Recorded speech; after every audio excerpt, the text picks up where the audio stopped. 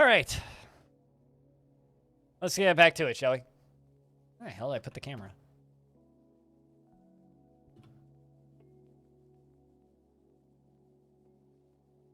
Also, rest in peace, my Twitter, it seems like.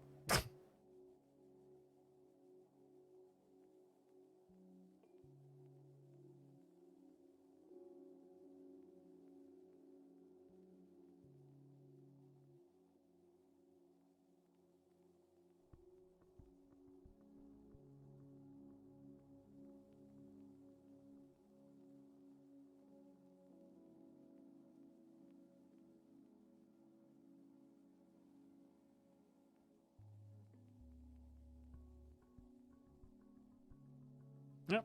Waiting on that building. Oh, I see it's nearly done. They're just moving that boulder out of the way. Continuing to work on these big lava trenches. Gonna build another raising drawbridge over here.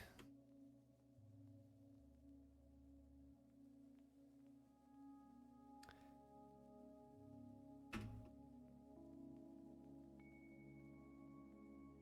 mean, if they work for you guys, that's all that really matters, honestly.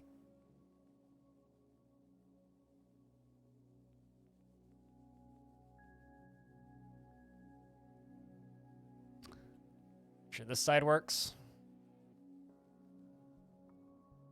No one's gonna get flung anywhere. It'll be fine. It'll be fine. Totally fine. This is gonna be a violent test run when it finally does get set off for the first time.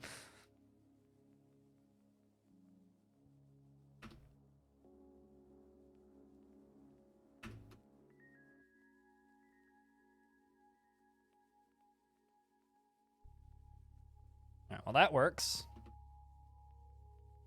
Let's double check the mechanisms. Micah, sweet. What's up, Phantasaur? Phantasir? What's up, Phanto?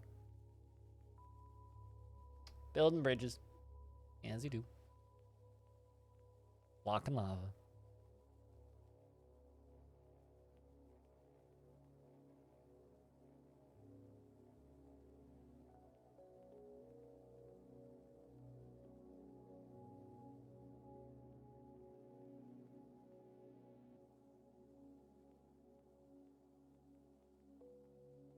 I should keep Twitter closed. So much going on over there. It's distracting.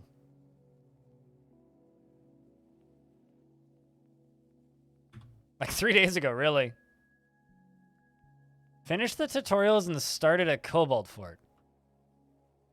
That's not what I would expect from somebody who picked up the game 3 days ago. How did you start a kobold fort? Considering that's not a vanilla feature and probably the worst faction you could mod the game to play. I'm assuming they're referring to video tutorials. Oh, please don't use Masterwork. Not to like ruin your fun or anything, but Masterwork is exceptionally outdated.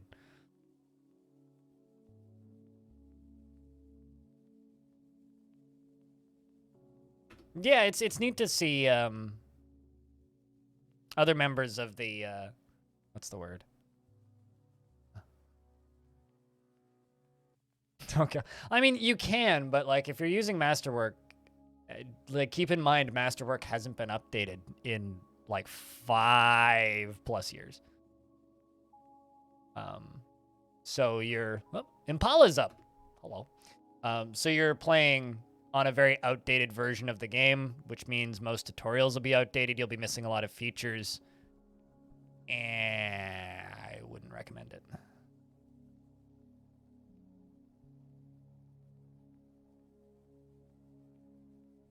Well, I mean,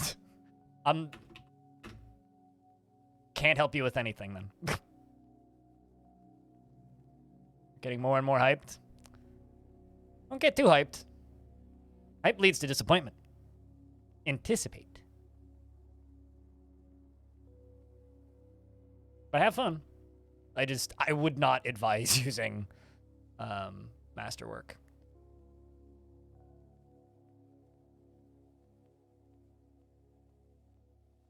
Is awkwardly the worst version for stress? Yep. Led, the herbalist. withdrawn from society. You're gonna work on crafts. Yep. Craft store shop. But I'll put it this way. If you're using Masterwork, I can't help you. You're on your own. Mostly play Factorial? Sure. Anticipation. Yes.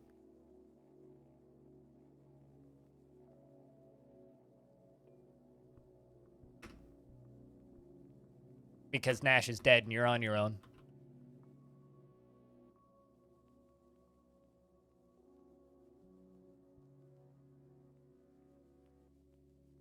It's an oddly specific reference I make way too often these days. Yeah, it's going to be good fun. I hope people enjoy it. I'm a little bit worried when people say that they really like RimWorld, because RimWorld is very different than Dwarf Fortress. No, Factorio is absolutely nothing like Dwarf Fortress. It's a conveyor belt management game. It just draws the same kind of nutso people, you know? We're all sick in a similar fashion.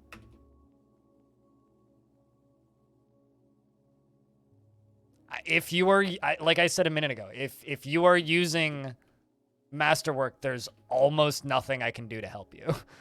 If you're using Masterwork, you're almost entirely on your own, because that mod, like, that's like sitting down to play. Okay, so think about it this way. I'm playing vanilla Minecraft. You're playing Project Ozone Kappa Mode 2.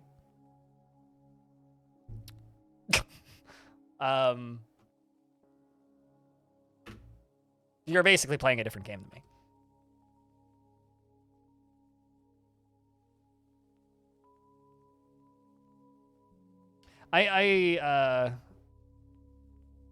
What, a Factorio, Toby Tuna?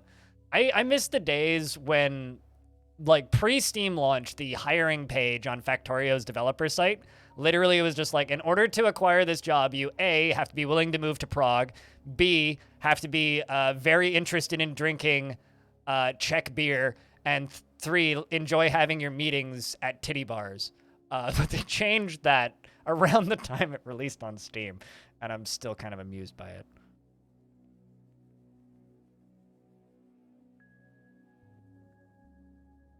It was literally just like a hookers and blows type of, like, job application thing.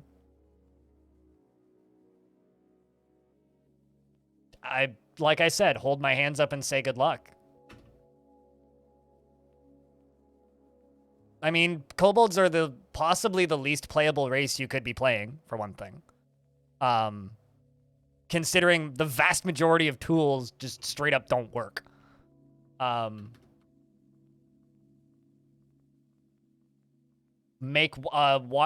Dig down to the first cavern layer and hope there's water? Go a couple Z levels underground and dump water in it? But yeah, my advice once again is going to be just play the vanilla game.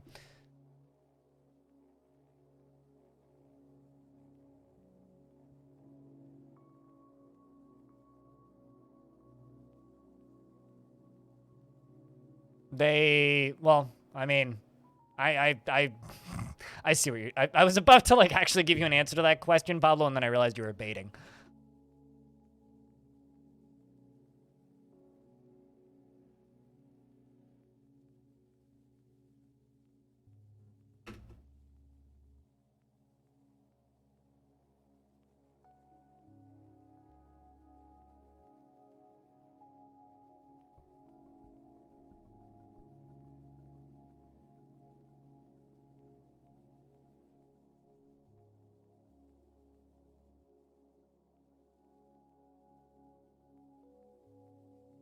But yeah, at the end of the day, like, any question that you have in regards to Masterwork, I throw my hands up and just say good luck.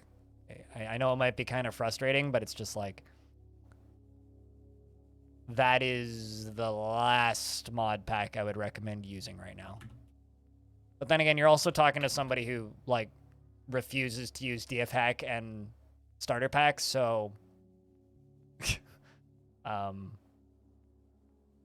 I don't generally consider myself to be an obnoxious vanilla purist, but, large portions of the community do. I mean, I love kobolds too. I like having them around my forts, but playing as them? Like, I wouldn't even want to play a kobold in adventure mode. They're so fucking busted. Especially, like, forcing yourself 2 versions back with, like pre-guild halls and, like, pre-the villain stuff. Like, you're playing a vastly inferior version of the game, for one thing. Plus, you're intentionally making your life more difficult for yourself by playing a quite literally broken species. For fun? Yeah, but I can't help you. Like, if that's fun, then be my guest, but you're on your own.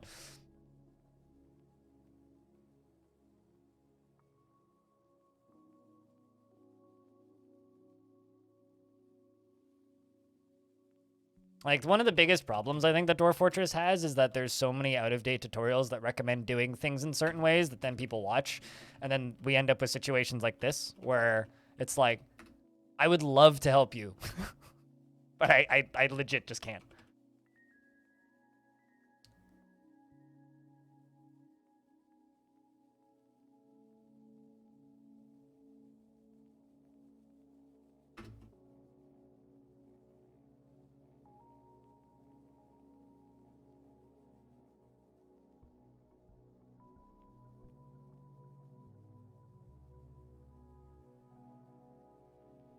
I mean, the only advice I would really have would be settle somewhere without any hard stone.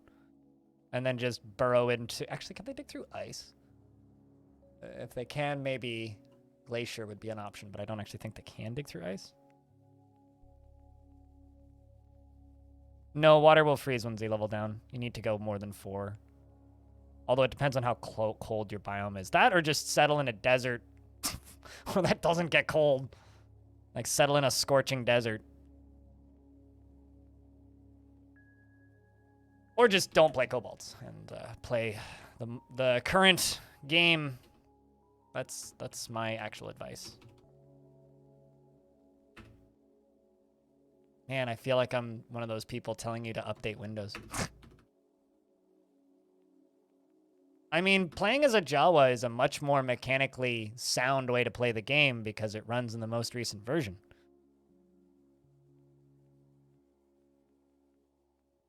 Jawas have all of the capabilities of dwarves because they're literally just dwarves with the names changed. With some tools added. But I digress. I don't know. This whole conversation is giving me anxiety, which might sound weird, but it is. This is dwarf. What are you going for? I play Jawas every May the 4th and the Revenge of the 5th. Done it twice now. For a while, I used to play the Mario mod for Mario Day, but it's just too out of date and crashy these days.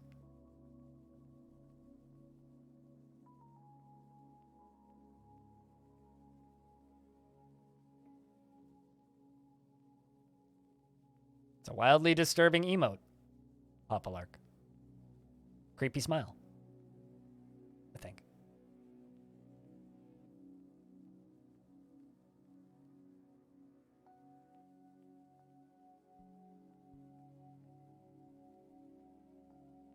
Just keeping an eye on this artifact making derf.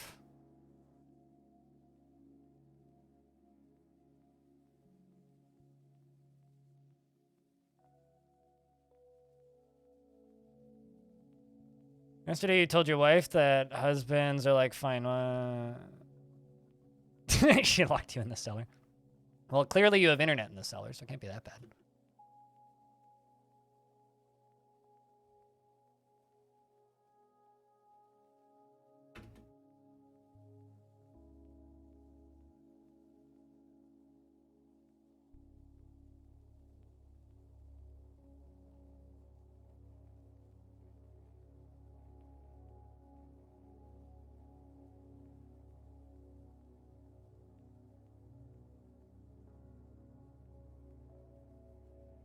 Where the heck did I put all that glass? There it is. How am I? I'm pretty good. Pretty good. He made it a Yeti? Okay, that makes sense. Fun fact, I once saw a dude with a troll face tattooed to the back of his leg at a festival. And to this day, I think that might be one of the, woof, that didn't age well. The most woof, that didn't age well tattoo I've ever seen.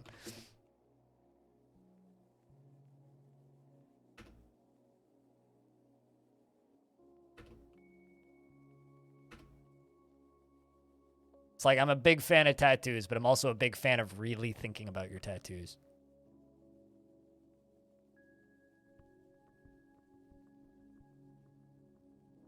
Was it all melty? It was very faded. Looked like it never got touched up.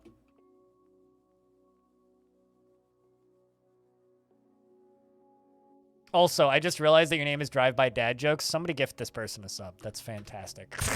You just drive by, drop a dad joke, and leave. That's fantastic. I like that gimmick. Keep on the good fight, friend.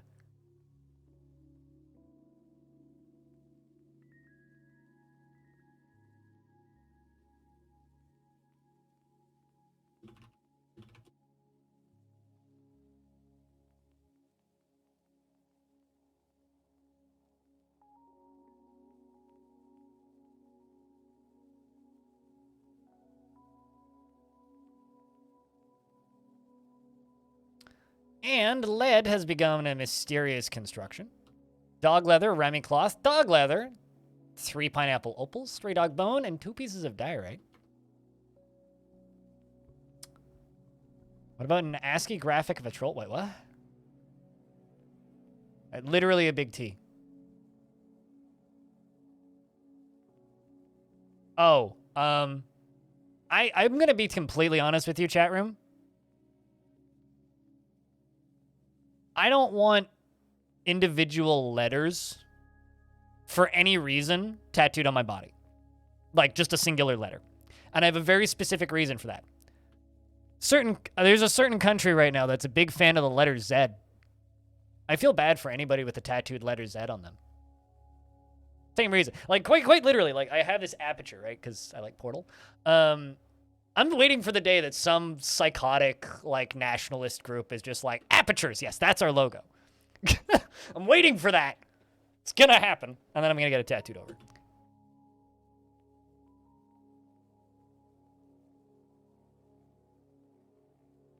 Till then, I'm gonna cherish my aperture tattoo because I like it. What's the Z thing you're talking about? Look into Russia's state media for about 10 seconds. Should have gone with Black Mesa. Bruh, I literally have a plan for... So this entire arm is going to be like different game logos, right? This entire arm, right? This whole front thing here is Portal. The back of my arm up onto my shoulder and then down onto my back is supposed to be scenes from Half-Life, but my tattoo artist stopped doing tattoos when the pandemic happened. So I'm searching for a new tattoo artist, and I'll be completely honest with you, I'm fucking lazy, so it hasn't happened. But one of these days I will find a replacement tattoo artist. I still have all the designs for it. I can play the outro of Portal on my computer. Beat that, mister. I can play it on a guitar. I do actually have a guitar right here. I can sort of play it. Although it's gotten a lot harder to play musical instruments because diabetes and sore fingers.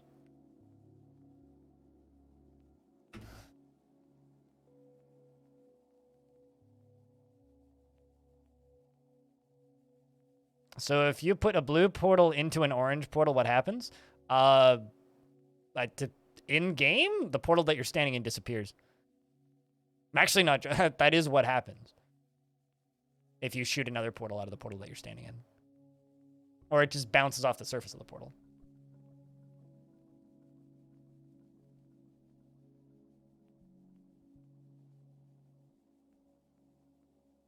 Because they trust that person? Yeah, well, my tattoo artist tattooing was his side job. He was very good, but he's a architecture and glass etching artist as his full-time gig.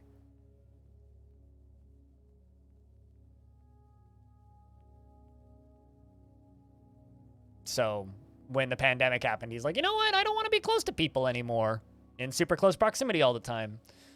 And I'm keeping an eye on his stuff, and maybe one day he'll start doing tattoos again. And if he does, the first person on his list. But, I don't know.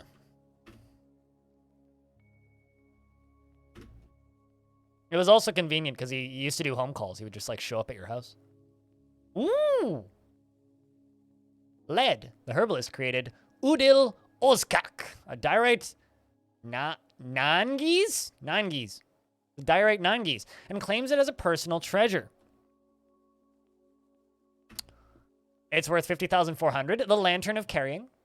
The Nangies is a handheld straight wooden horn. The musician blows into the instrument and selects the pitch by adjusting the slide. It's a slide whistle! Fantastic. The instrument has a 3-octave range going from to it has a vibrating, annoying timbre. This is a diorite Nangis. Also, hold on a second. It's a small handheld wooden, but it's made of diorite. Explain. All craftsmanship is of the highest quality. It is encircled with bands of radiant cut pineapple opals and menaces with spikes of dog bone and is adorned with hanging rings of diorite and pineapple and menaces with spikes of dog bone. There we go. Dog leather and rammy. On the item is an image of a dwarf in diorite. On the item is an image of 2 wild carrot plants in pineapple opal. On the item is an image of Fath Wadcloister, the dwarf and dwarves in dog leather. Fath Wadcloister is surrounded by the dwarves. The artwork relates to the ascension of the dwarf. Fath Wadcloister to the position of king of the Room of Savants in the year 153. And then that's it. So they can put it in the tavern, probably. I don't think that'll put Diamond back among the middle class. No. Middle class would be like 1,000 tickets. He's still going to have, like, even if he loses that, he's still going to have 10,000 times the, or 10 times what the average person in this chat has. I don't know if I'd call that being back among the middle class.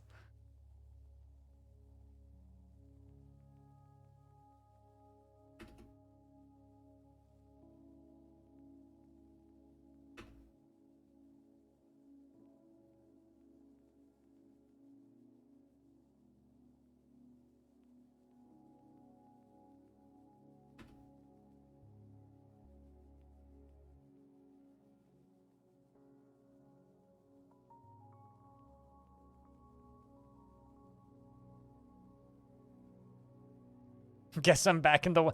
Dude, you're the 0.001%. I actually don't know how many audience members, actually, the exact number of people who have acquired tickets, so I couldn't actually tell you 100% on that fact, but you're already up there.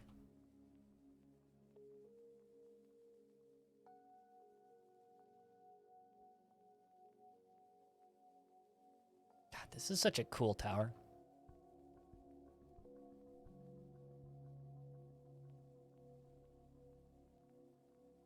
And those are infinite, so. I guess it would be probably the total number of tickets currently accrued, but I don't feel like doing that math. How do you sculpt the volcano? Okay, so the volcano initially went all the way up to here. This is the height that the mountain used to go to. And I started channeling out layers, channeling out layers, channeling out layers. And so this is the original shape of it, except I'm making the top of it look like this. I'm just making the volcano look cooler, and then I'm manufacturing big lava waterfalls. Lava falls? Lava falls.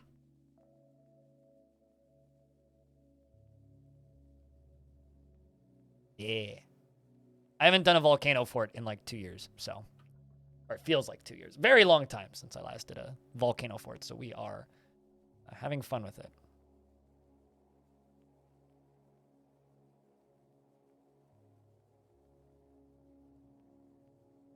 Night for you. Appreciate the daily chaos you cause in the chat. Diamond, you have a good night.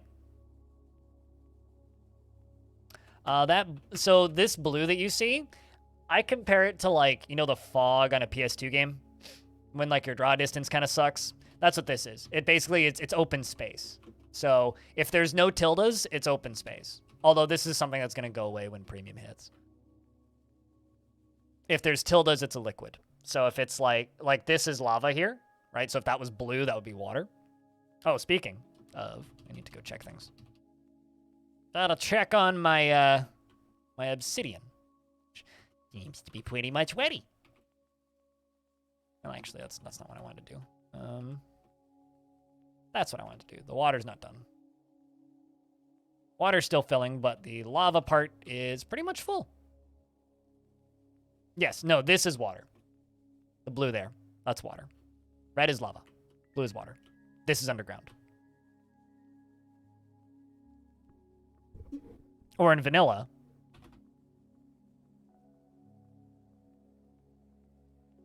that is water. And lava.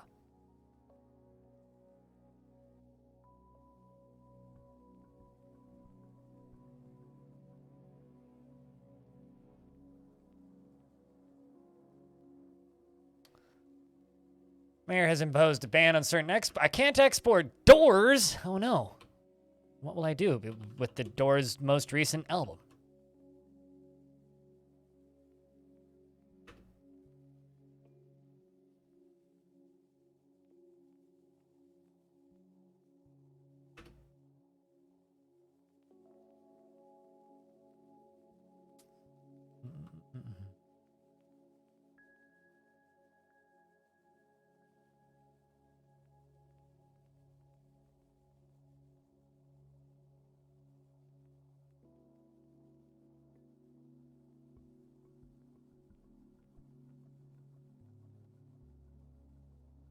You tried making an underground water canal for drinking water in the game, or in-game, in this game?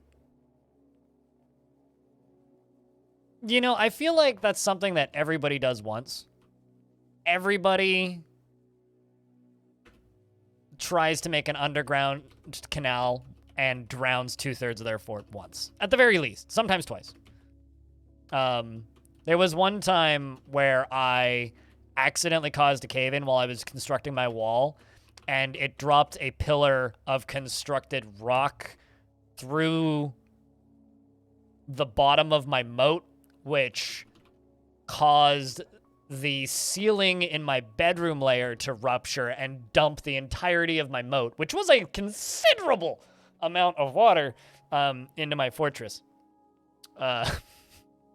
Anyway, that fortress got retired really quickly, and abandoned after that. That's pretty much all there is to say there.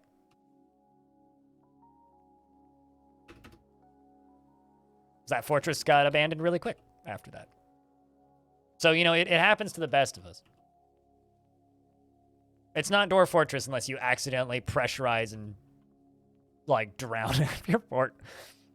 Makes for an amazing story. It was very frustrating when it happened, I'll have you know. It was the Fortress of Umber Bulwark, if you want to go look it up. It was actually in this world.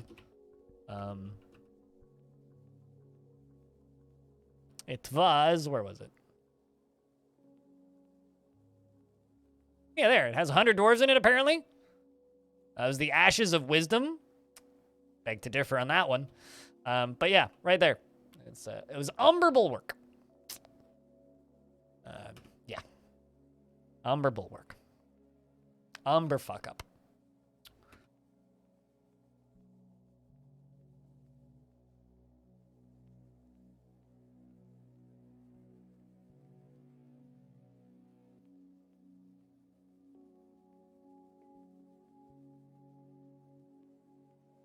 Digging under a frozen river you tried once? Oh, did it like dump water in, or did your dwarves get instantly frozen to death? Use their wisdom to fuel poor decisions. Yep.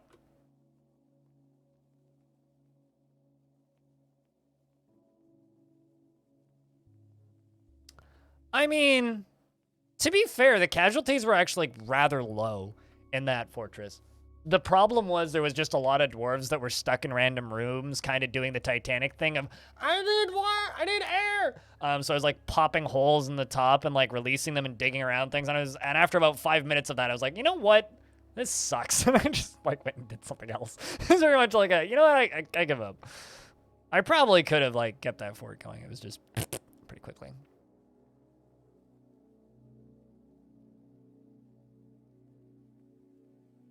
When in the game with giving credit for kills. I mean, one of my favorite kill counters ever was I had a minecart with 230 kills. The minecart was credited with all the kills. Unfortunately, they didn't name the minecart, which is a Dwarven tradition. They name things that get a lot of kills, but it was a very mean minecart, I'll put it that way. You tend to abandon forts on a whim. I don't, generally. I abandon forts when I'm bored of them. But that's usually not on a whim. It's usually because, like, I'm just bored of it. God, I have to put something in here. This thing is too cool to not have something in it.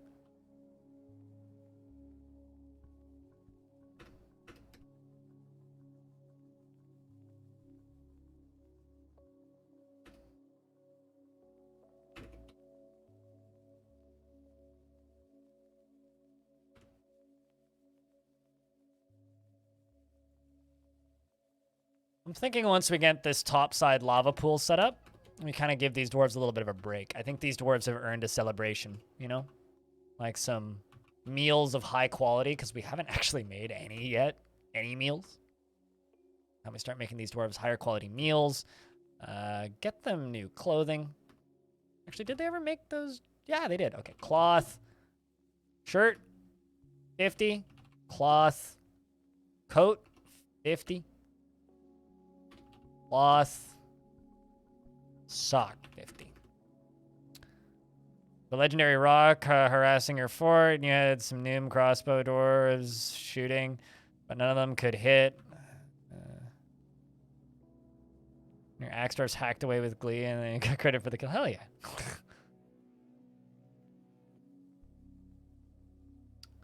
I once had a log get credited with a kill. Or rather, I credited the log with a kill because I had a mountain titan running around on the surface just harassing my whole fortress, right? This mountain titan was a humanoid composed of flame. And this mountain titan burned a tree down, which happened to have a bunch of logs on the top of it from where I was cutting down wood. And the cat, can you fucking stop being a cat for 10 seconds? This cat is a liability to your safety. You know that, Dwarf? Anyway,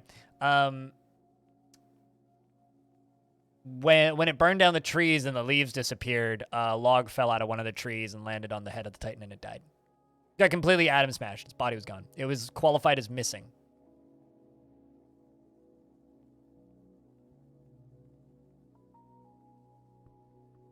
Which I think very amusing.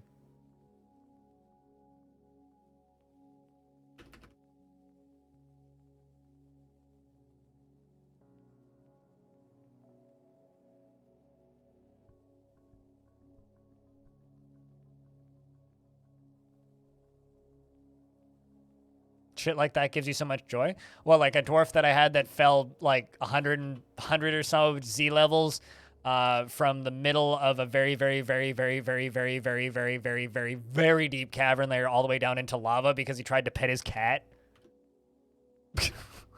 Like literally this dwarf was like following its cat, similar to that one that was here a second ago, except he like path blocked him on the stairway and the dwarf just like jumped to a little walkway and I watched as the dwarf jumped back, missed the stairway and just went splat. Cat was fine. Things like that. That one was pretty funny, actually. Even at the time. That one was pretty funny. I laughed pretty hard. Or, you know, like Bastet's dwarf making one of the best artifacts I've ever seen. So very cat-like. To make their owner fall to their death? That's cat-like?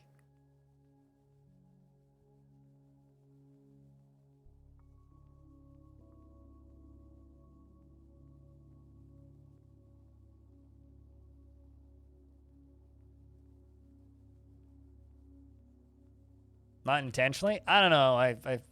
I've owned several cats in my life, unfortunately, and I feel like every single one of them is constantly plotting my demise. You own 12 cats? Are you okay? Like, do you need help? You're still giggling at that. I just, the funniest thing to me about that whole thing, Bastet, which I already said, is just the fact that that your character technically made a thong and I posted a picture of it on the internet. That's what's funny to me about the whole thing. Is that I just like straight up posted a picture of your dwarf making a thong.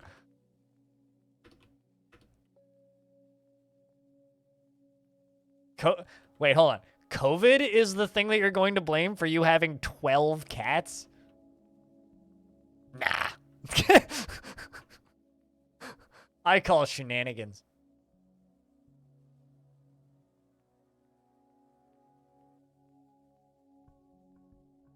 Is this actually gonna work? Nah. Rock mech. 10. Oh, sweet. I do have more mica.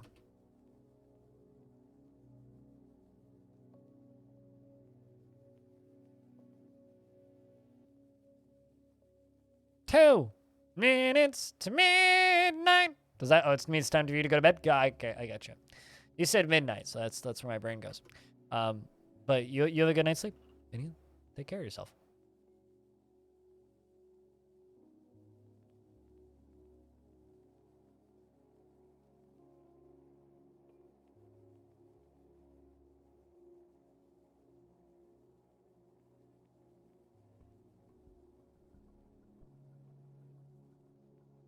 Schedules appointments to get. Oh, I see. You know, this kind of reminds me of a story of a friend of mine growing up who had 2 female pet snakes. Turns out one of them wasn't female. Then he had 8 pet snakes. And then they separated them. But they weren't, they were too slow when they separated them. And then it was 19 pet snakes or something. It was like, got 1 bundle of eggs, and then they got a second bundle of eggs. And they were like very nice people, and they couldn't like bring themselves to like get rid of them. So they just kind of kept them. So as of last time I saw them, it was like 20 something corn snakes. It was like kind of the exact same situation.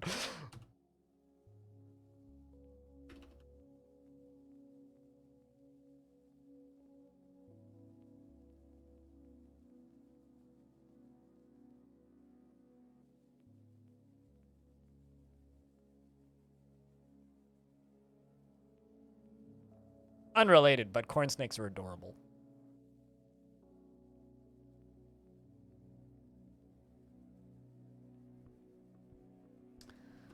Sweet. Have we made another mica mechanism? Nope. But we are working on mica mechanisms. Mica's making us a mechanism. And then once we can get both sides of this tightened up, we can slam that fucker closed.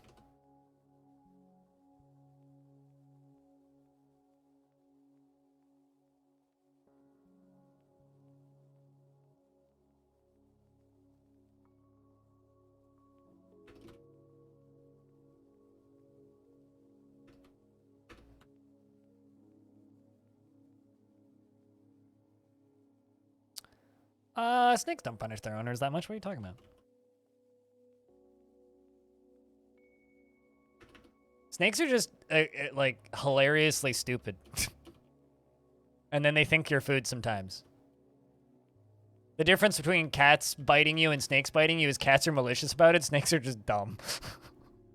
Like, I love snakes, but they're really stupid sometimes. Like, people talk about cats being dumb. It's like, geez, you've never owned a snake then.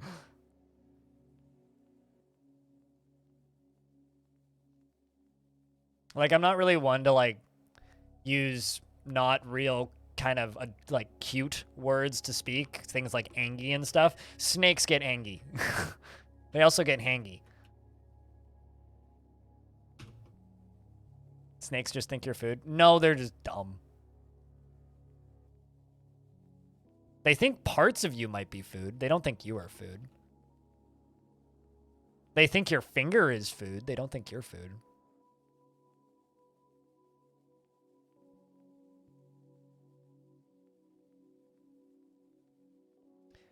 Snack think that you are a big weird worm tree because you're too big for them to comprehend you as a creature.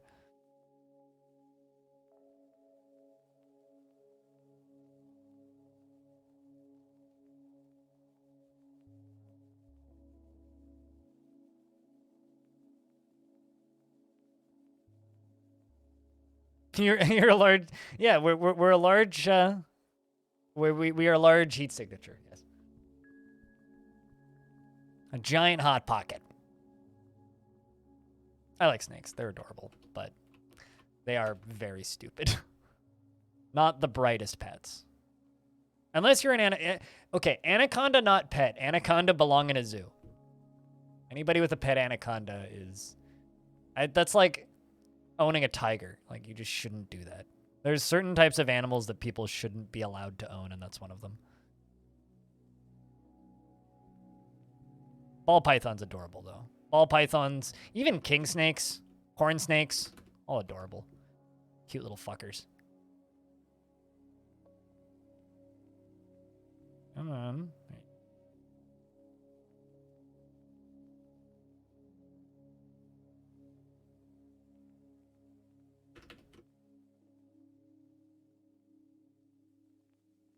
Somebody I used to work with had a ball python. It had a little heart-shaped dot next to its chin. It was very cute. Got a buddy with a boa as a pet. I really, really like snakes, but I have this problem. My best friend fucking hates snakes. So if I want to have my stoner buddy around still, I'm not allowed to ever get a snake. He's like, yeah, I'm never coming over to your house again to smoke if you get a snake. It's like, well, guess I'm never getting a snake then.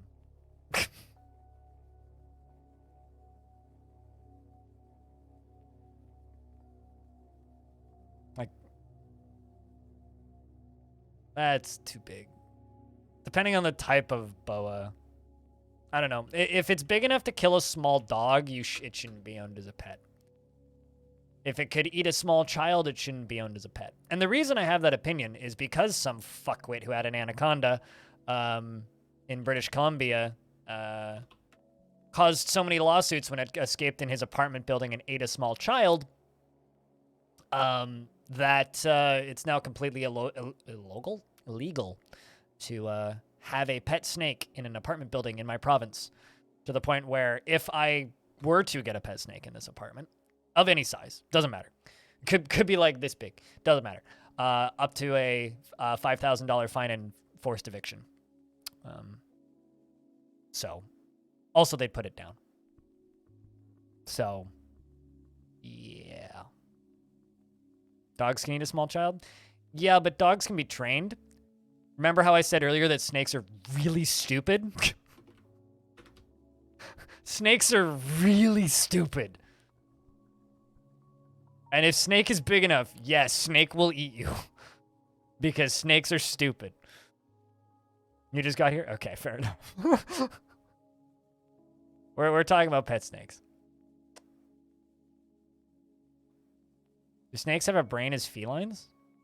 What do you mean, as felines? Snakes don't have a brain. They have move towards warm object. Cuddle warm object. Sit still. No, they're legal if you have a house. So yeah, legal for rich people. If you have a rental house or a house, you can have a snake. No problem. It's in apartment buildings specifically. No condo snakes. You ever feed smart birds?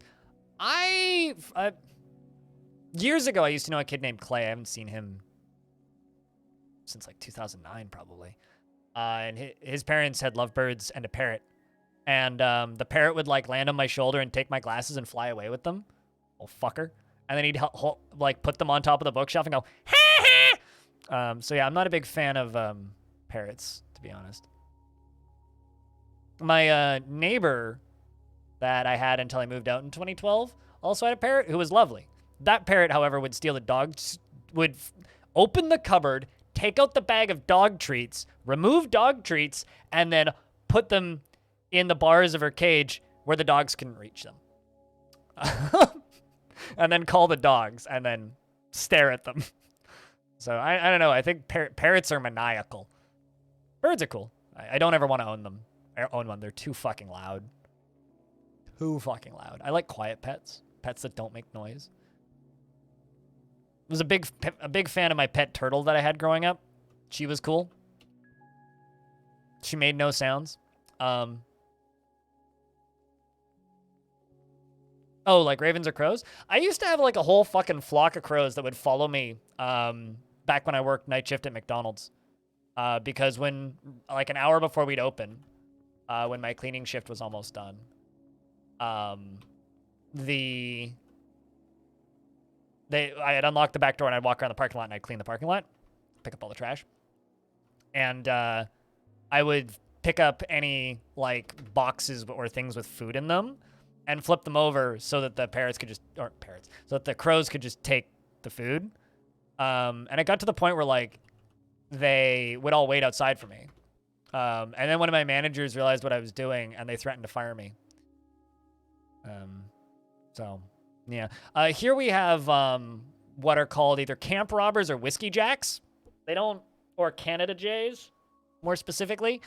They are unapologetically the bravest bird and the most brash about stealing your food bird that I've ever seen. That being said, they're really easy to feed. So if you go up hiking in the mountains up here, you have to bring like a little bag of plain nuts and just literally just stand with your hand up for like more than a minute and bang, it'll be gone because they'll just like land on your hand, pick it up and fly away. They are extremely accustomed to just like taking food from hikers. But it's to the point where you can like put some on your shoulder and they'll like land on your shoulder and like take food. I've never fed ravens. I try and avoid ravens because ravens are like, I have a mutual respect for ravens. Try and give ravens their space. Whiskey jacks, though, I'll feed those fat little fuckers any day I see them. They're always very, very fat when I see them. Oh, Onyx rose from the dead. We got another ghost. Look at that. I'm doing a really bad job of memorializing ghosts. I've always wanted to, like, take a late game fortress and just, like, uproot all of the memorials for the dead and just, like, fill the fortress up with ghosts. Maybe I should do that for Halloween. That could be fun. Get a really large number of dead dwarves in the fort and then rip up all of the memorials and let chaos ensue. You had buddies from school who slightly domesticated a magpie, and if you didn't do anything erratic, it would sit on your shoulder and eat stuff from your hand. I believe it.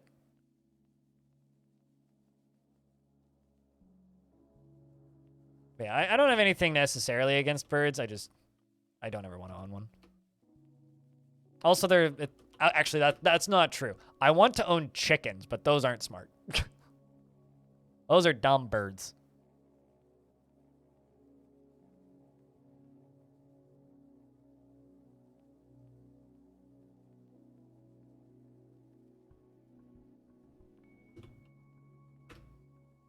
Yeah, this is the Google image search for whiskey jacks. Or as I call them, thick-ski jacks, because they usually end up looking like that. Yeah, they're an alpine bird. Well, Canada Jays. I've seen one of these guys take a sandwich from a guy while he was eating it. They do not care. Actually, I wonder. Yeah, also, camp robber gives you the same thing. Hey, these guys. Look at this. Whiskey jacks.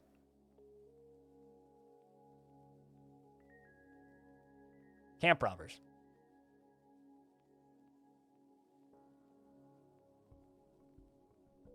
Also, apparently today is World Teachers Day. Thanks, Google. Happy World Teachers Day. Because, god damn it, we need more of them.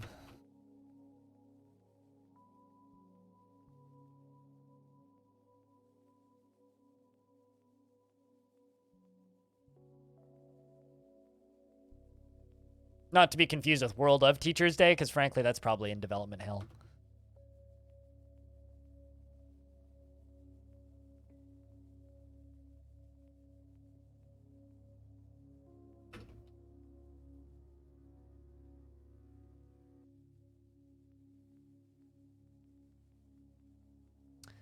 Got buddies from school who originated. Yeah,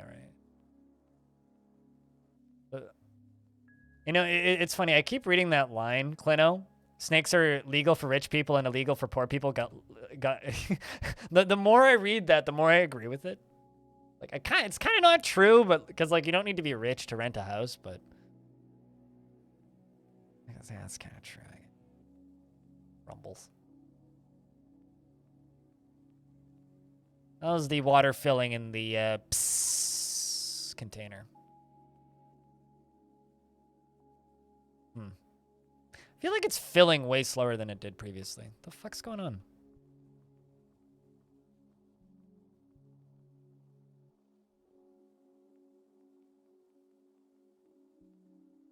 Like, actually, I feel like it's filling way slower.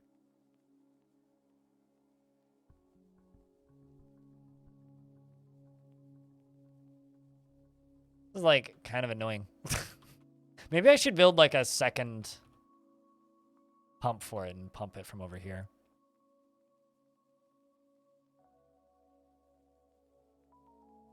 How deep is this?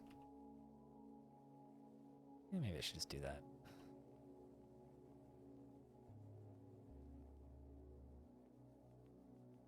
So many dead goldfish. Well, I mean, goldfish don't matter. I would say that it's pretty much impossible for people without a lot of money to own like saltfish. One of the actually that family that had 2 birds, or 3 birds rather, they lived in the basement. On the upper floor, their great aunt and uncle lived, and they had quite literally 2 coral reefs in tanks. They were like these like 8-meter long, like 1 meter deep, 1 meter wide fish tanks that were fully functioning saltwater coral reefs. They had live coral, they had sea anemones, they had clownfish. I remember there was one time I went over there because I rode my bike over there and I was hanging out with my friend. We were fucking around with, I think, airsoft guns, actually. And his uncle was really pissed. And I asked him, I was like, what's wrong with your uncle? Like, why is he so mad? I said something to him and he just snapped at me and he goes, oh, a crab got loose in their fish tank and it ate. It was like several $1,000s worth of fish.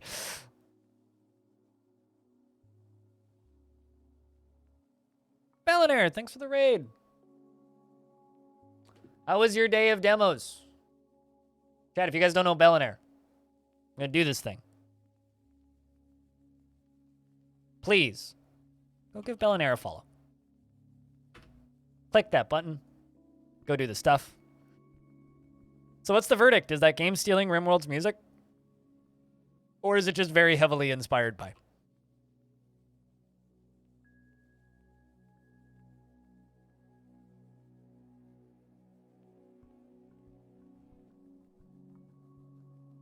Parts of it are like 95% the same. That's sketchy. I don't know how I feel about that. Like, that's weird.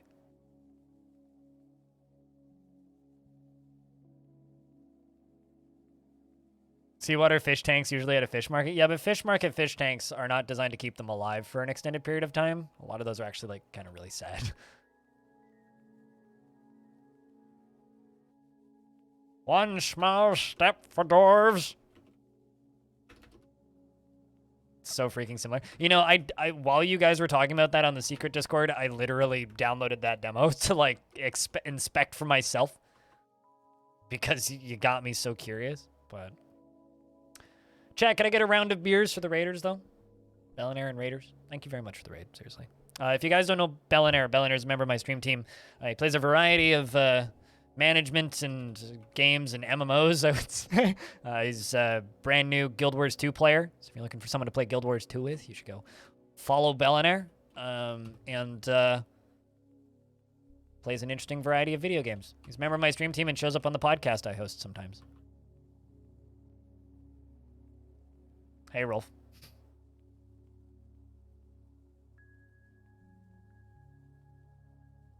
Any highlights from today? Bill?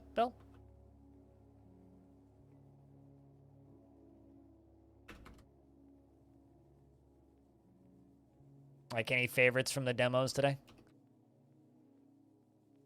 I realized last night that Xenonauts 2 has a demo.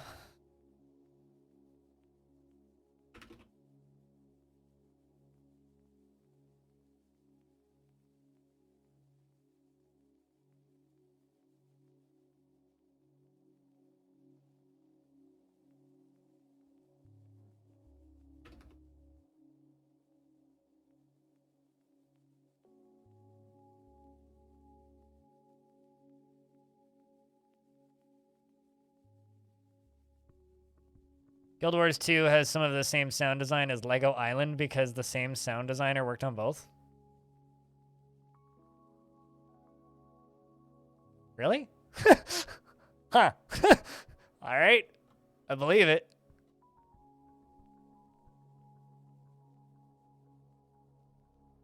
I haven't thought about Lego Island in a minute.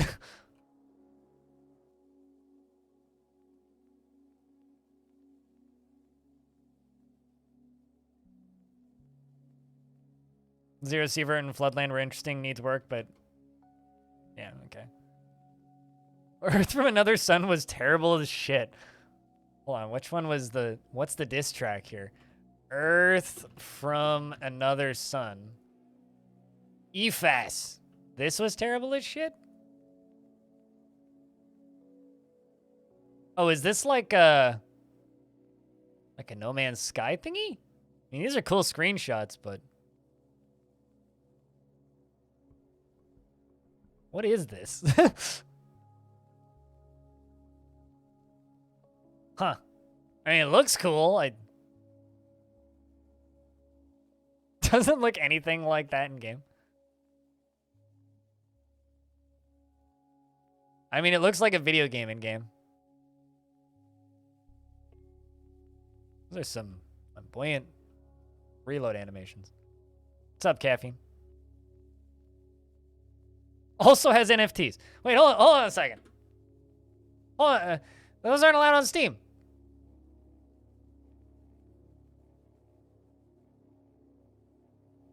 Like, straight up. Any games that use NFTs as part of their marketplace is not allowed on Steam.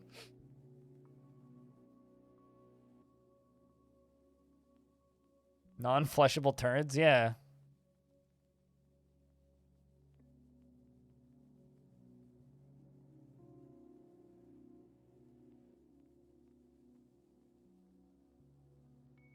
Bizarre.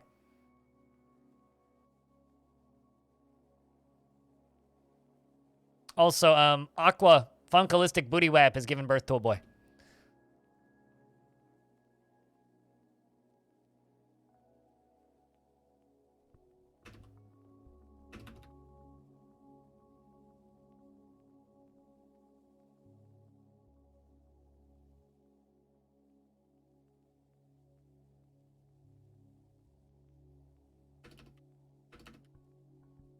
All right.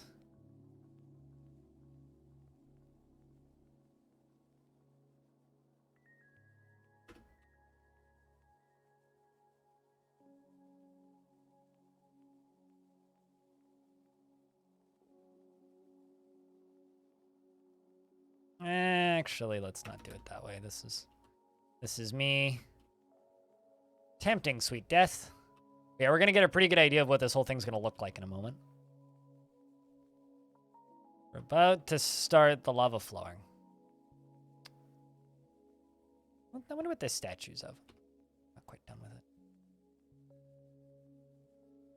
What? How did I accident? Oh, I know how I did that. Whoops. Yeah, I'm like quite certain that you're not allowed to have NFTs as part of your marketplace on Steam. Like, just period. Like, didn't Steam have like a pretty hard stance against that? I seem to recall that. I mean, maybe I'm making it up, but I don't think I am.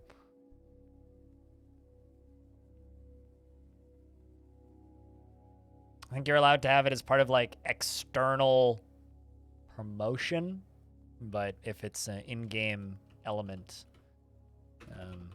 you're not allowed to do it. Speaking of NFTs, did you know that? Did you guys hear that Ubisoft is claiming that they never experimented with that they never officially launched or experimented with NFTs? Also, so this is a clip from Billionaire's stream that I'm supposed to listen to. So let's give this a listen.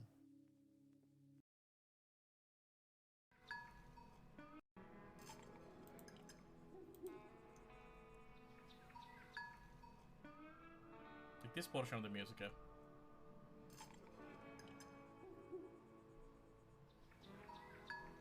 Yeah, it's literally using the same chord progression. Like it's not the same, but it is using the same chord progression.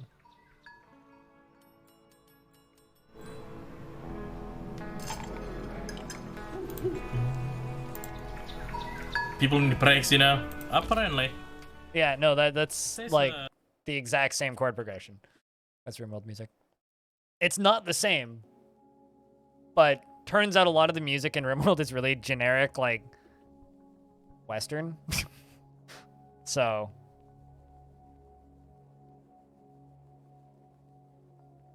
but yeah, that is very RimWorldy. Also, I will say that RimWorld's music is better.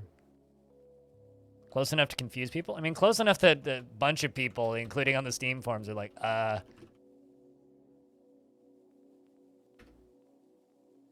You know what? You know what's funny? There was a very brief period of time where you could actually buy games on Steam with Bitcoin. But this was like 2014. Back when like a normal human being could still mine Bitcoin. It lasted for about 6 months, and then Steam went, this marketplace is too volatile, and we don't know how to pay people with it. So, and this was in 2014 when like Bitcoin was worth like $20, $30. Actually, I'm guessing. I can't remember how much it was worth back then, but it was worth like 50 to $100 or something. I mean, the music in RimWorld is the best part about RimWorld. To the point where, like, if they actually put that soundtrack on vinyl, I would buy it like that. Fast. Like, that would be an impulse buy record purchase for me. That would be an impulse buy. Like, immediately I would purchase that. I just don't ever want to play the game again. Music's great, though.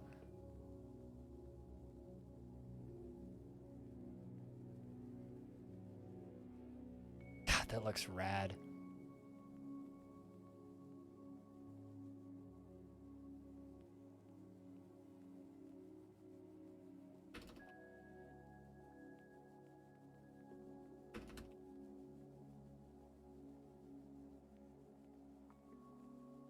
But yeah, there was a very brief period of time where you could actually buy games on Steam with Bitcoin or Litecoin, I think actually were the two that they let back then.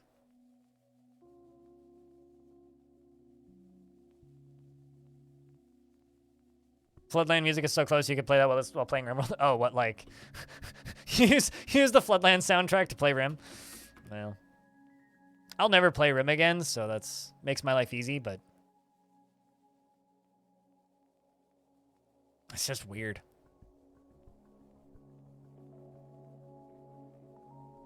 It's cool that you're also interested in Zero Sievert, though. I'm looking forward to that game releasing properly. Because I've been enjoying the builds that I've had quite a bit.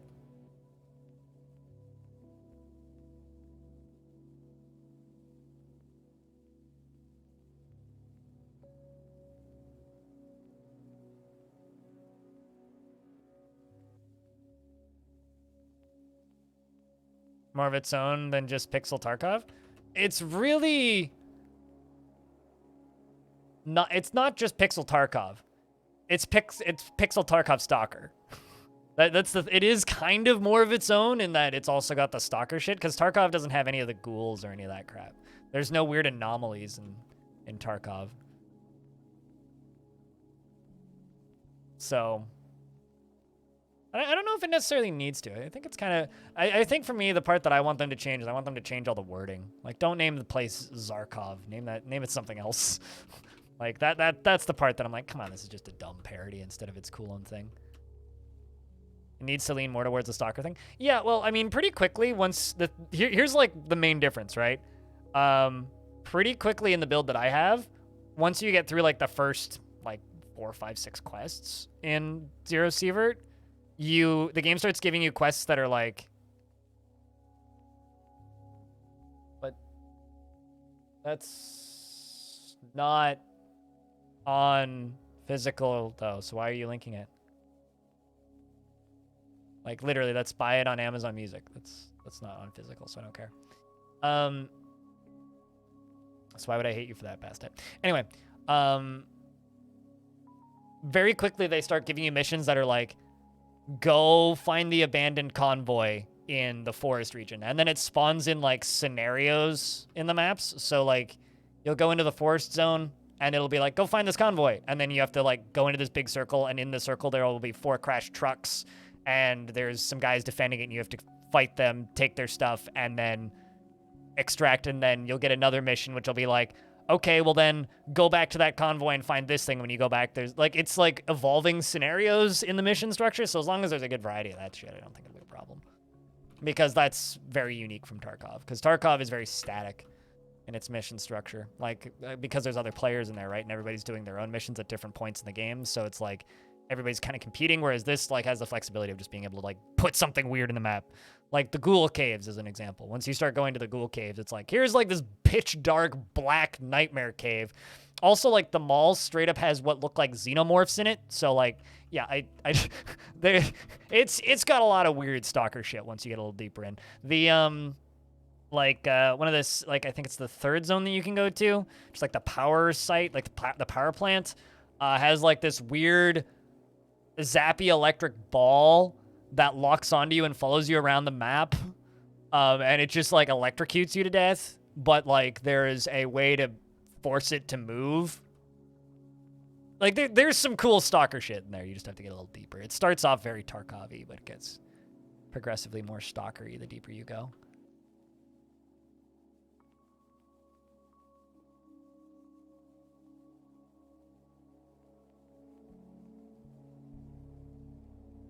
I've been enjoying Zero Sievert, if you can't tell. It was fun.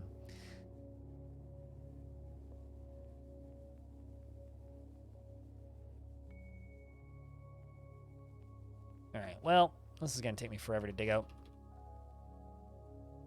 How's the water filling going? Slow, but steady-ish.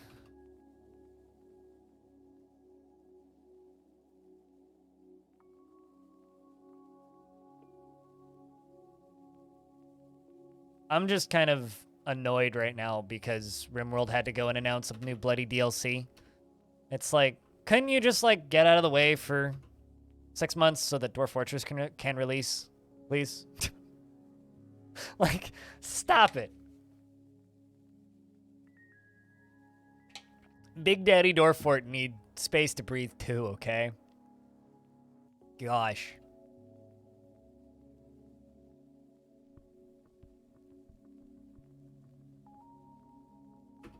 Volcanoes are fun. Yeah! I'm trying to manufacture volcano waterfalls. Or lava falls? Yeah, that. But hello, Deandak. Or Deenak? Deenak. Deenak. I got that right. What your kobolds are gonna drink? I would honestly say re-embark on a sand desert that has as much non-rock as possible. And try and get down to the caverns.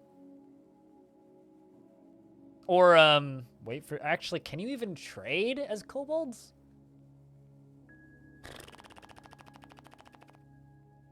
I don't know. I maintain my advice from earlier is don't play kobolds.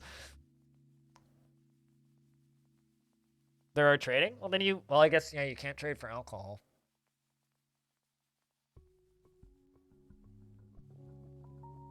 Yeah, I don't know.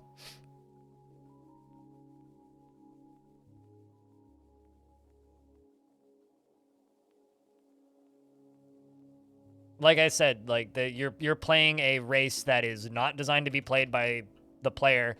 And like to give you an idea on what Masterwork is doing in the background to make those races playable, literally in order for me to make that race playable, I just have to go into my INI files or into the, rather, init files, I would say ini, init files in the game's install directory, and just like change one line of text to make kobolds playable. That's all that you need to do, and that's all that they've done for that. So there's no added mechanics, there's no extra things to make them more playable. They're just kobolds. And this is a species in the game that is not even remotely close to being finished. So you're going to run into broken mechanics, and you're going to die for reasons outside of your control because you're playing a type of character that's not intended to be played.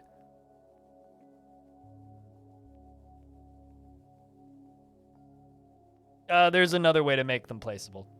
I've done it with goblins. I know how to do it.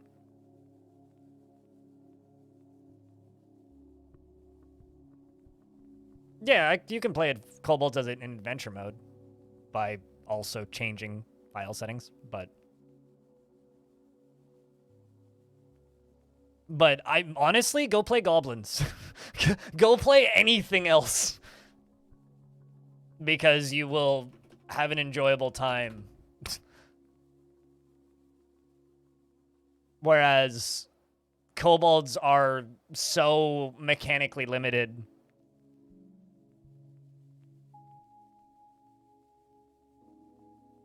This lake is getting bigger. It's going to fill out basically this corner here. And then I'm going to start working on the flow trenches, which are going to go down to here and around this side, and then down to here, and then down to here, and then down to here, and then out and around the edge of this, and then probably down into here, and then, well, actually maybe even all the way down to here where there's no tree. I might actually just go all the way down here. Why is that suspended? Unsuspend that, you shits. The fuck? Probably down to here is where I'm going to build this.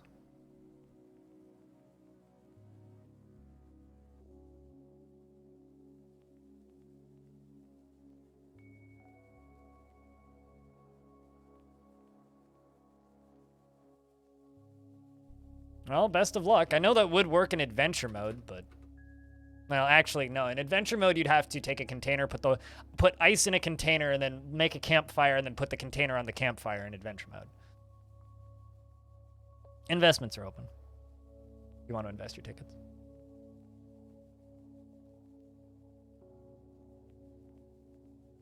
But no, Dwarf Fortress is notoriously easy to mod, so if you want to make any race playable, you can do that. For lack of a better term, you can just do that. Like, you don't even need any skill with modding. You can just do it.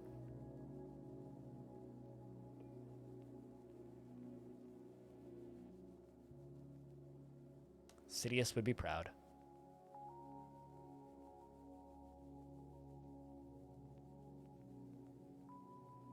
Well, since we don't ever get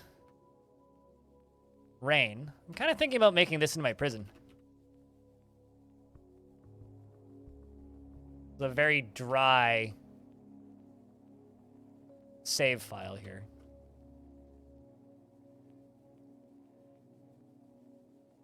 Pretty harsh prison, but...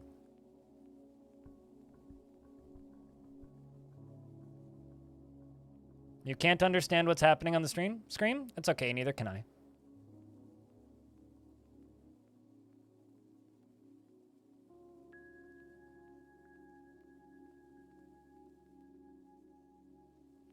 But if you need me to explain it to you, you can ask. Although I will state that if you play the game, it will make it easier to understand rather quickly. Currently, these dwarves, are putting chains in right there. There's a little tower in the center here. There's lava flows. This is underneath the lava flows. This is inside of a rock wall. This is the edge of a cliff. If I zoom out, there's the center of the lava, the outside of the fortress, the inside of the fortress. And then as I go up, there's the lava lake that we're slowly building. And my soon-to-be lava flows that I'm working on. And there's a dwarf going for a walk right next to lava. Very safe.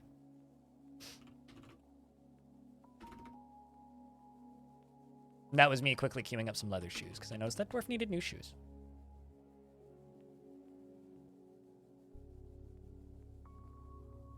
You could use some lava right now. I know, speaking of dumb mods for Dwarf Fort, member of my chat a while ago modded lava to be a drinkable liquid. Let's just say that ended well. Or maybe didn't end well. I don't know. Because it depends on your opinion of well. It's just like, I wonder what would happen if I make lava a drinkable liquid, because he saw the liquid drinkable tag underneath, next to water and alcohols. And he's like, I wonder what would happen. I wonder. Because he was also making blood drinkable for reasons. Anyway, set lava as a drinkable liquid, embarked on a volcano, and then just laughed hysterically as all of his dwarves burst into flame. Speaking of dumb shit I know how to do in Dwarfort. That's something dumb I know how to do in Dwarfort.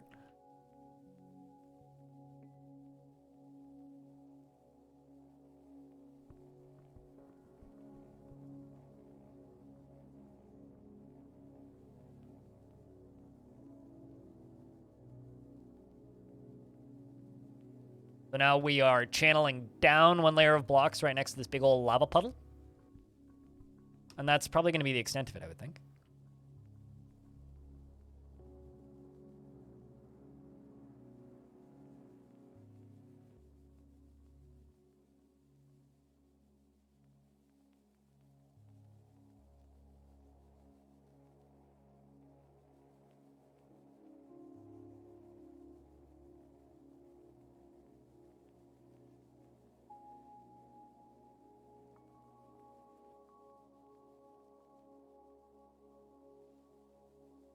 This is all getting channeled. Actually, I might just cut this whole wall off here.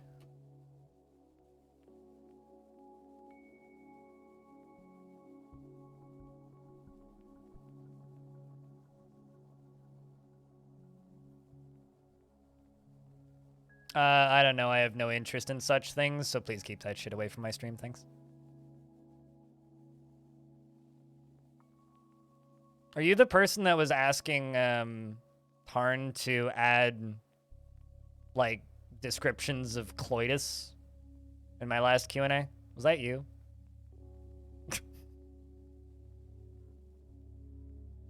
Because someone keeps fucking sending in those questions without a username, and I swear to Christ. Grow up.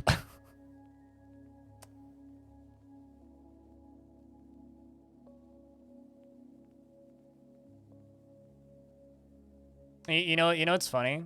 Is whenever people have weird fetishes, they always say it's a joke. So you're just like, it's a joke mod. I mean, the last person who asked me for feet pics said it was a joke to send to a friend. So...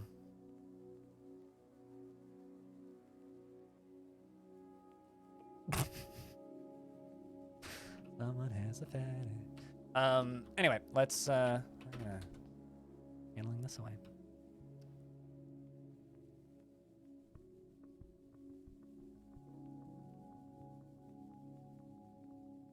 Ain't a joke if you crank one to it.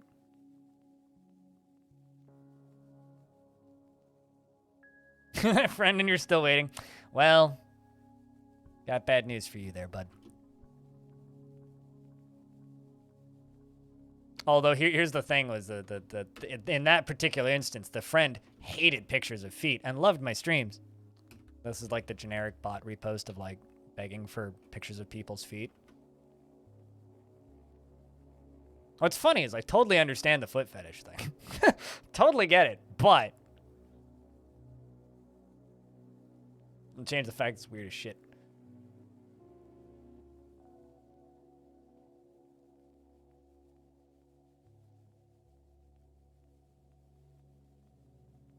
And actually, ironically, Dean, I do have an answer for your question. Doesn't produce anything because Zach and Tarn want to dissuade people from doing that sort of thing. You know, it's the same reason the game doesn't have guns. You know, if you want to dissuade a community from doing a thing, make it difficult, right? Like, there was a point where Dwarf Fortress had certain naughty words in it. Those words have been since removed from the game because the community got too obnoxious about them. That's why that produces nothing, is because It's something that the developers don't want.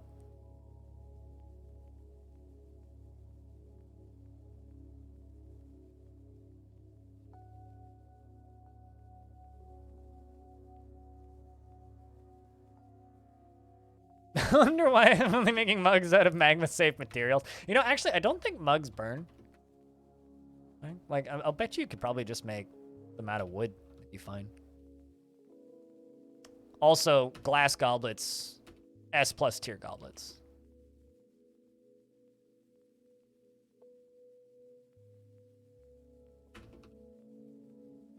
Yeah, well, you brought it up. So now I'm just gonna judge you. Goblets, not goblins. Goblet, as in the type of cup. Like a goblet. You fill a goblet up with alcohol. The tea.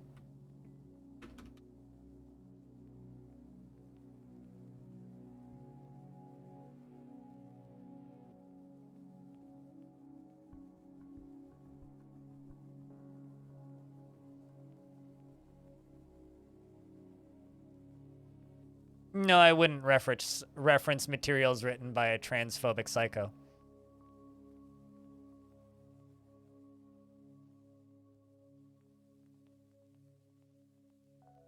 How do you distribute goblets? What? Oh, you mean like how do you make sure that dwarves have access to goblets? Or is this some like question that I'm like misunderstanding? You put a chest in your tavern, and you go to the location screen by hitting lowercase L. You select your tavern, and then I actually never did this. You hit A, and then you type in the number of goblets you want stored in there. So let's just put 100 there.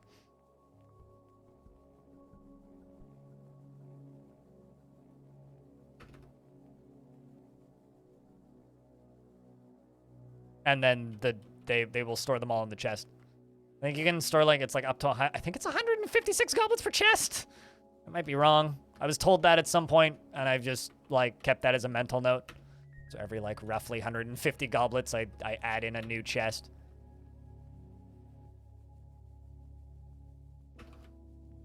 What am I waiting and waiting for, Bastet?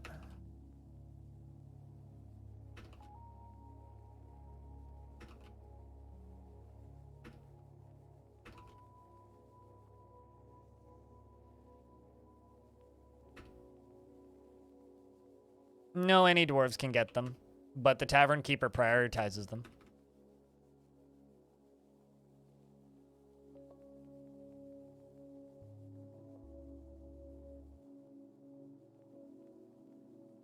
Have you assigned a tavern keeper?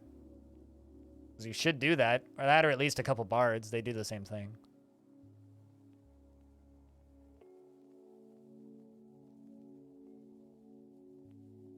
But I never have problems with that, and that's how I do it. The Goblet of Fire thing? J.K. Rowling is a transphobic weirdo? Do you live in a rock? I mean, I did yesterday in Zero Sievert, but that's a different statement. This is old news, Bastet. What?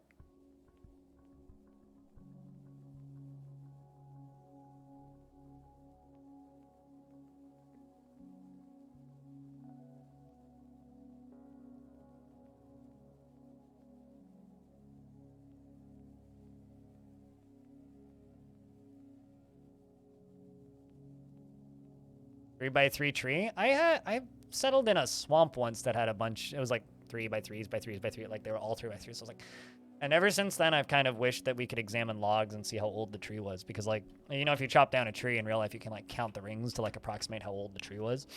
I really wish that we could do that. No one tells you shit. That was like all over the news. Like, how'd you miss that one? J.K. Rowling has like canceled herself like 2 or 3 times in the last 2 years, to the point where it's just kind of sad. Like, I feel bad for people who actually like Harry Potter.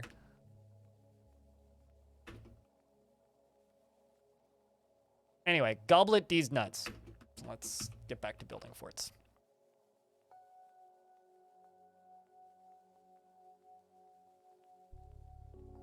I have no idea what your problem is then, CCJ.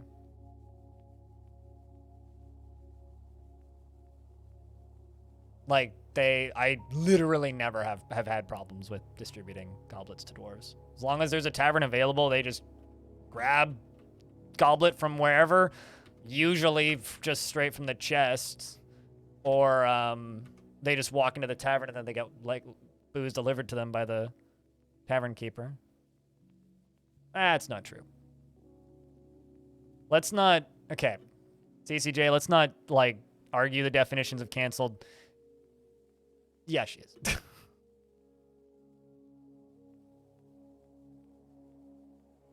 She's lost all future opportunities.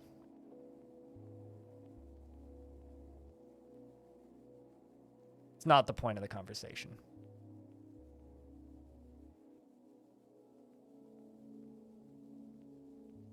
No, because anything made out of intelligent life is evil and shouldn't be created. Goblins are intelligent, allegedly, and thus they shouldn't be made into cups.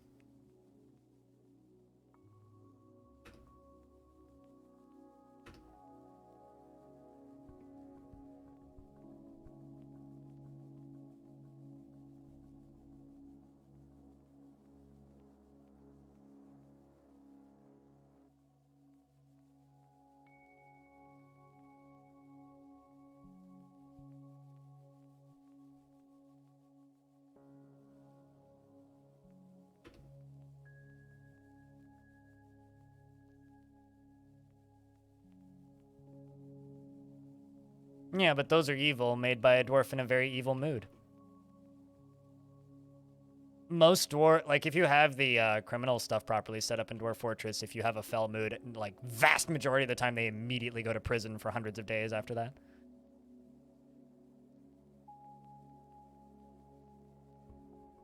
I mean, like, Dwarf Fortress loosely simulates, like, world stock of things, so if you're just selling the same item over and over and over and over and over again, it will lose value over time, so, I mean, maybe. Why not just make goblin statues?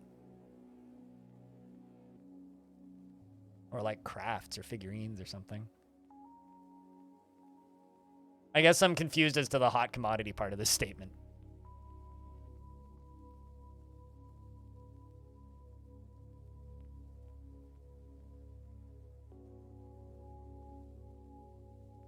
I mean, no colder or hotter than any other dwarven construction, I suppose.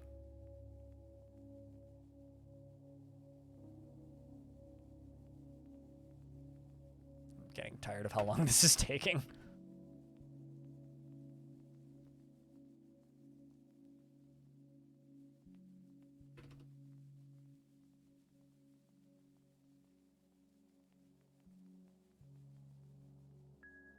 I almost never make bone crafts. I'd rather just make glass crafts. It's annoying having to run out of the material. Prefer things that I don't run out of, like glass. Or silk, because cave spider silk is virtually infinite once you have a large supply of it.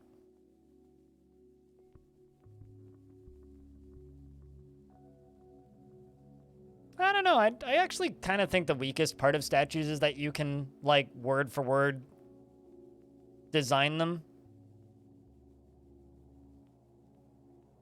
I think that the figurines are way cooler because the dwarves design them. I think stuff the dwarves make is cooler than stuff people make. Well, that's just me. I don't know.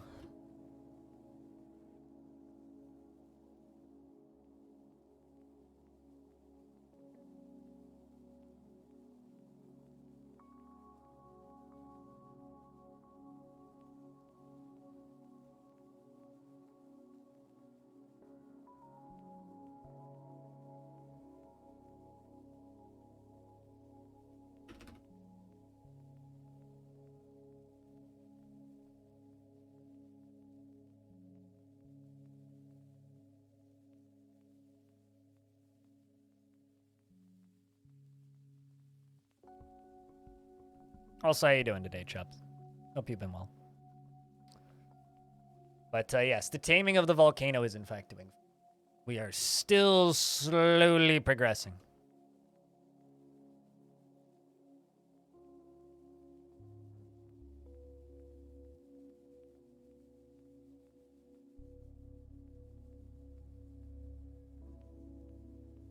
And the axe is laughing. Cool.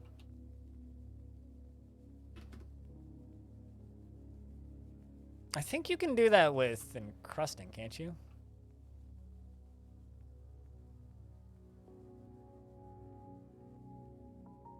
Yeah, you can do that with encrusting. You can specify image, bands, covered, hanging rings, spikes.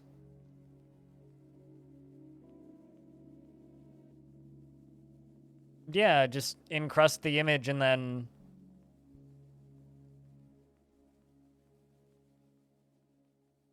Yeah, like literally, you can't just hit D.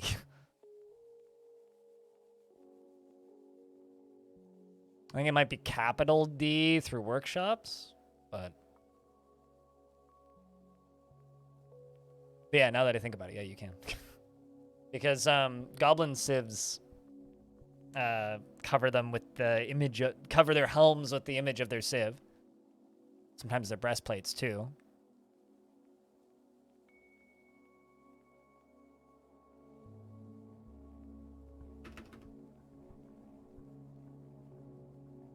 Nice, Oaken Sword. Hope it's been a chill stream. Yeah, pretty much. Generally. Generally quite chill. I mean, aside from the copious amounts of lava right next to my face. Yeah. God damn, why are you feeling so much slower? I need to, like, fix that. Whole thing's annoying me. That whole obsidian printer setup. It's a disaster. Truly.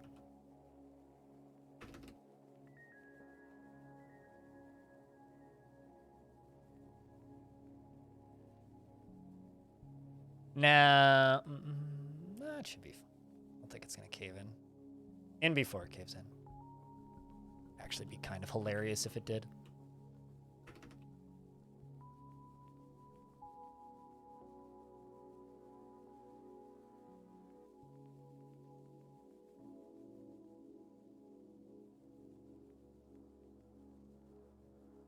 I don't think there is a challenging embark in this game.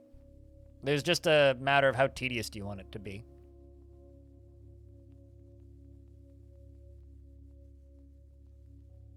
But if you want a serious answer, the most challenging embark would be prepare carefully, embark with nothing, hunted glacier biome. Good luck.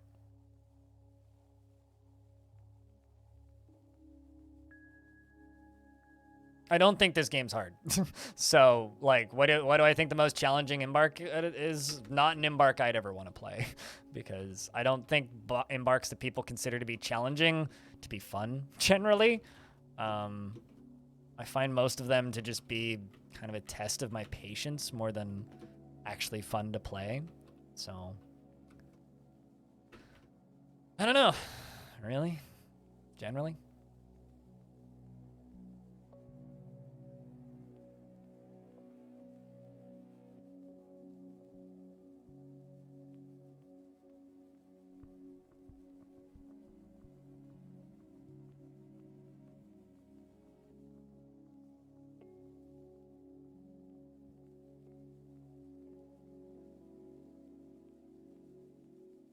You know, it's funny. I did that for like 50 years of Long Death, except with coins, where every year I would mint a set of 500 coins. And eventually I just kind of forgot for like 5 years. I find like stuff like that's always very fun in theory, and then I actually try and do it, and then I just forget.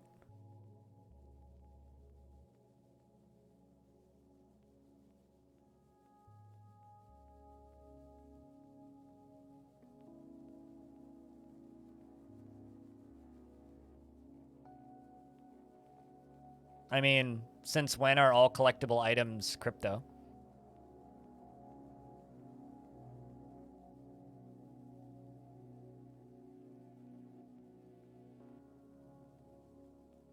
I can throw currency into a crypt.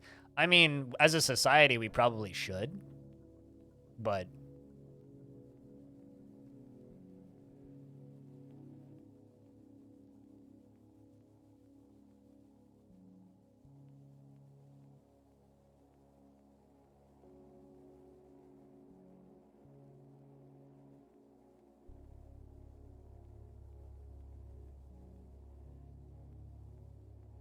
No, because it was too accurate a simulation of, well, so there was an economy in the game at one point, but it was too accurate of a simulation of capitalism.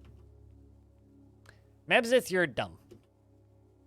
It was too accurate of a simulation of capitalism, and I also wasn't paying attention. Apologies, Mebzith.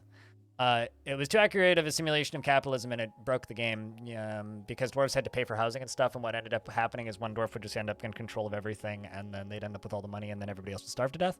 And it was too much of a pain in the dick for Zach and Tarn to maintain and manage and patch, so they just kind of gave up trying to patch capitalism, which is a funny sentence to say out loud.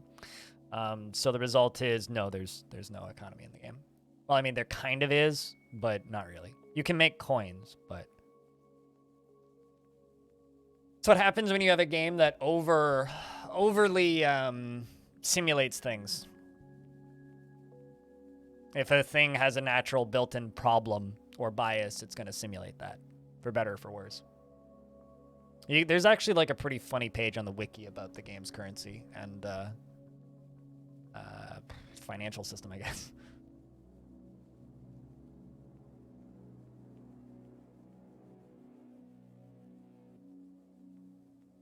Hey, also, if anybody wants some real-time Dwarf Fortress news, somebody literally just updated the back end of the Steam edition. Somebody just uploaded a new version to the servers 1 minute ago. Look at that. 1 minute ago. While you're at it, also check the Batman page. Not to be confused with the Batman wiki page.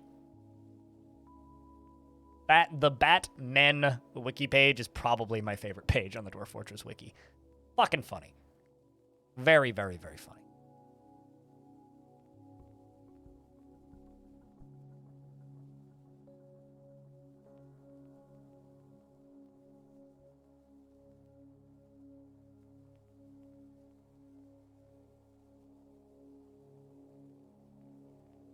Also, I think that is the edge of our lava lake. The best part is this final wall right here is made of glass, right? I like to think that they can see the lava through it.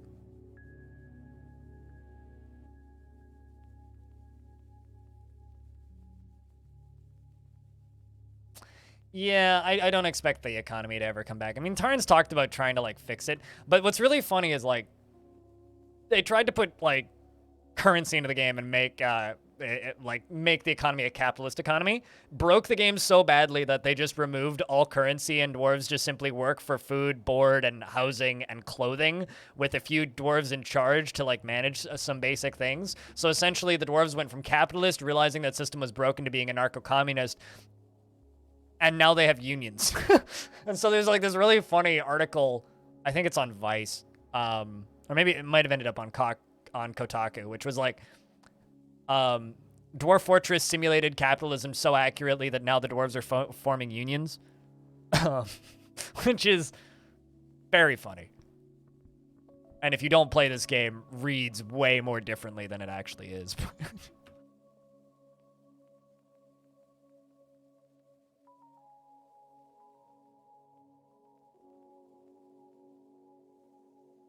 Gotta make a system so you can break a system, right?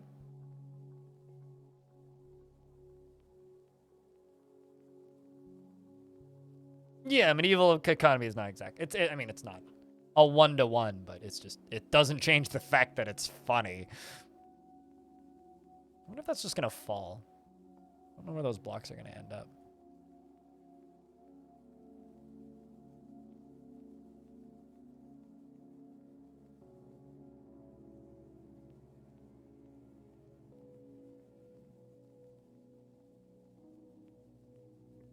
Although, to be honest, I would love to see a world where,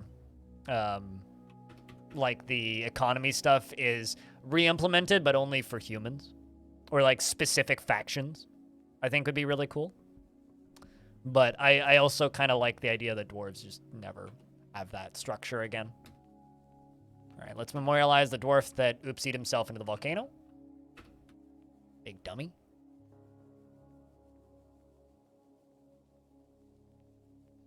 And became a toasty.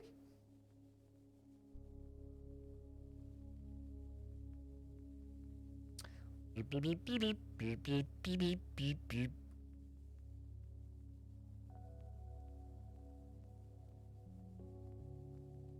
World protection and consumption stuff. I mean, Dwarf Fortress is already a nightmare to simulate. Why not make it worse? Come on. What could possibly make it worse?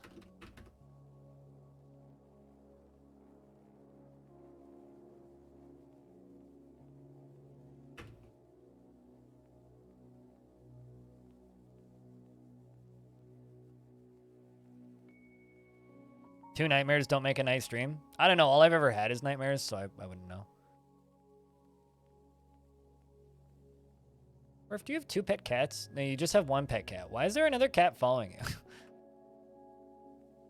Also, what the hell's wrong with your clothing? Cat. Glove and glove? Okay.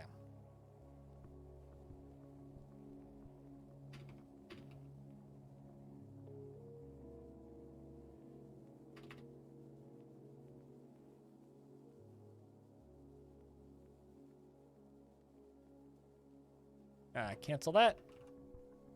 It's not what I wanted to do. That's what I wanted to do. You're gonna keep constructing that bridge.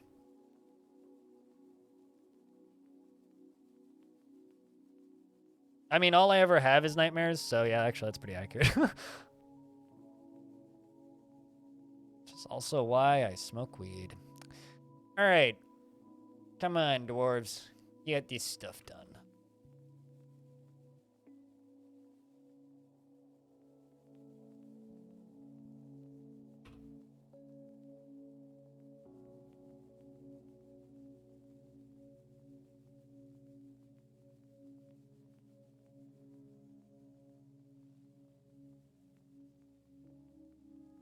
Hey, Dwarf became an axe dwarf. Cool.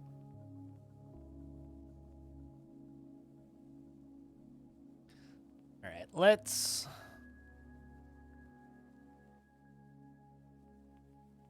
You know what? Let's make glass table. Let's make 10.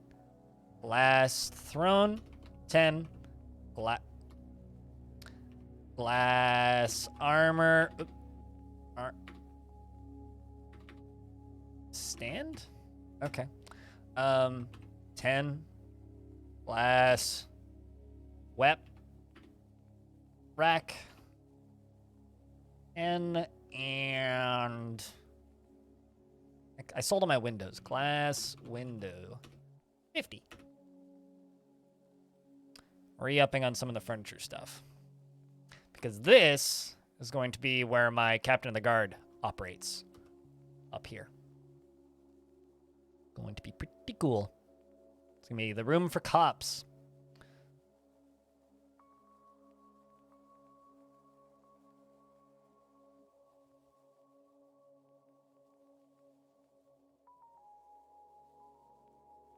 Still trying to figure out exactly how I'm going to lay this thing out.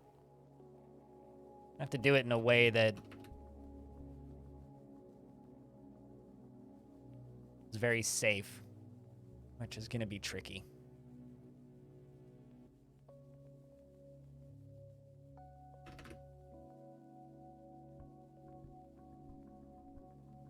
And then I guess one layer up is where I will set up the pumps. Like, I've got this weird plan in my head of how I'm going to actually construct this defensive thing, because it's nothing like I've ever built before. Kashi, the High Treasurer, has arrived. So the humans are here to trade with little us once again. And looks like we still have a good, healthy stockpile of balls. So, take all the balls. And bring the trader over. Welcome, humans. It's time to trade. Would you like, could I introduce you into some glass balls? We have many of them. It's a very ballsy thing of us to do, indeed, to sell all of these balls to you today. I mean, they're spiky balls, so I mean, like, you could use them as a disco, just don't drop it. Because, like, you might actually accidentally behead somebody. It's a very baller fort. Trading balls is nuts? That's a very nutty thing to say.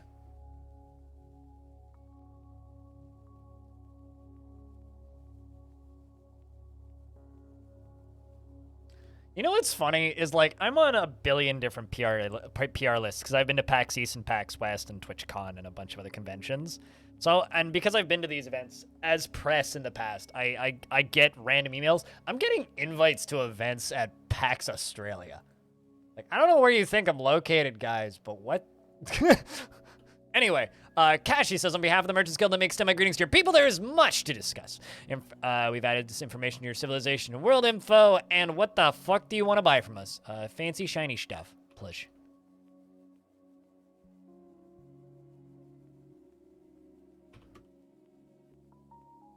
They have aluminum, which blows my mind, but they don't have iron.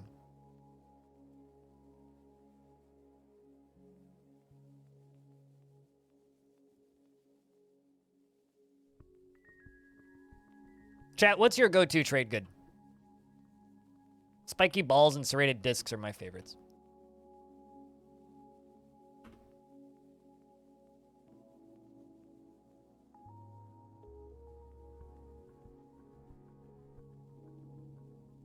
Jeez. Fair enough. Here, I got you. Cheese for everyone!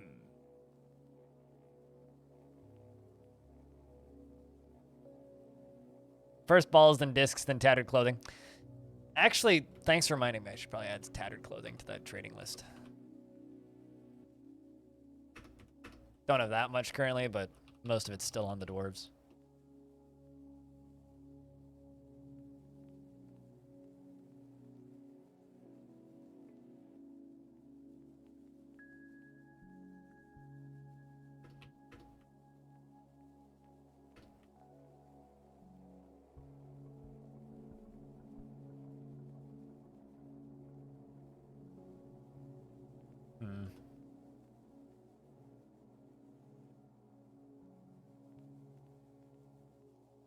I really hope they didn't put the wrong colored table in there. I just hit the button really quick.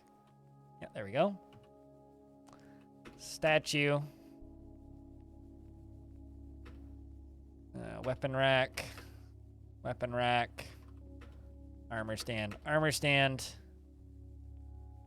You know what? I'm gonna... Single tile. Upstairs. Right there. Add a site. Go up here. Take a small down one, and this is where our captain of the guard's going to sleep.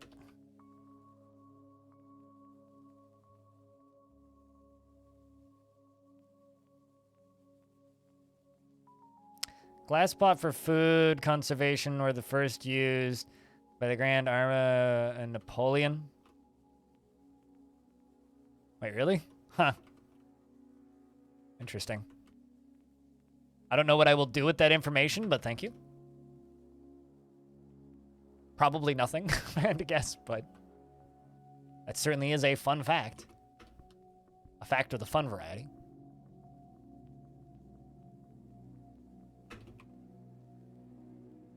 Let's buy the rose gold, bronze bars, black bronze, brass, rose gold, platinum, bismuth, copper, platinum, black, fuck the nickel, that.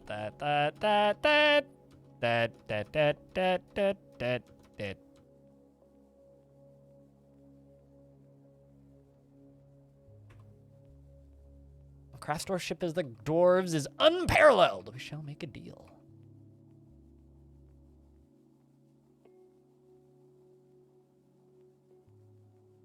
Yeah, I wouldn't even know for that time period. History was not my strong suit. Which I'm a little not embarrassed about, just not thrilled about. I kind of wish my history knowledge was better. Human lore is fun. I agree with that statement. Ugh.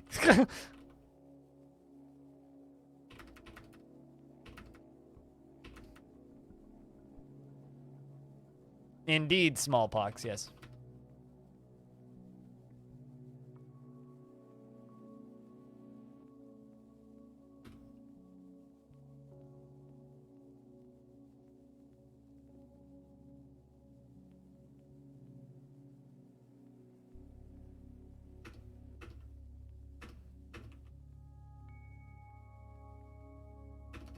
You know, let's actually cancel this.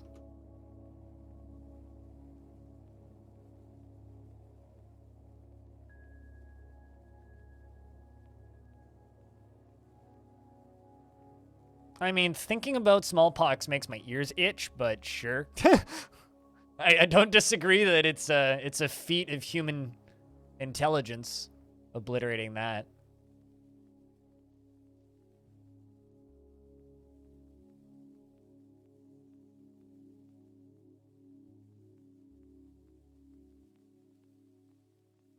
People are smart. As stupid as Twitter makes humanity seem, we are not dumb. Believe it or not.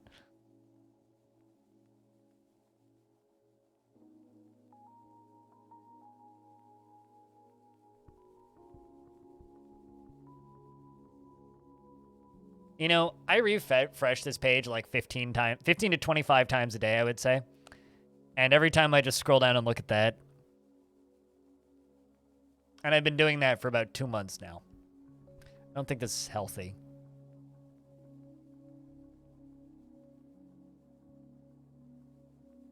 Then being told things at PAX like, don't worry, you'll be busy this fall, makes me go, I want to know when this goddamn thing's going to release so that I can cancel all my camping trips that I have planned. Humanity isn't dumb, doubt. Humans aren't stupid. Humans as a collective are stupid. You know, it's funny. I believe it's backwards. Humans are smart. Humanity is stupid. Like, on average, we are really stupid. But there are smart humans out there. So I agree with what you're saying, but I kind of believe it's the opposite.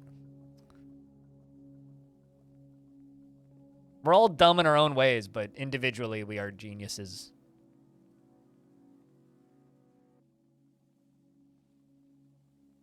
Like, I can remind everybody that,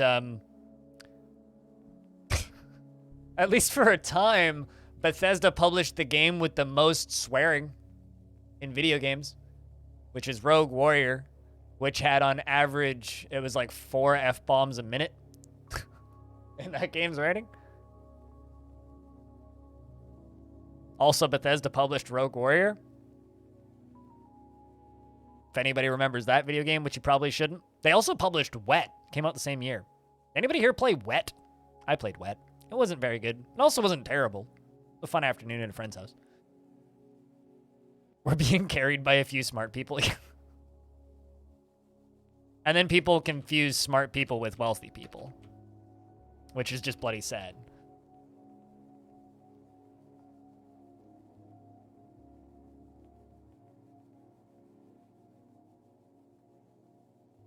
Good throwaway fun. Yeah, it was like lots of backflippies. I think the worst part about Wet was the fact that it was named Wet. That is the worst part about that video game, is that it was called Wet. If it was called anything more memorable and less weird, it would have been a better game.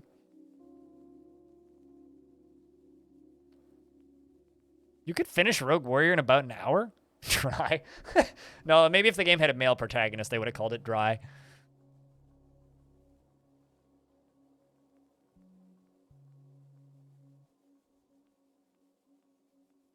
Not even the horniest game I've played either. That was... Actually, no. Saying Bayonet is the horniest game I've ever played would be inaccurate. That'd definitely be Honey Pop.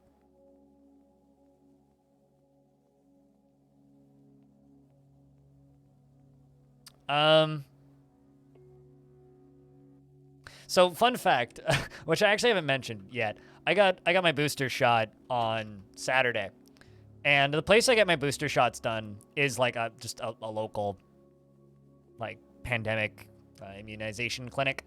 But it's managed and run out of a old Best Buy, which still has all of, like, the computer parts logos, right?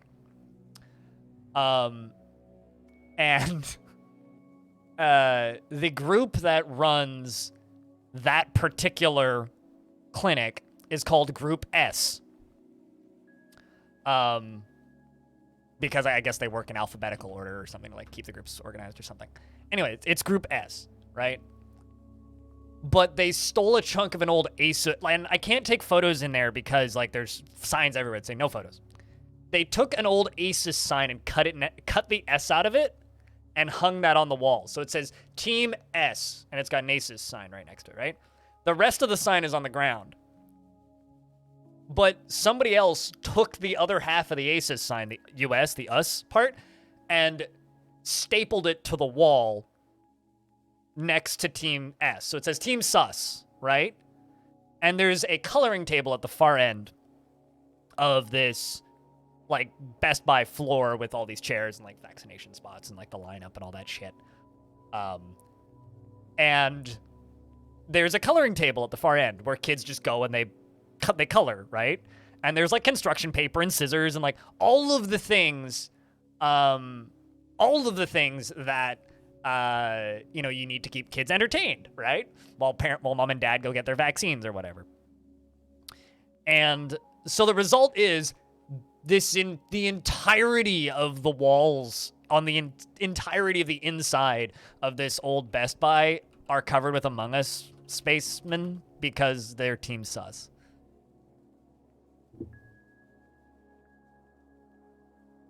So if I turn into like a giant monster and eat somebody tomorrow, you know why. It's because I got boosted in by Team Sus. It's just way too funny. I was just sitting there like kind of chuckling to myself while I was waiting the 15 minutes before they'd let me leave. And I really just wish I could take photos of in there, but you know, no photos. So you'll just have to take my word for it, but... Which, of course, I passed on to Victoria, who's the community manager at Inner Sloth, who I knew previously because she was the community manager for Kit Fox before she worked at Inner Sloth. Which she thought was very amusing.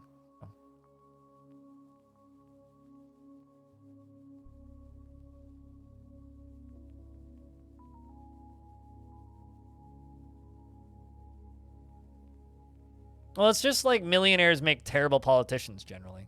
Or billionaires, rather, make terrible politicians. Just because you know how to get a lot of money, are good at tricking people into doing what you want, doesn't mean you're necessarily good at running a country. They usually just end up being weird dictators because that's how they run their companies, and they feel like countries should run the same way. Like, imagine Mark Zuckerberg trying to run a country.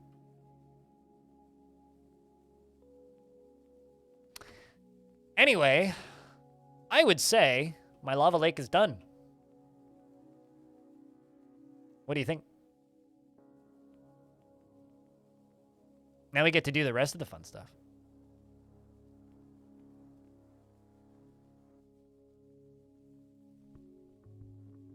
They become paladins and obnoxious. I would say most D&D characters are obnoxious, but that's just because the people I've played D&D with are generally obnoxious. Well, I mean, that lake itself is done.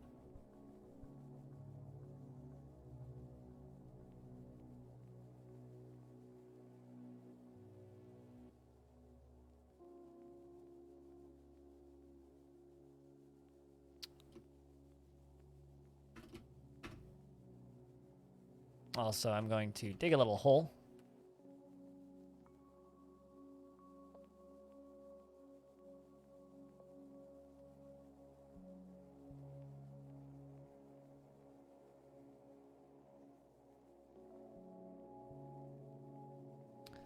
Let's jump over here and go to Captain of the Guard. Kilob is a proficient leader. You're a stoneworker. Well, we have found Captain of the Guard, chat. Kilob.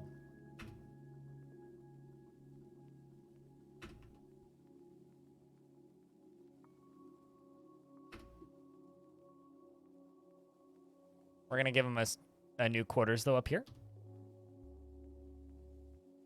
And we have 0 of 7. So we're going to set all these chains as used by justice.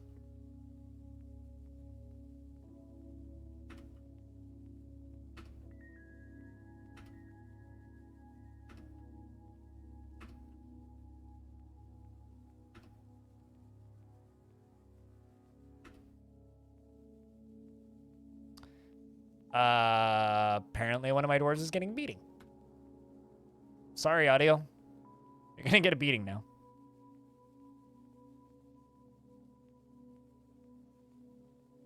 The beatings will continue until morale improves or some other tosh like that.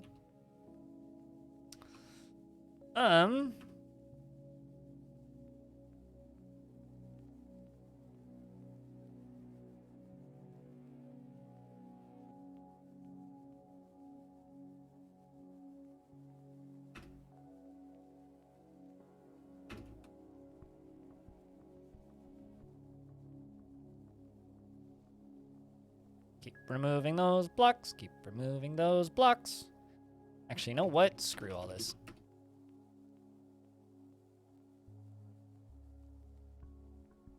Throw them in the volcano. Oh, no. You okay there, Dwarf? Yeah, you're fine. Do I even have a hospital?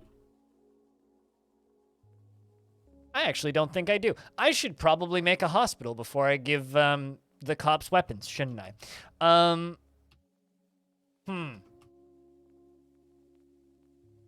This seems like, Let's go down for the hospital. Let's go, like...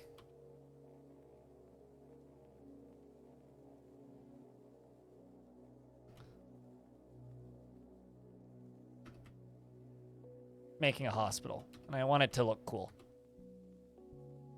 We'll give our chief medical dwarf Bastet, fan of thongs, an office in here too.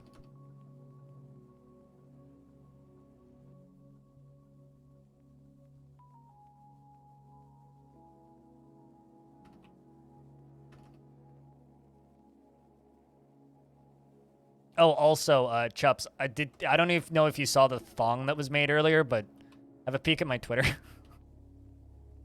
Because I posted it over there. It's pretty good. Or I could just open it up again if you just want to see it. But Bastet's dwarf made a thong artifact. I got a good chuckle out of that.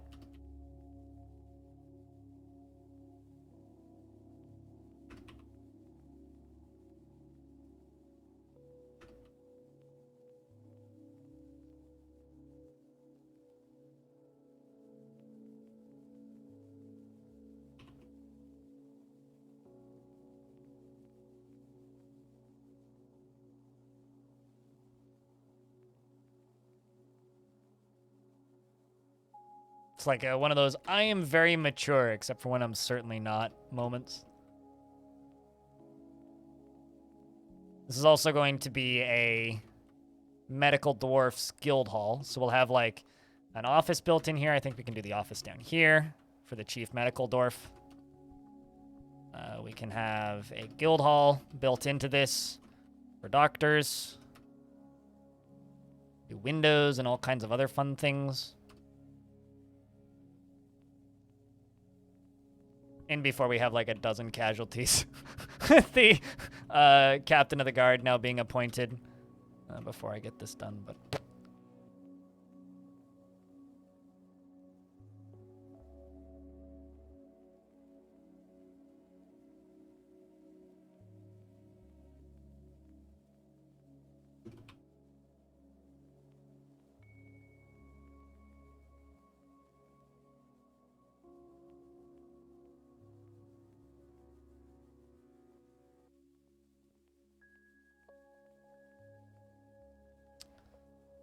You know, it's like a weird sideways pig.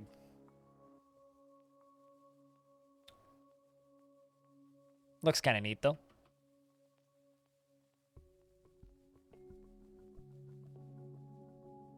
All right, so I think that's going to be our hospital. Fetus sack? I mean, fitting for a hospital. It's either that or like or a weird stomach. I once built a kitchen and the chat's like, why did you make your kitchen shaped like a stomach? I was like, that was definitely intentional. Also, I don't generally go looking at pictures of fetuses, so if that's actually what it looks like, well, I'll tell you it wasn't intentional. I would say my main source of that kind of imagery would be horror video games. Death Stranding? I didn't play at Death Stranding, to be honest. And you know what? I'm okay with that. I'm okay with not playing Death Stranding. I think my, I think I would enjoy that game if it had co-op, but as a single-player experience, nah.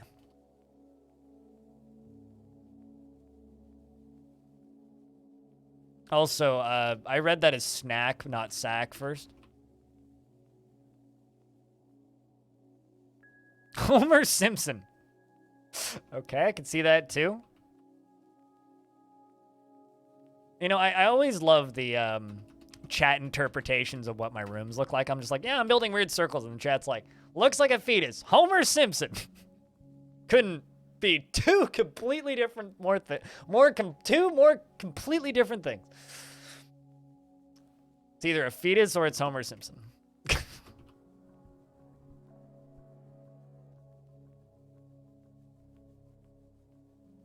Also, let's put a little pillar in the middle for funsies.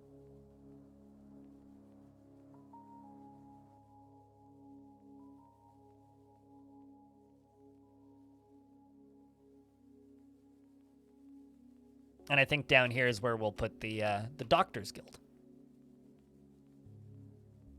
Also, actually, I should make a traction bench.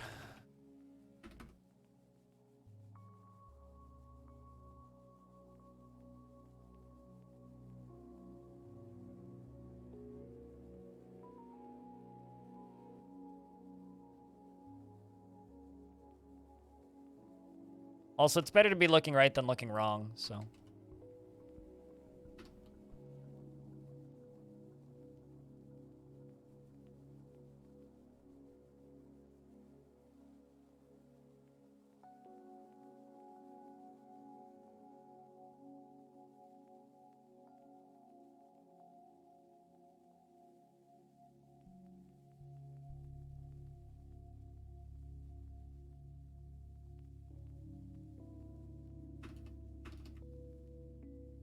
Also, pro tip, always make a public Doctor's Guild. Why do I keep hitting the wrong button? Always make a public Doctor's Guild. Because then you'll have children that know how to be a doctor by the time they're an adult.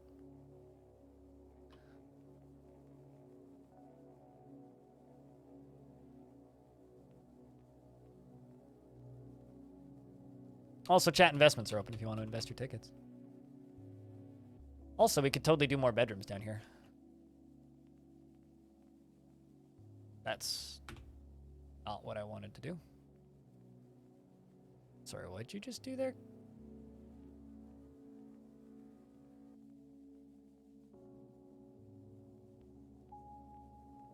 How many of these are you doing? I literally hit the button once.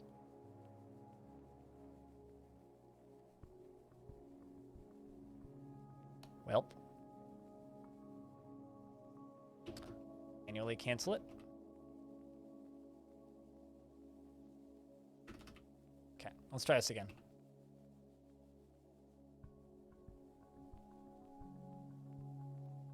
Best of luck with your invests, chat.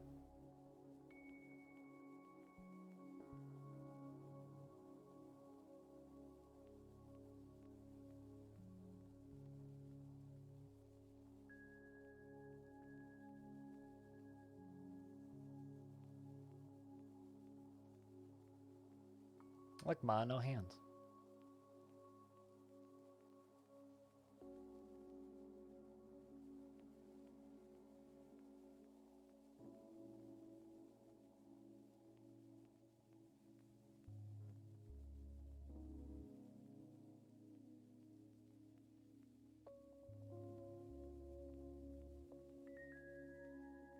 All right, let's fill out some of these a little bit. We can build more later too.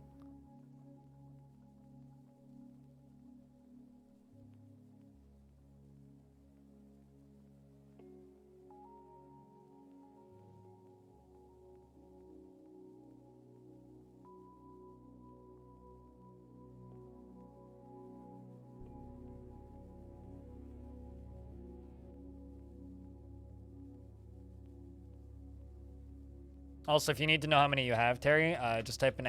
tickets.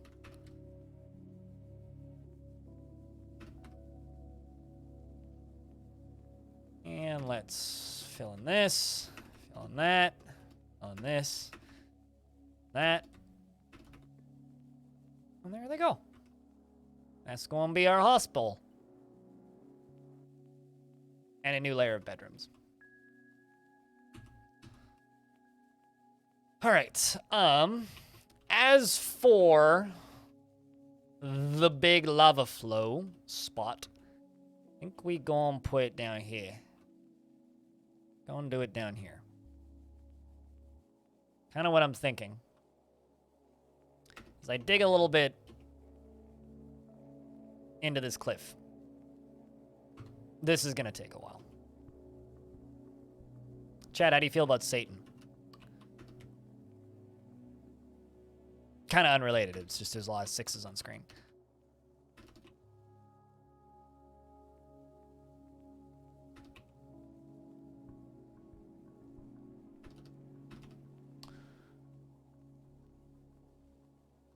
So this large area here is going to be where the lava is going to flow. This is going to somehow be built into the entrance of my fort. Somehow. I might actually end up having like an entryway in here somewhere. But this whole thing is going to be thunk down a layer. This is where I'm going to put lava. All a lot of it. Good win, Woot Woot. Congrats.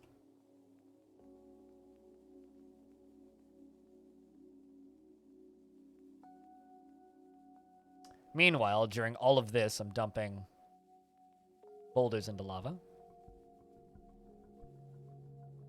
Well, you have a good night, Chops. Chad, if anybody's listening, you should say good night to Chops.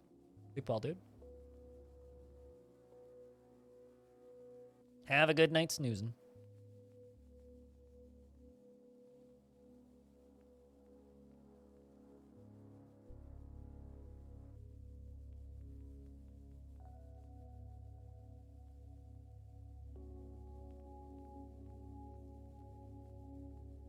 Also, hey, Taylor. How are you? We've finished, I would say, the majority of this lava lake up on the surface. And we're about to start prepping for the next part. Gonna be down here. The problem is I need to figure out how to get lava from up there all the way down to there, but it's not gonna be too bad. The thing is I'm gonna be making this entrance kind of obsolete in the process, which is fine. That is the plan. The actual entrance is going to end up being somewhere down here, but maybe even like up here. Maybe actually, you know.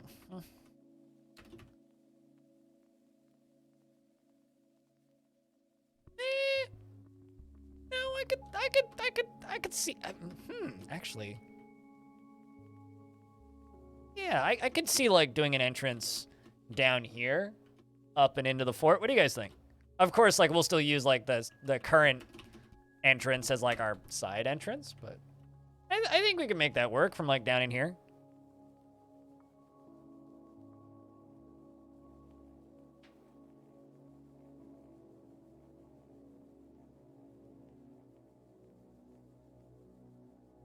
A finished work day, you need to work a bit more, and that's a nice lava lake. Yeah, it's like a nice lava cake, except the lake. And this is the power that's gonna power this whole contraption down here.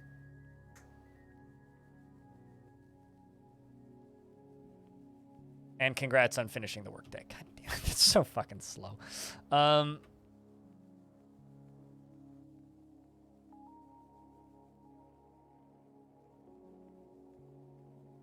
starting to have suspicions as to why this is so slow.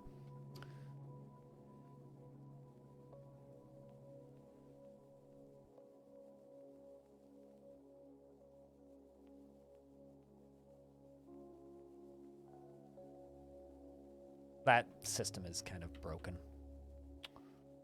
Really wish that this fort just had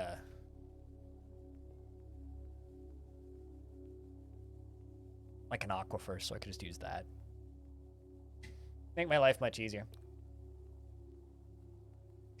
But oh well. Any highlights from today's workday, Daily? Was it an eventful workday or just normal boring work? We on day 2 of this stream week of 3, of course. Tuesday, Wednesday, Thursday.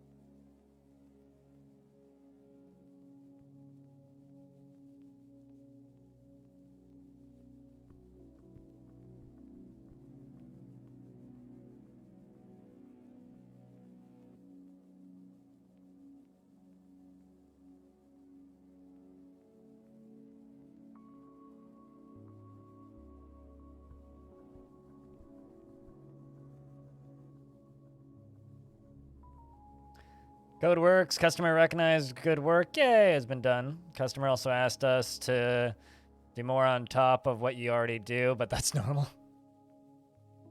Well, as long as they're paying. Which I assume they are.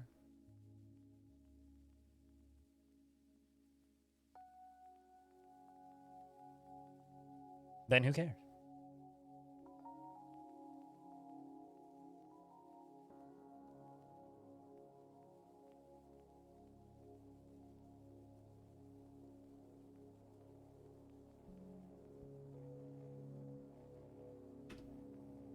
Actually, this I want done on higher priority.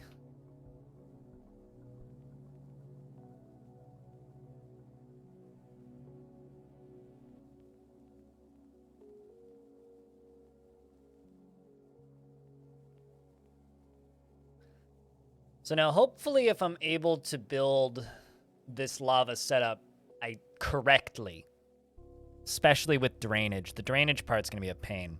But if I can build this correctly, theoretically, I should be able to have a constant lava waterfall. Is what I actually want. So that is the optimal goal, is to have a constant lava waterfall. And also, you know, lava is a defensive mechanism. By making controlled volcanic eruptions. All right, let's made the traction bench? Construct traction bench. Please tell me you're actually constructing a traction bench.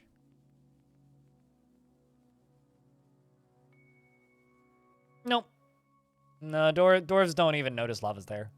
They also don't notice when they're on fire. Fun fact.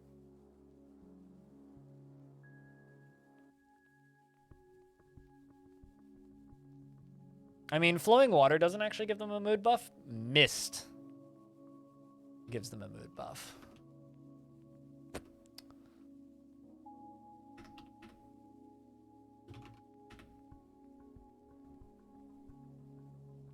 Well, actually, yeah, water mist has a mood buff. Lava mist might give a mood buff, but they die so quickly when they touch it, I don't know how long that would last. Considering there's no negative mood assigned with being on fire, I don't know. I haven't done the science.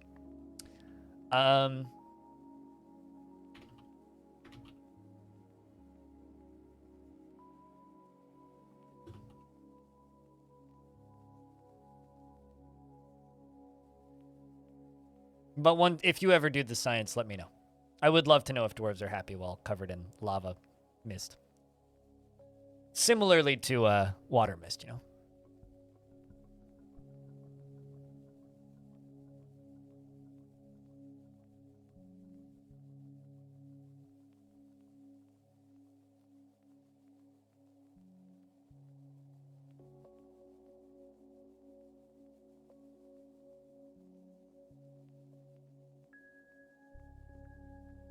What's up, Grugs? They should be against being on fire, but you never question the dev. Well, I mean, Tarn is like explicitly stated on one of my streams once that there is no negative thought associated with being on fire, because once you're on fire in Dwarf Fortress, there's no like stop, drop, and roll or like way to put the fire out. Like you can't really, in Fortress mode, they have no way of surviving once they're on fire. Once they're on fire, they're dead, right? Unless the player dumps water on them immediately. But unless there's like water for the player to dump on them, there is no way of surviving being caught on fire. You're just dead once you're on fire. So because they assumed it was certain death, there was like no reason to put a negative mood in associated with being on fire. So I would question the dev, frankly, on that one. But you know, Zach and Tarn are lovely folk, so. Although, when it comes to questioning devs, if you do ever want to question the devs, keep a close eye on my YouTube channel, because usually, about a week before I have them on the channel, I put up a YouTube video stating that they're going to come on.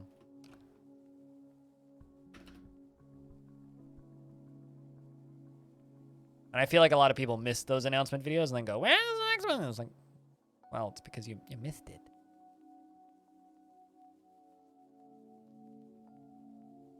So yeah, if for some reason you want to ask Zach and Tarn something, just keep an eye on the YouTube channel. Also pretty sure I broke this, so I can fix it.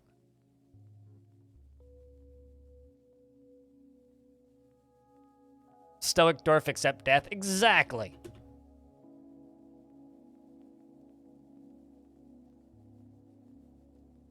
Because yeah, I've had them on 7 times now.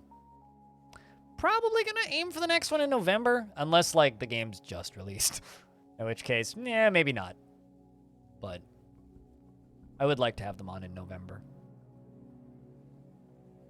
Gotta extend that playlist somehow.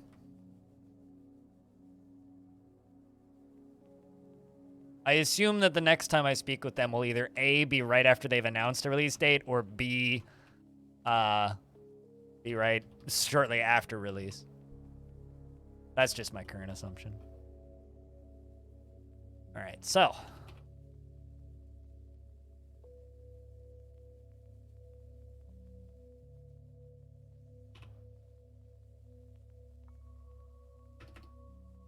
That's gonna be my hospital.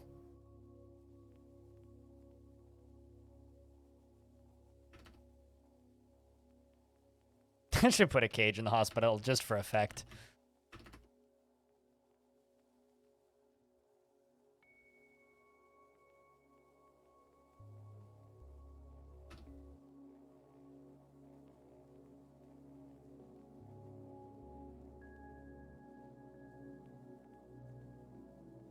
Also, as always, if anybody wants a dwarf or has any questions about the fort or wants a tour or anything, just give me a shout.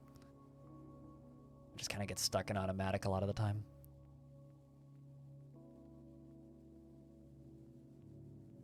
All right, you. Okay, you're putting a boulder.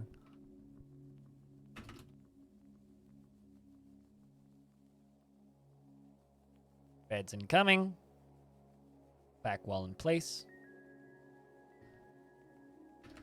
Another door. Low zone. And hospital. There we go. That's now our hospital.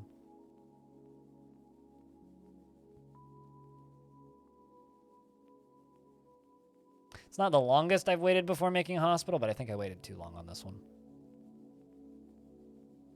What is your dwarf up to? I'm assuming he's still alive. What is your dwarf up to?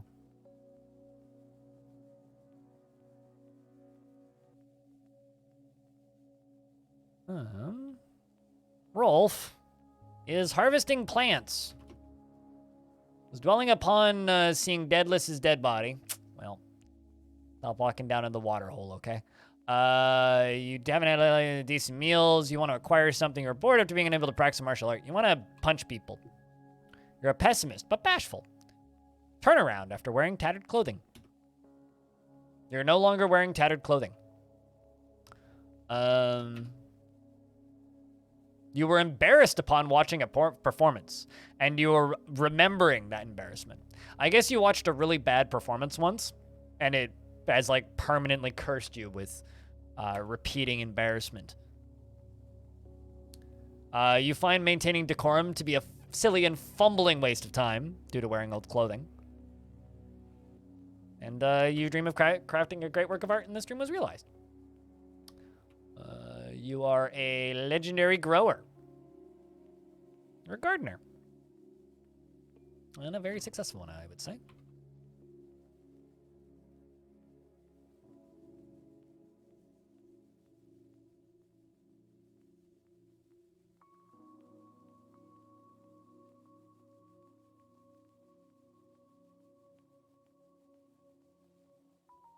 You're a legendary shower?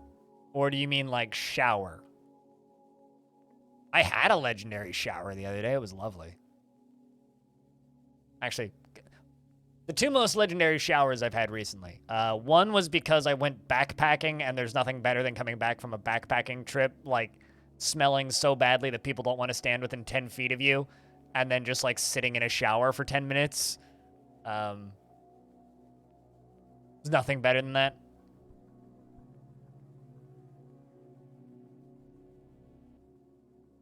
I mean, that's why I always joke that people get paid with exposure.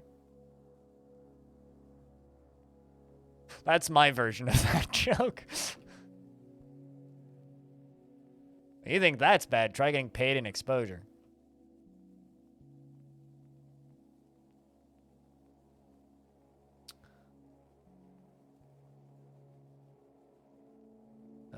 Hey, I mean, it's mysterious construction. I totally missed that. Even starting. Well, best of luck there, dwarves.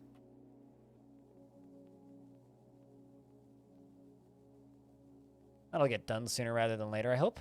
All those cloths are getting put away. We do appear to have audio. Here's ability to grasp is somewhat impaired. Needs immobilization, needs dressing. Okay. Glass crutch. Aw. Splint. Aw. Okay. I always try them, and I'm always sad. Wood, crutch, 10. Wood, splint, 10.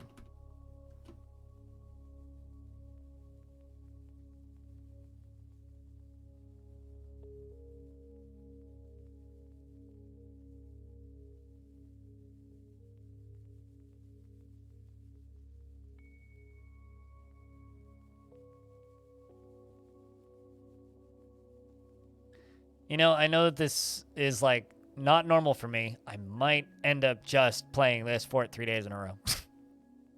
Been a while since I've started a new fort. Normally I would play Long Death. At least once. Might end up playing this fort 3 days in a row.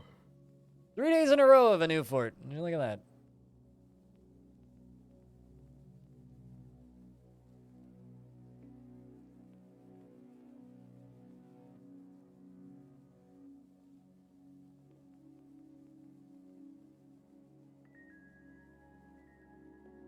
There's something about just watching dwarves carve away huge chunks of mountain that's just ridiculously satisfying.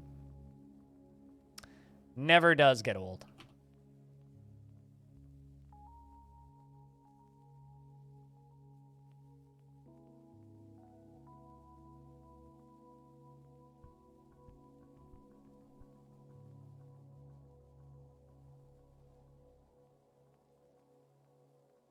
Can we expect goblins getting their lava shower soon?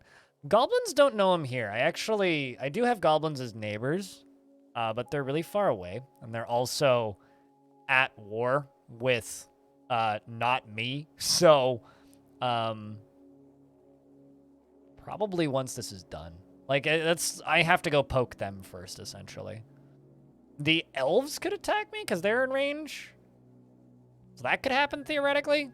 The goblins, the humans there is a human faction that's at war with me that's in range, but like nobody knows that I'm here. And we're kind of like, I picked a cool volcano to settle on, which also kind of means I'm sort of in the middle of nowhere. There's quite a bit of activity going on up here with the humans, a lot of theft of items specifically, which is kind of funny. And down here, this is my mountain home, just actively getting invaded. So basically, we're prepping to annihilate these goblins down here. So today, maybe, but I have to go poke them first. Although I kind of, I'm building an extremely elaborate trap. All right, these things take time. Also, although if you want to see fireworks, I'm kind of planning on doing this in a way that's going to cause intentional fireworks. I'm going to cave in a chunk of a mountain in about 10 minutes. Avuz, the bone carver, has created Askelbuddiz Shet Beth Satarz, a dog bone floodgate. Wow. And claims it as a family heirloom. Okay. That sounds maniacally evil. What the hell is that name, though? Incense present, the Twinkling Princess. This is a dog bone floodgate. All Craftsdorf ship is of the highest quality. It is encrusted with cushioned diorite cabochons and encircled with with dog bone, not beak dog bone, with dog bone and cut green glass gems, and encircled with bands of square cut clear garnets and alpaca wool. This object is adorned with hanging rings of platinum and menaces with spikes of iron. On the item is an image of cardinals in rose gold. Yeah, that is Azkaban shit this cocktail there. Also known as Boop. What's up? Loki. Nothing. So once we're done digging out this layer, I'm gonna... Oops.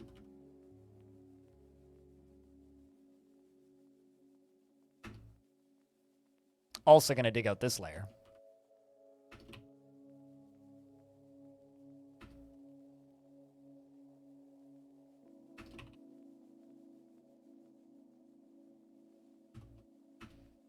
And I'm just going to kind of keep going up like this.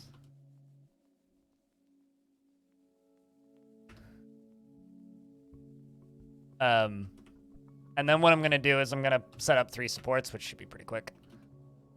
And cut out the edges, and then just drop the whole fucking thing. I've got a few more that I need to go up. Not going to go all the way up, but I'm going to be dropping a lot of material in a couple of minutes.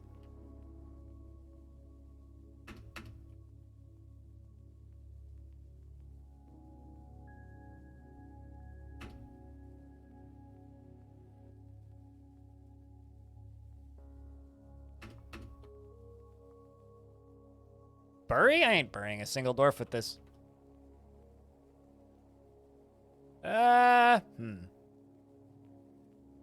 So there's a small chance this might cause some problems.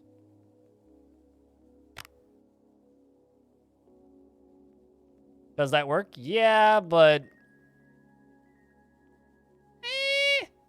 okay. It might break a couple water wheels.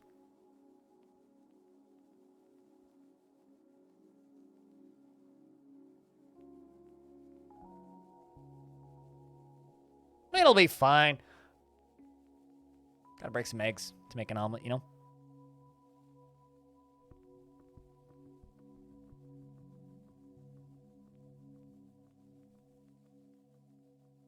But short answer is yes. Long answer is also yes, Grugs.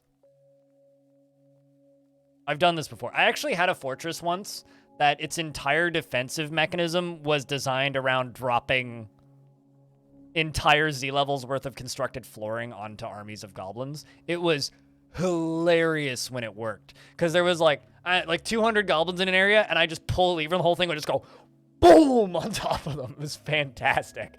Like the entire screen would just like hitch for a second and then lag. It was very, very fun building that fort. Very ineffective and took like 3 hours to reset the trap, but my god, it was fun. Very messy. Lots of bodies everywhere. It was a good time.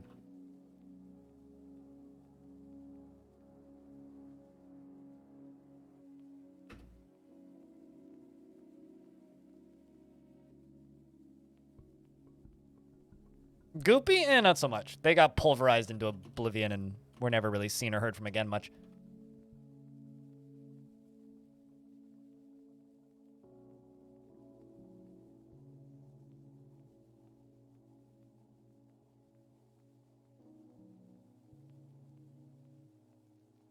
It's a protein shake. You could say that. Certainly not a Harlem shake.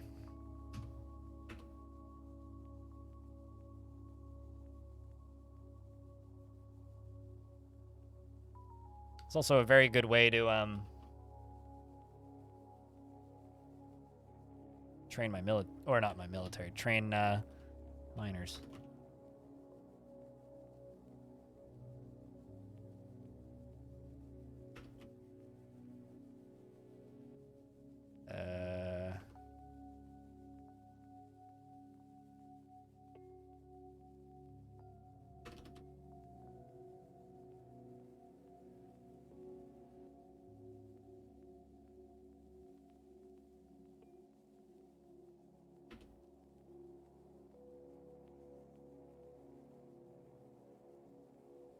All right, sweet.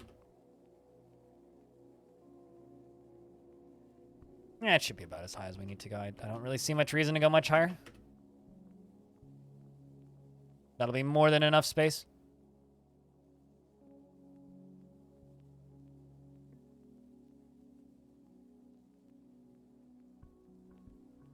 All right, dwarves. Where the hell's my manager?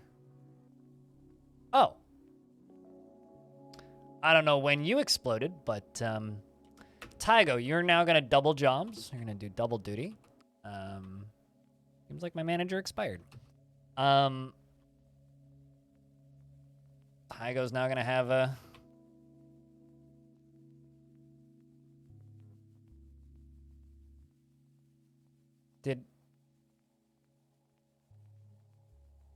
When did Nortram die?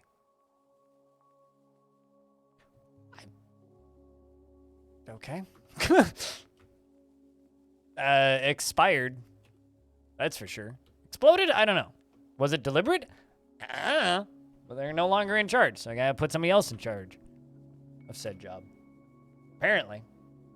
If they did, I missed it.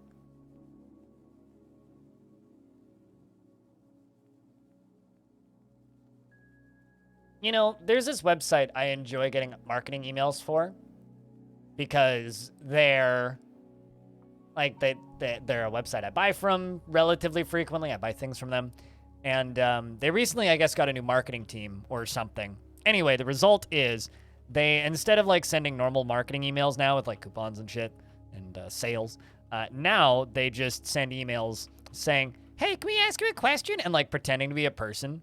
And there's nothing that annoys me more than brands trying to be a human. It's like, just stop it. Like, just cease, please. Stop pretending to be a human. It is weird, and I don't like it. It's the best way to get me to, like, sign the stop sending me marketing emails company.jpg thing. It's like, fucking, please. Like, I like your stuff. I like the weed accessories that you sell, I'll be honest. But my God, I do not enjoy you sending me fake human being emails.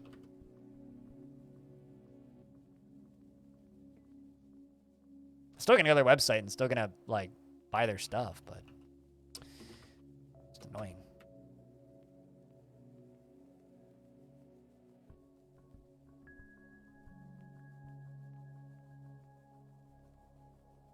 So this is probably gonna cause some damage to my basement. But you know what? I like caving in multiple Z levels more than I value my basement, so.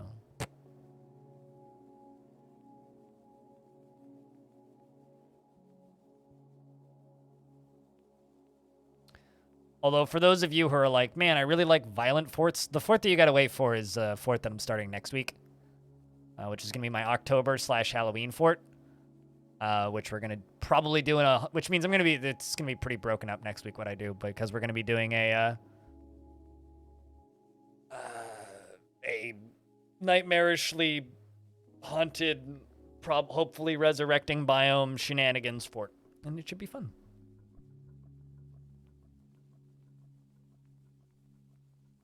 Basements come and go, mountains only pop once. I'm not certain I understand the logic behind that statement, but sure.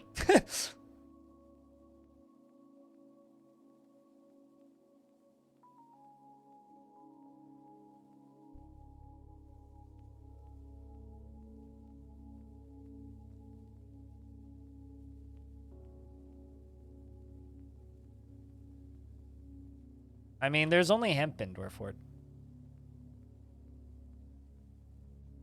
With pumpkin-shaped rooms? I don't really do that, Spewer. You gotta watch Cupo for that sort of stuff.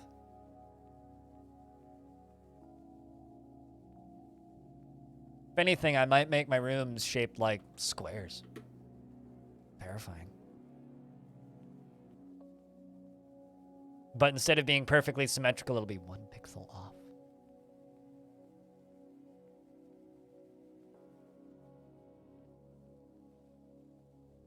Boing, boing, boing. Oh, the humanity.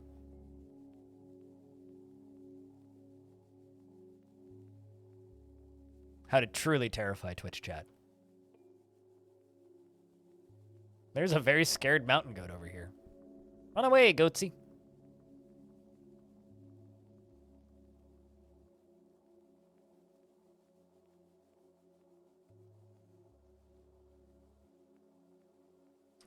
Just gonna get in ahead of that and put a piece of flooring there. As that's gonna cave in first. Really don't want.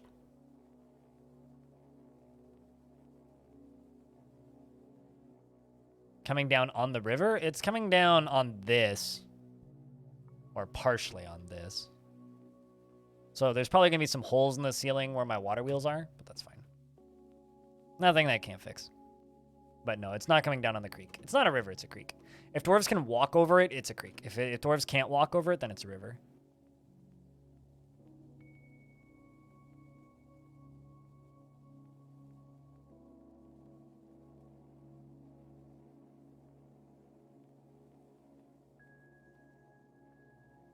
You only asked for a pumpkin. It didn't have to flash different colors while spitting lava. Yeah, I don't know. Like, I have a hard time imagining dwarves doing that.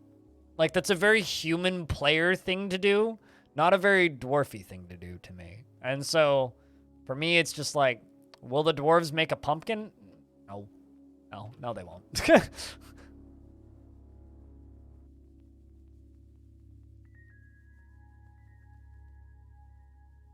Maybe like above ground pumpkin patches. Now that's pretty good.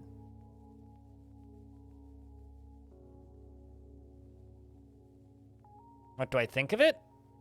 I think it's gonna make Zach and Tarn a lot of money and hopefully make my channel a lot bigger.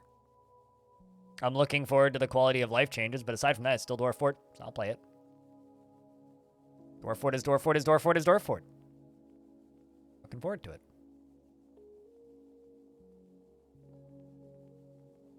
Dwarf lore is unique to every single individual world and each individual player, so it doesn't matter.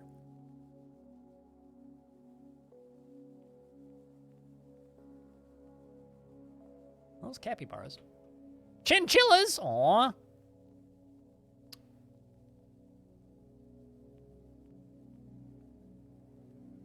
Slightly less satanic bunny rabbits.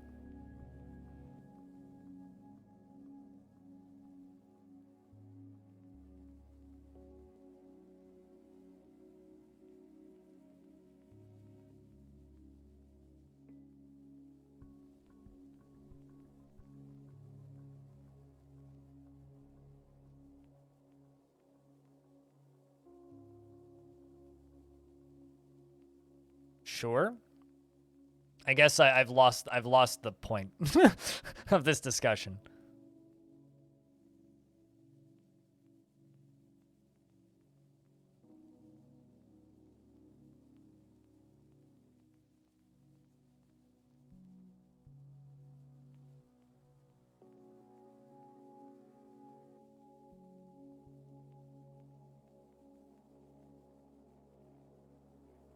All right, so there is a pillar beneath you.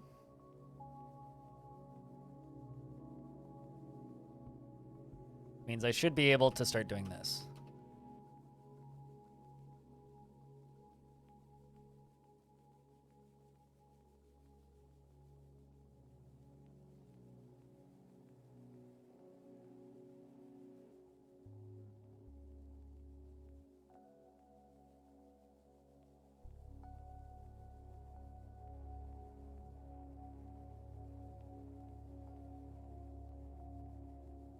I'm very confused by what you're trying to explain, Loki. I didn't say anything like that, but...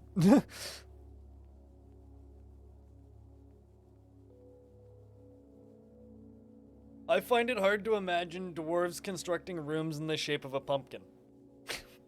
What more? Like, maybe a giant upright mural in the shape of a pumpkin, but then it would just be like maybe 3 blocks in a row with like orange in the middle going up and around like that. Like that I could, or like filling up a giant glass structure that's vertical that looks like a pumpkin. That I could understand dwarves doing. But making a flat room that looks like a pumpkin is weird to me. Maybe a pumpkin, like, drawing on the ground. That I could see. Pumpkin plant engravings on the wall. Or statues of pumpkin plants. But shaping a room like a pumpkin? That I have a hard time believing. That's what I'm trying to explain. So it's not about, like, the materialism stuff that you're on about. It's literally just, I don't think dwarves would make a 1Z level tall flat room in, like, a circular shape with a pumpkin thingy at the end. That's just, seems kind of odd.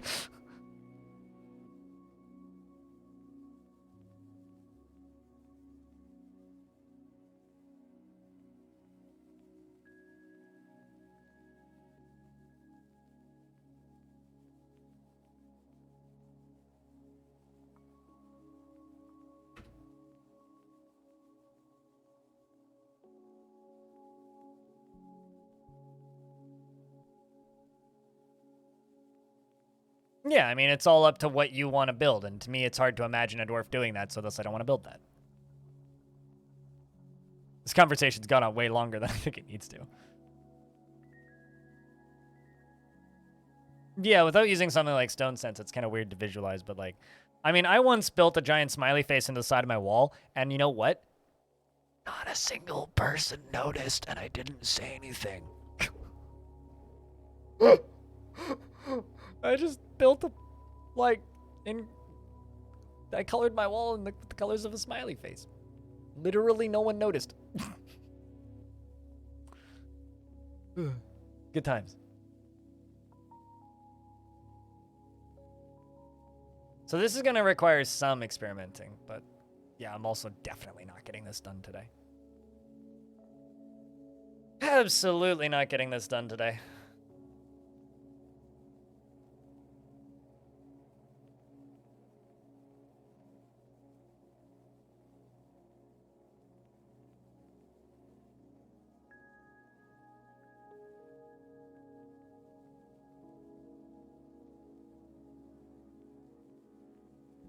There's no sports I can link it to? Really?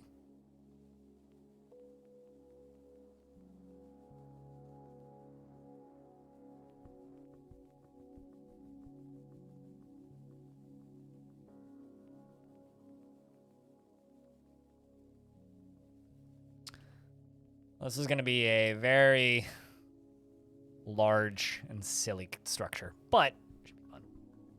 Probably smooth these walls.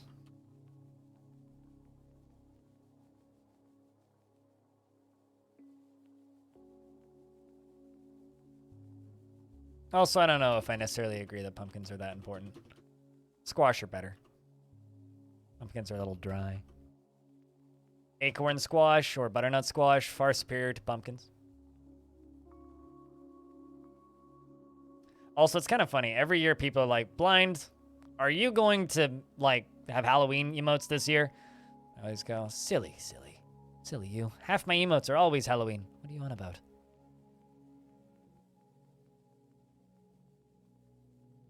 More than half my emotes are just skulls.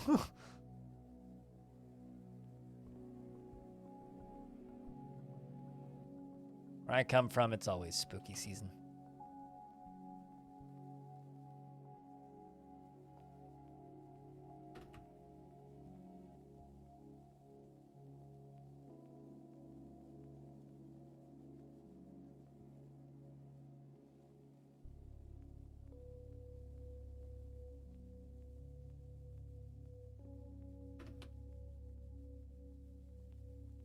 You know, screaming at the void, or screaming.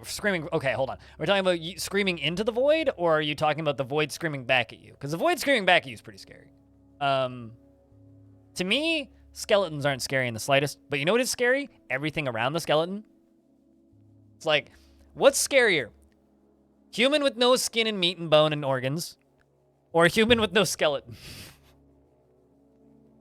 Far and away in the human with no skeleton thing. Well, naturally, you're 70% water, Fantozer.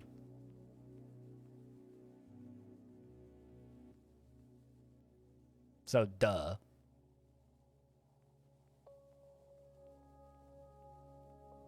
So they bloody well better be. If they aren't, there's something wrong, and you're dehydrated and you need to drink water. I mean, it might look black to you.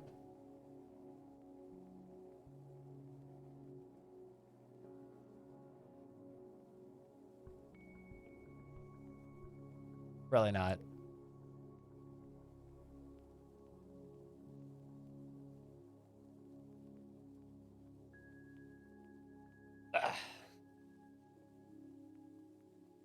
It's actually not that dark in here. People seem to think it's really dark in here. It's actually not. This camera just doesn't like to pick up light, which is good by design. But to achieve an aesthetic.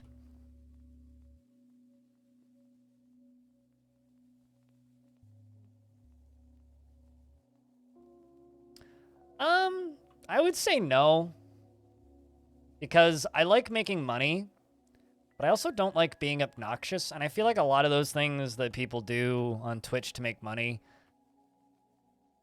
aren't fun or funny. I think they're just largely obnoxious. So, nah, I'm good.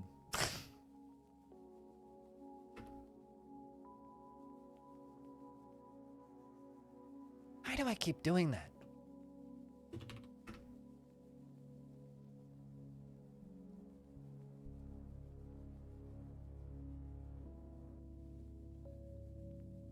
Trust me, there's plenty of ways to make surprise loud noises on this stream.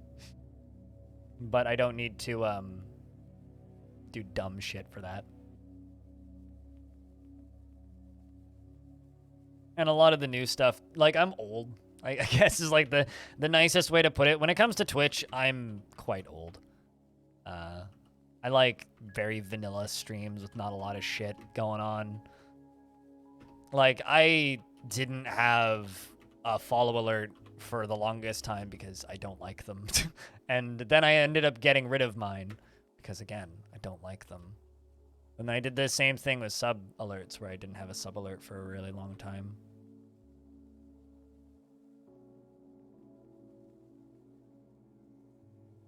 I like my stream quiet.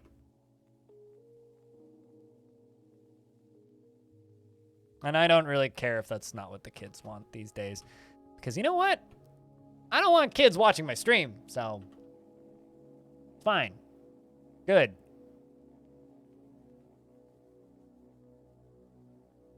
ASMR does not equal audiophile.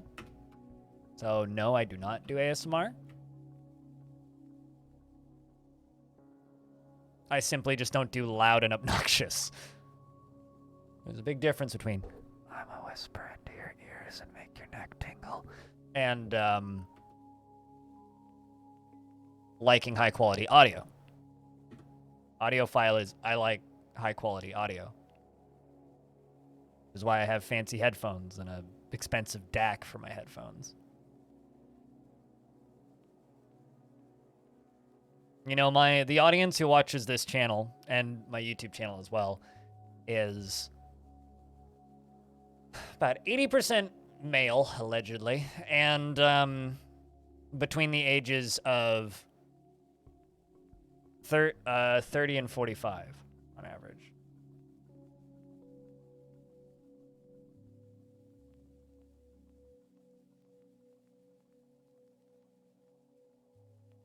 No, actually. I keep them in my CD rack, and they get played on my CD player.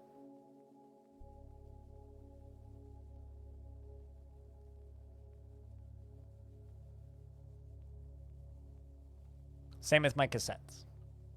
I don't digitize them. They don't need to be digitized.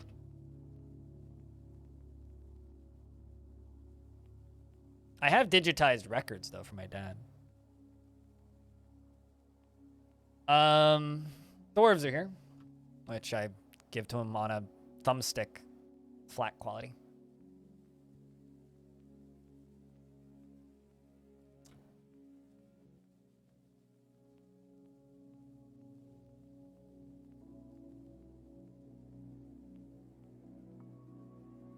I wouldn't know, Loki.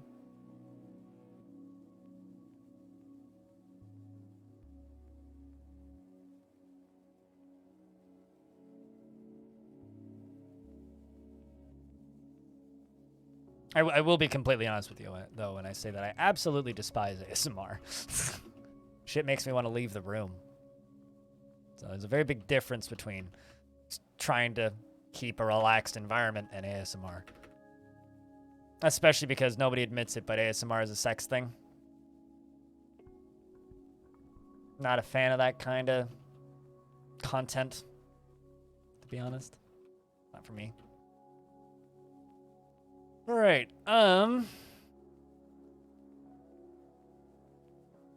Hey, Armor. How's thing? Armor, more like Yarmer.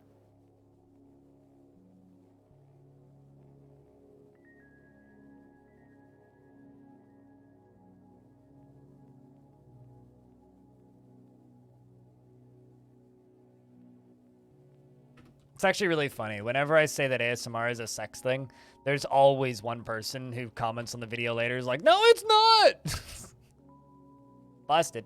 Balls! Oh, I'm out of balls. Balls! Ball? Glass. Fitty. Be quick.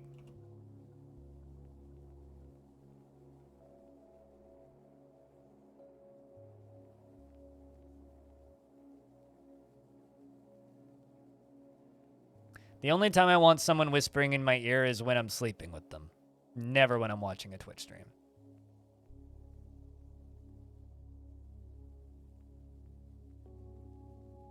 No, it's not. Sorry, but no, it's not. Everybody always has this fucking stupid argument. No, it's not. No, it's not. Do not agree. Hard disagree. I mean, we're arguing opinions here, but hard disagree.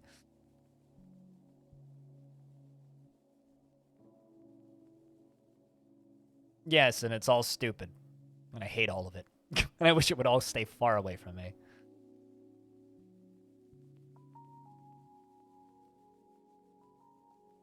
Kind of just want to get rid of all of my barrels.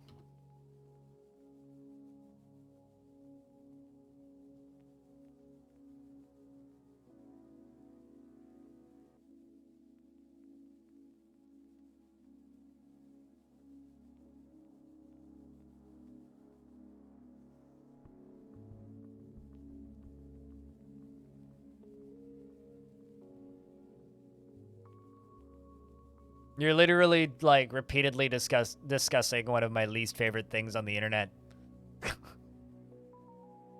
I don't like it. So I'm gonna ask you a genuine question. Do you enjoy seeing me get annoyed and frustrated and, like, mildly uneasy and uncomfortable?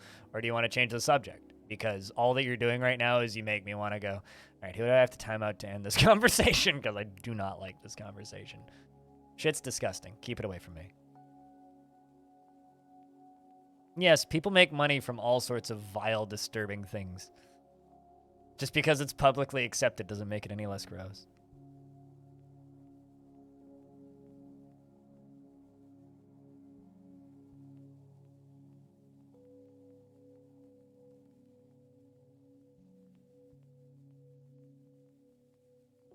You know what's a crime, Loki?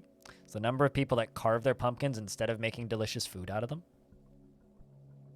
It's funny, I grow pumpkins some years, and I've never actually carved a pumpkin I've grown. To me, it's just like a waste of perfectly good pumpkin. Right?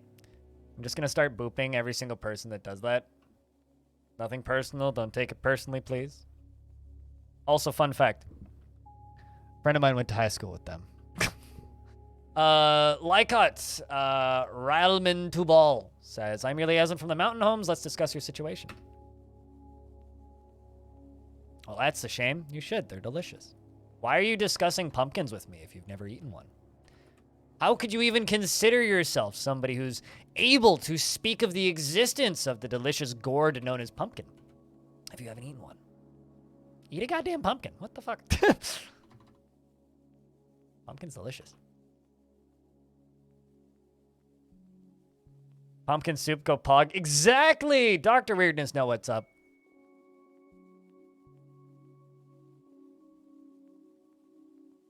Actually, no, chat brought up pumpkins. Specifically, Spewer brought up pumpkins.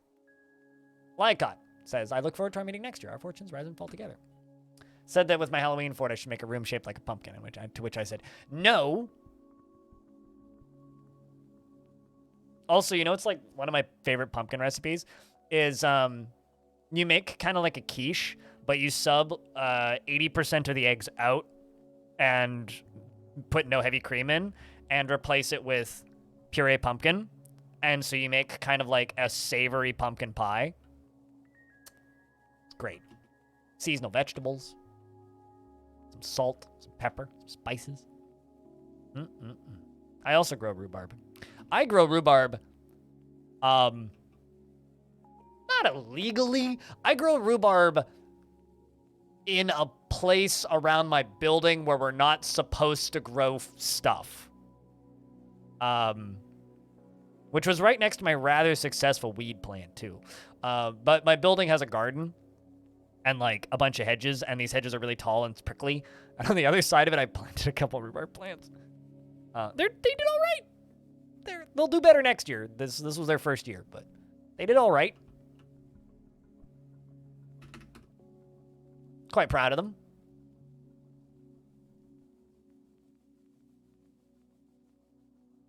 Your grandma would it?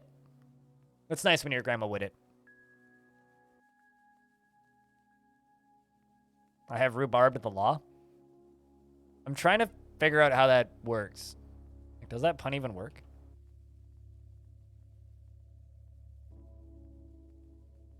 Forgot that I made floodgates. Apparently I made floodgates. Interesting. Right, yes, I know why I made floodgates.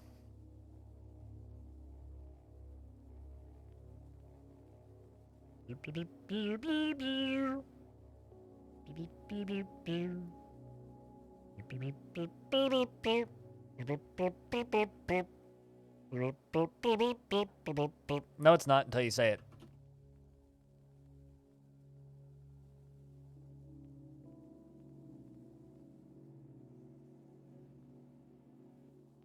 All right. I think all of those pillars are done.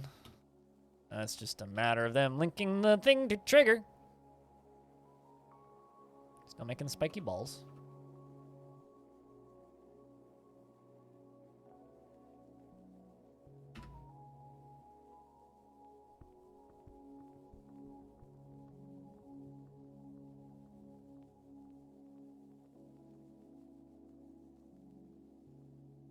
You know, weirdness. I'm reading that and assuming that it's like a song lyric parody or something, and I can't figure out what it is. Milk went over? Oh no! I can't remember the last time I had a milkshake, to be honest with you. Genuinely have zero recollection of the last time I had a milkshake.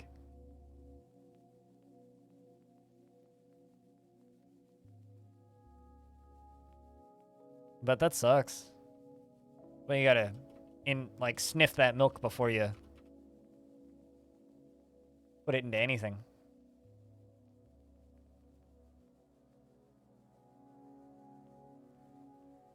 Is this like a Bring the Boys to the Yard lyrics parody? Oh, there's a video who can't pronounce pumpkin? Oh, really? Huh. I don't believe I've ever seen that particular video. And you know what? I'm okay.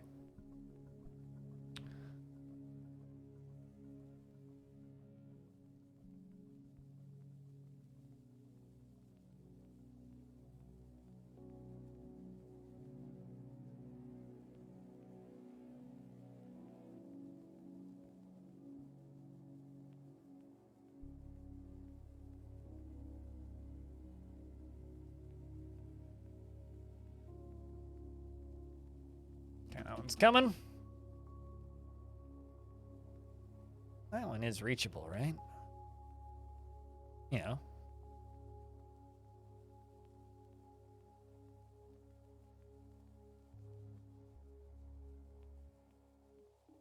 Yeah, I don't think I've had a milkshake since like probably 2015 or something. Last one you had must have been 10 years ago.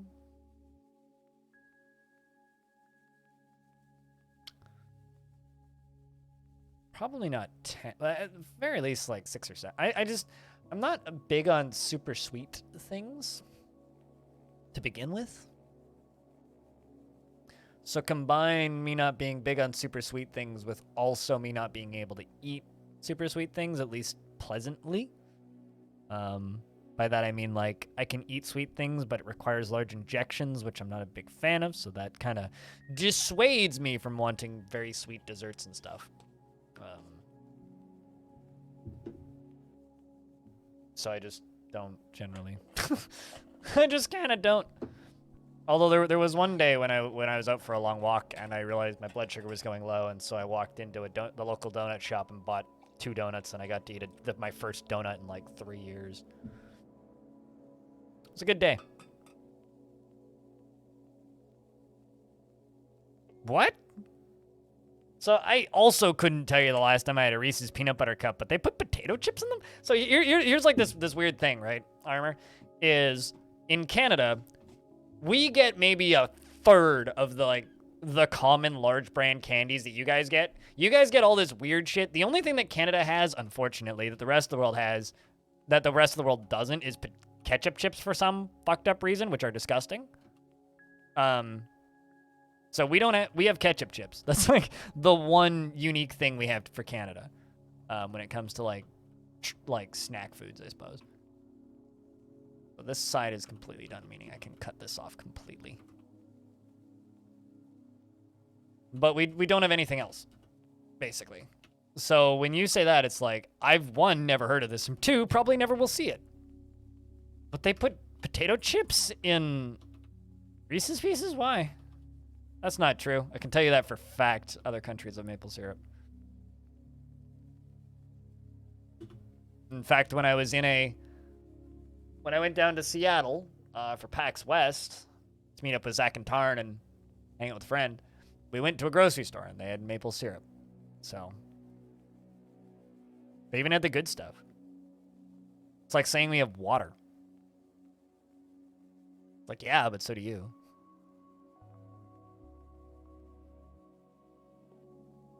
Although for some reason, America hasn't figured out how to make the most American food.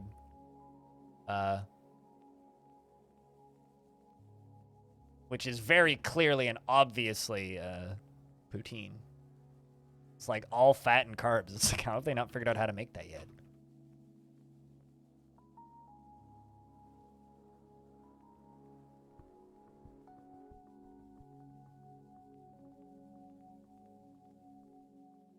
I'm sorry for your loss, Loki.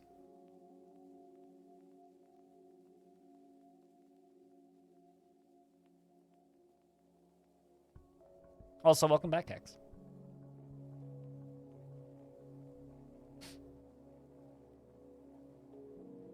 Also, believe it or not, there are maple trees in the States.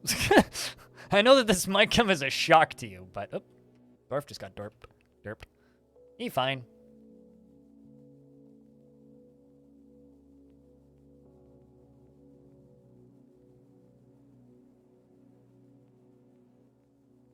Couple dwarves going, whoop!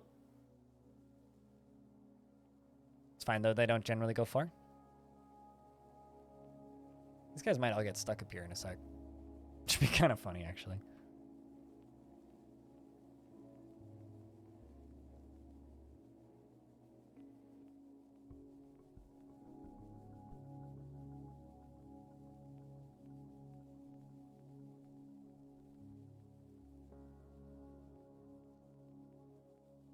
Just a few more to do. That one's done. That one's done. That one's getting done. That one's done. Sweet. So there's like one more to do.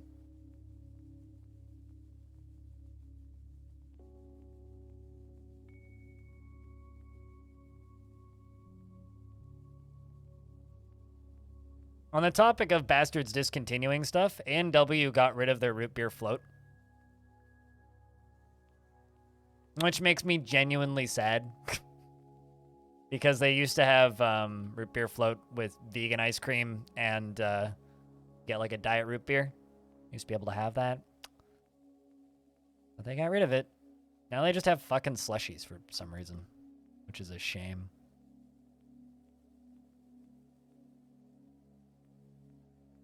Can't find hard root beer? I don't think I've ever actually had hard root beer. I know there's a beer brewery here actually that sells hard root beer. In the bottle or by the can.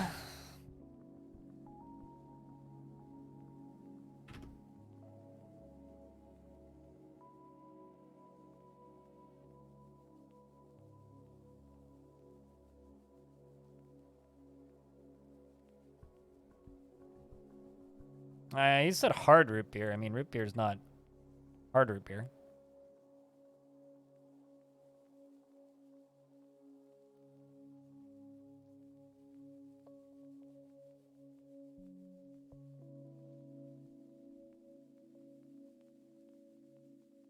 So I'm just kind of hoping the dwarf stays on the outside of this.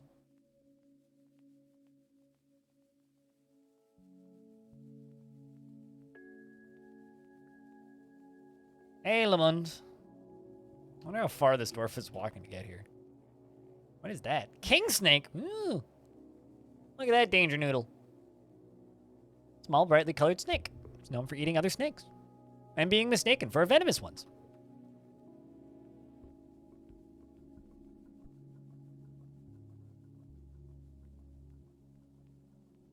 You should go to sleep. You have a good one. We're not going to be doing anything super crazy today. Just caving in half a mountain. And by the way, that's not even an ironic statement. I do mean that it's like, that's not that crazy. At least not for this stream. Okay, are you done? You're done? Okay. Means I can now disconnect this and check all the way around.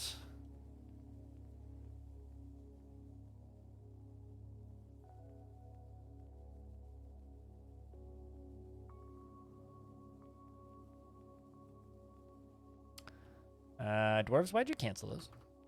Want those done now? Right, meow.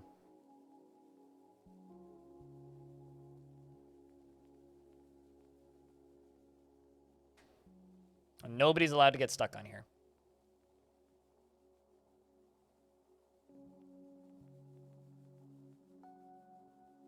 Oh no, we must construct certain goods, says Mayor. Okay, we'll do that.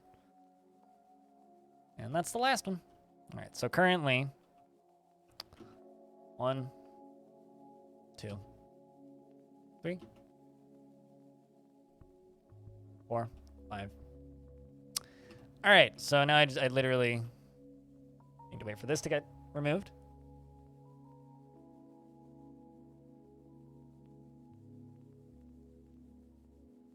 No, no, I've got support set up. We're gonna do it from a safe distance with a lever.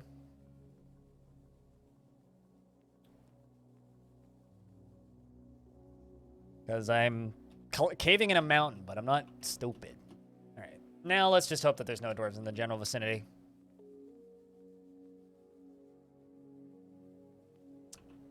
So this is the lever that they're pulling.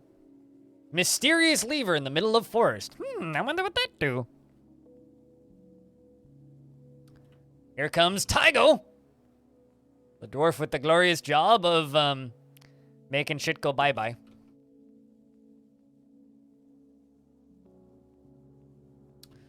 Let's go up to this bit in the middle, and let's follow this boulder. Boom.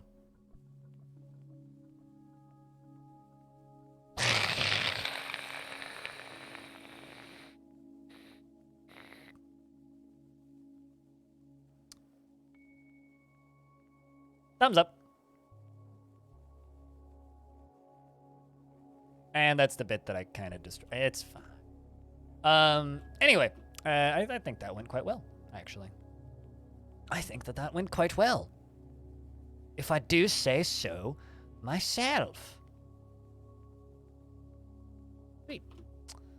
Now aside from the hole in the fort, we have a pretty good little setup here now.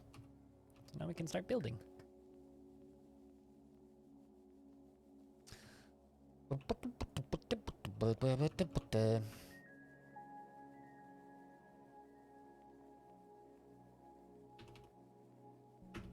would have been pretty funny if I accidentally caught the mountain home traders in there. Chat, round of applause for the big boom boom.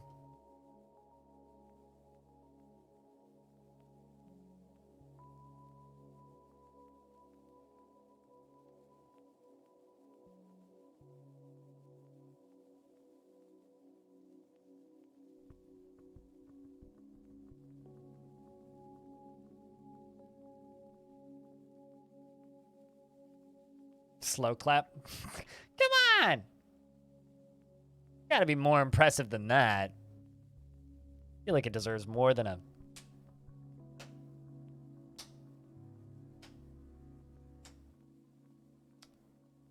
Rude.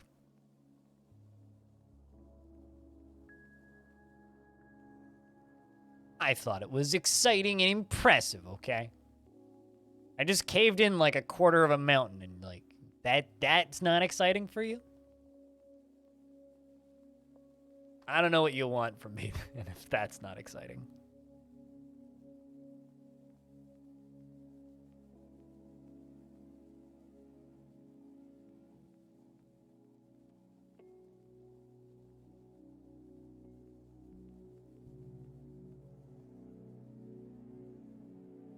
In this other chat? Well,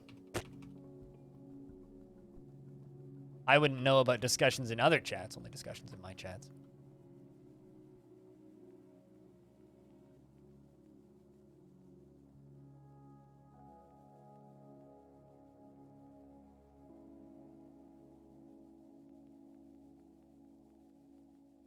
I'm trying to figure out what you're even referring to.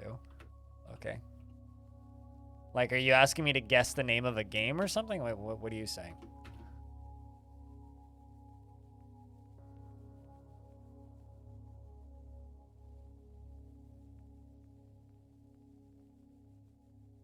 It sounds like this channel is run by delinquents.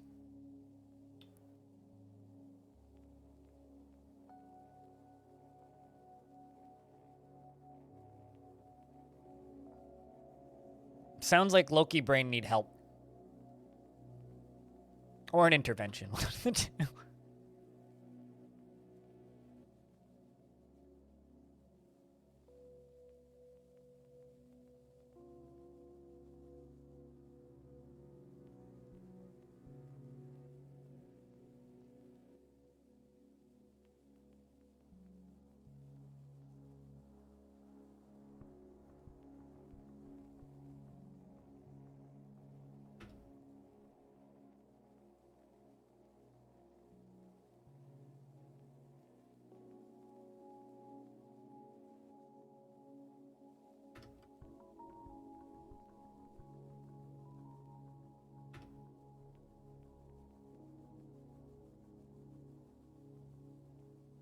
Let's just smooth that wall before we do anything else.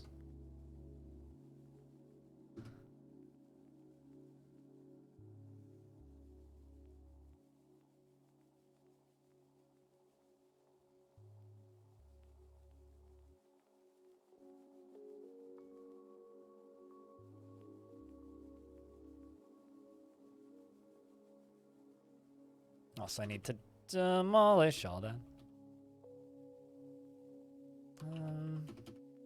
Top side up here.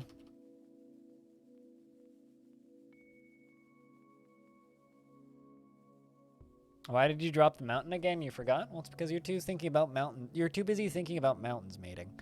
No, it's this is going to be a very elaborate death contraption. And I just need to make space for it.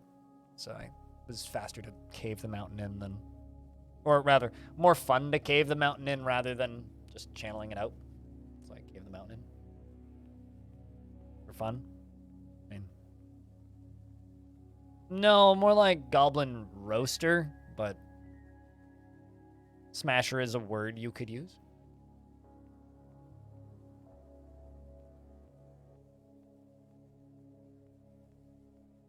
It's a Garblin... Garblin? Sure. Garblin Barbecue-O-Matic 9000, we'll call it. Currently, it's inhabited by a king snake, so...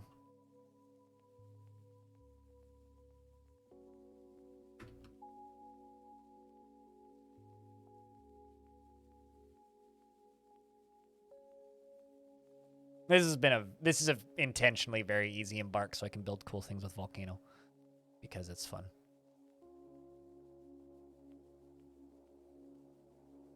I imagine the dwarves call them garblins. Sure. Probably. Something like that. I'd imagine. Garblins took your jabs? I mean, only if you employ them. That's up to the dwarves. To be fair, though, goblins are better at certain jobs than dwarves.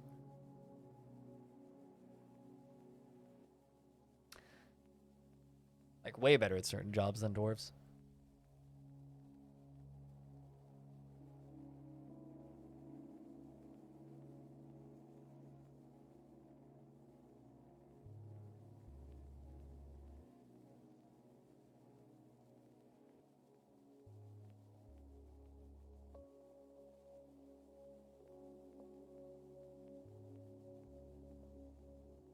Well, are you referring to beak dogs? In the old canon, beak dogs were more like weird ostriches. In the new canon, they're more like tremors. Unless you're talking like giant wolves, in which case, sure, yeah, those are those are rideable woofers.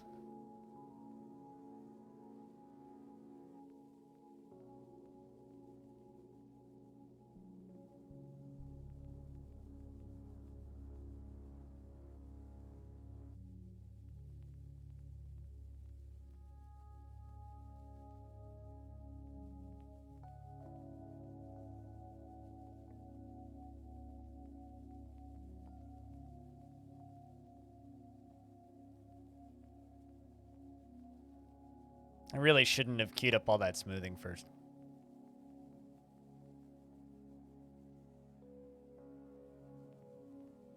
It's like a parrot dog? Blitz? I don't know who Blitz is, but...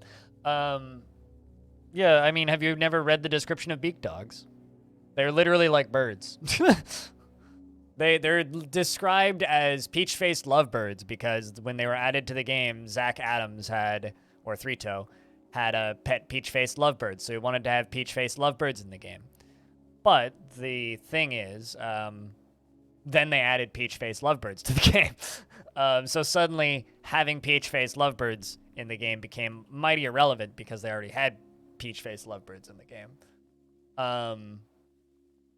So the result is they, you know, like they changed them into weird monsters again. Because they, you know, already had them in the game.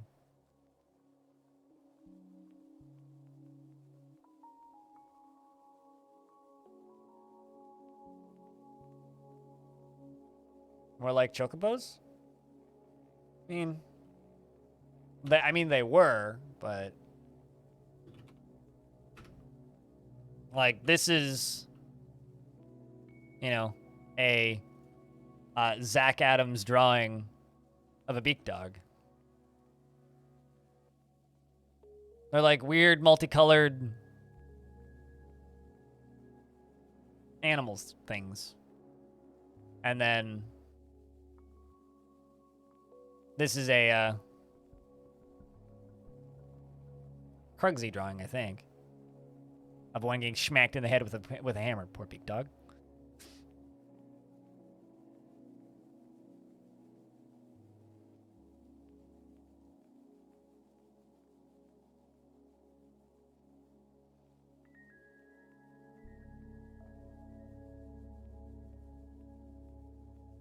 And she put that one on the fridge. I should, well, rather, That's my drawing from Zach and Tarn up there. There in the frame. That's the camera. You meant Krug? Ah, okay. I was gonna say, I don't know who Blitz is, but I know who Krug's is. I broke the fourth void. We do that all the time. It's called Chit Cam. Also, by the way, don't forget, everybody should play Dwarf Fortress with a mouse. Very important. Game's unplayable without it, I'm told.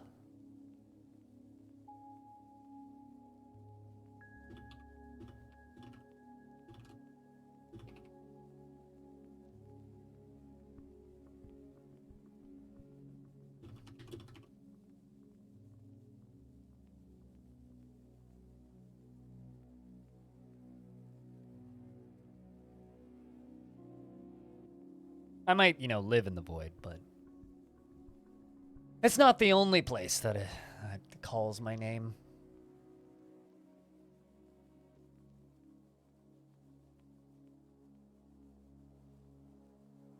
The static and added sound effect. What static? What static? I don't hear static. I was gonna say, like, where would static be? That's like maybe my microphone's picking up my air conditioner, or you're hearing my noise machine, but it. I mean, very far off in the distance, there's a. Oh, the camera static. Oh yeah, no, this is an added effect. This is actually like 100% legit, real life static. What I did was I went to the Internet Archive. And I downloaded a bunch of footage of just like static on TVs because they have a lot of that, like at the beginning of like ads and stuff on the Internet Archive. And I took like 10 different videos that had like TV static, and I chroma keyed them out because they just had like blue screen backgrounds, which is very convenient on old TV recordings, or on old CRT recordings. So I went and I downloaded all of the static with the CRT backgrounds and overlaid it on the camera. So yes, it is an added effect. The camera's actually not that shit. Although I do have a old, and I do mean old, Lego webcam, which I really want to figure out how to make it work on Windows 10. But let's just say it doesn't like Windows 10 very much. And there's no drivers that I could find for it. Someone insists that there's open source drivers somewhere, but I got lazy and then didn't do it. Because I do actually have an old Lego webcam, and I would really like to just make that work, because I think that would be rad. But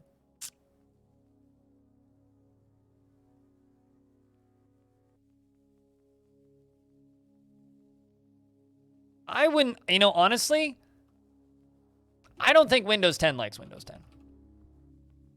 But I personally don't like any operating system, so. I think Windows 11 hates Windows 11 more than Windows 10 hates Windows 10. Although my favorite thing about Windows 10 is the fact that some crazy nitwit at Microsoft convinced them to name their, computer assistant Cortana, which is hilarious because in Halo, Cortana goes insane and tries to destroy all of humanity. Which to me is, like... No, sorry, spoilers for Halo. But it's way too fucking funny to me. It's like, someone... Sorry, Armor. Halo 3 came out. When did Halo 3 come out? Halo 3. They should have called it Showdown. Yeah, they should have called it Showdown, I agree. When did Halo... 2007. Can't help you, Armor. Can't fucking help you.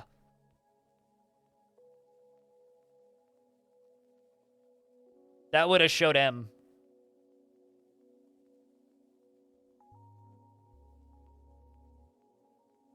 Really? That's weird. I didn't realize it didn't work outside of English-speaking regions, but yeah. I mean, I have it disabled because I hate it when computers talk to me, but...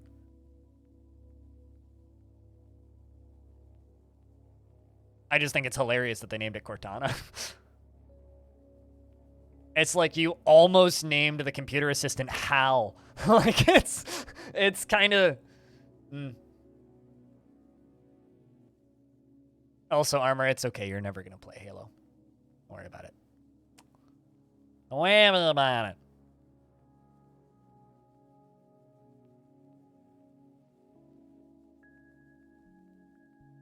Obviously, nowhere else people speak English other than America.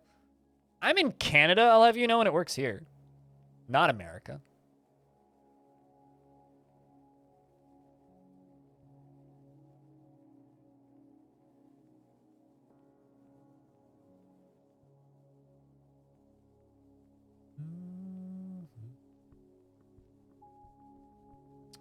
Yeah, 1, 2, 3, 4, 5, 6. So let's just do 3, 4.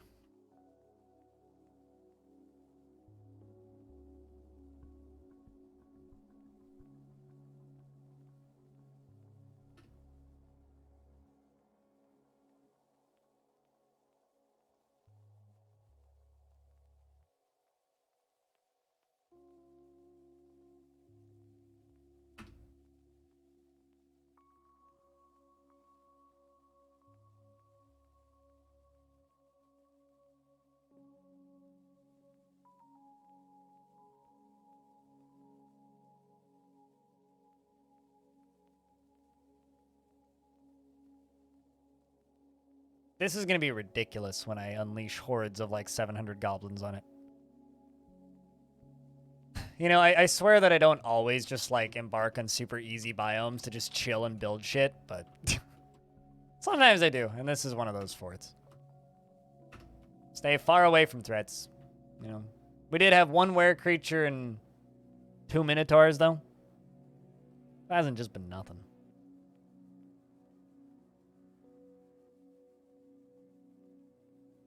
Even English people speak American. Guns, guns, guns, guns, guns, guns, truck, guns, guns, guns, guns, guns, guns, truck. How's that? Pablo, the dwarf, has been taken by a fey mood.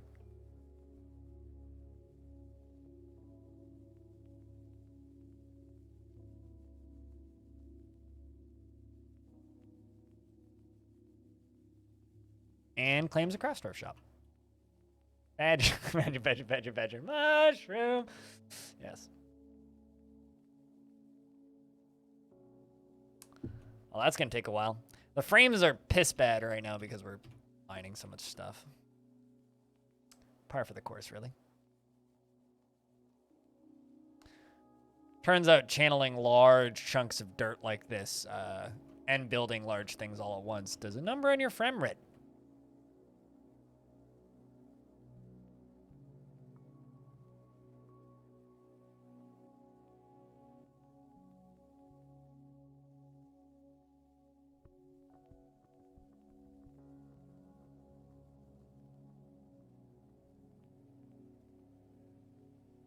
You know,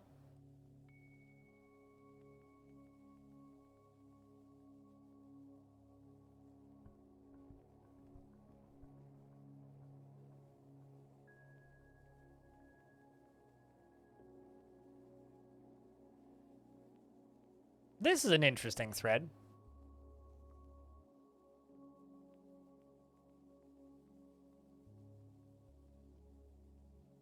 I feel like I'm so used to seeing threads on the Dwarf Fortress Steam forums about, like, why is the game not out yet? When's the game coming out? Why haven't you released the game yet? This is an interesting thread. Well worth £29.99. Or 33.94 US dollars. Dwarf Fortress Steam release is well worth £30. All the work from Bay 12 and Kipfox and games and great designers Tarn and Zach Adams. All the work are for a great game and all the wonderful dev blogs and videos posted over the months. Looking forward to it when it hits Steam, becoming playable and such a great game.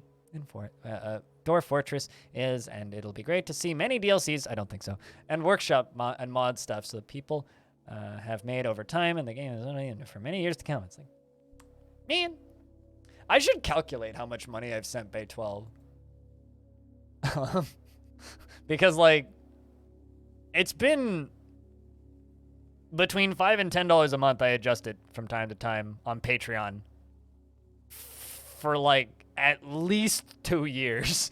So, plus like the odd PayPal donation. I should calculate how much I've sent them at some point.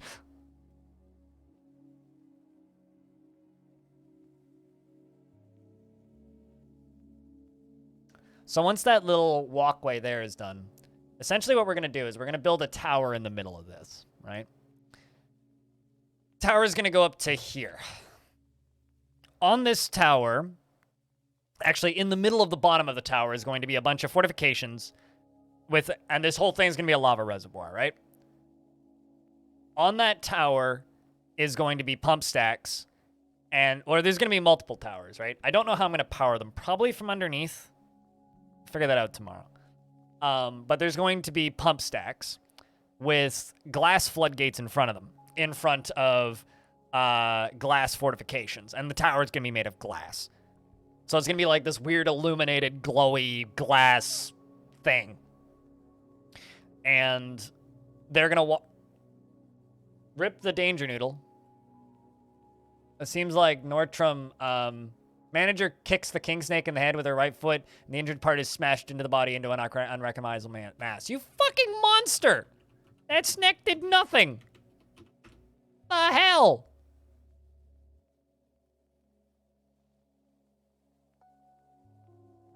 $240 plus. I mean, probably close to $300 these days. Probably. But I don't know. I do make money playing this game, so it's... Why floodgates? Because lava pressurizes behind floodgates. Quite effectively, actually. As long as they're constantly pumping. So then when I pull the lever and it drops the floodgates, they'll go and shoot out. And then I'm going to trap them there, or in there, and then we're going to use it as like a firing mechanism. That's why floodgates.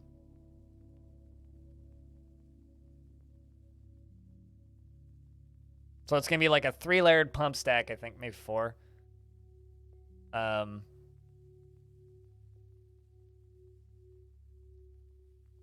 Does water compress like lava? Yes.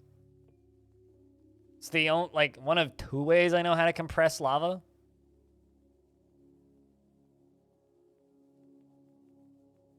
That thread's been there for 1 billion years, Lamond.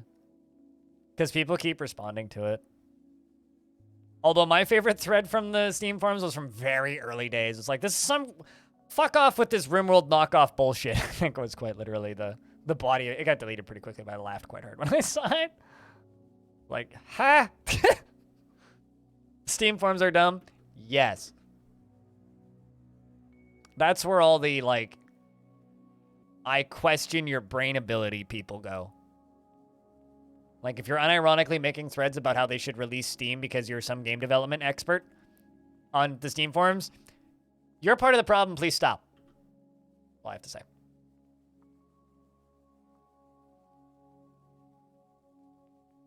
Also, Clino, just want to say Kit Fox is being mean. They're bullying me. Being told shit like, looks like you're gonna be busy all of fall. With other demos, of course. Not Dwarf Fortress.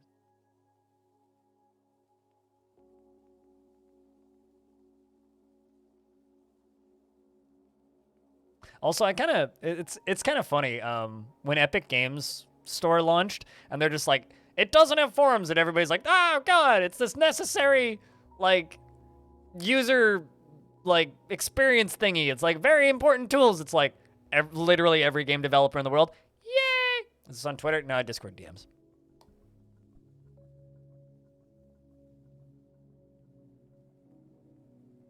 Although they did quote tweet my thong, which I'm quite happy about.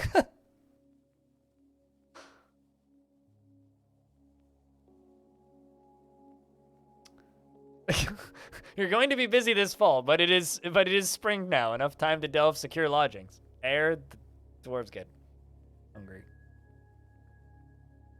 You know, Alexandra was DMing me shit. That's just like, God damn it. Making it sound like it's going to be out in 2 weeks.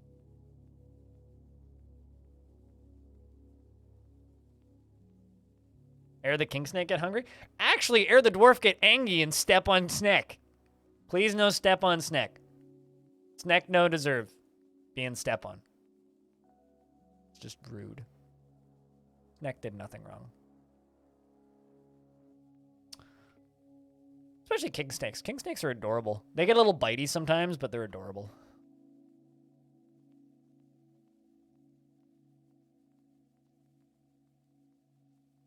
Need a pet snake? Maybe.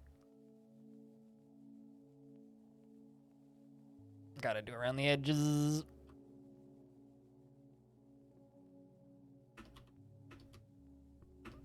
Now that everything's done being smoothed.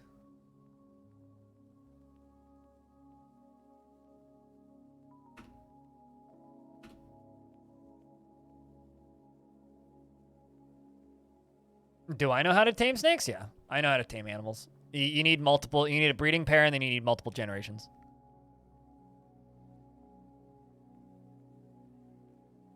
If you go into the woods looking for a snake, it depends, I guess it depends on where you live and how big the snakes are. Here, the snakes are garter snakes, which are about yay big. And they're, you know, about that big around, like they're tiny. They're also, like, depending on the variety, quite endangered.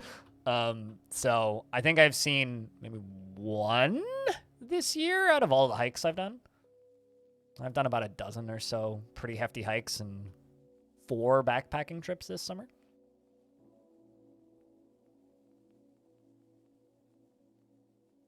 All right, so this down here, this area, all gonna be smooth.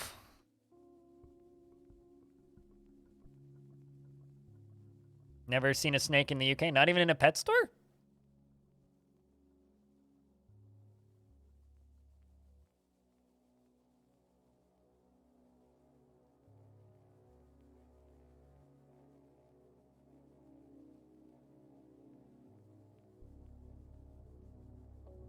Or like a zoo. Okay, so you have seen them in the pet store.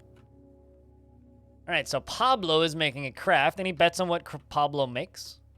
They're using paradise nut wood logs, elephant leather, tapered baguette cut pineapple opals, stray dog bone, 2 pieces of diorite. Any bets? A scepter. It's a hefty bet. Yeah, it is a craft store shop.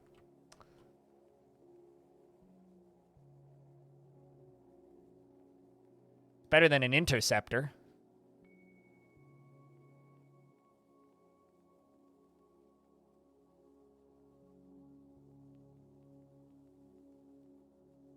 Puzzle box, intriguing. Okay down there, dwarf.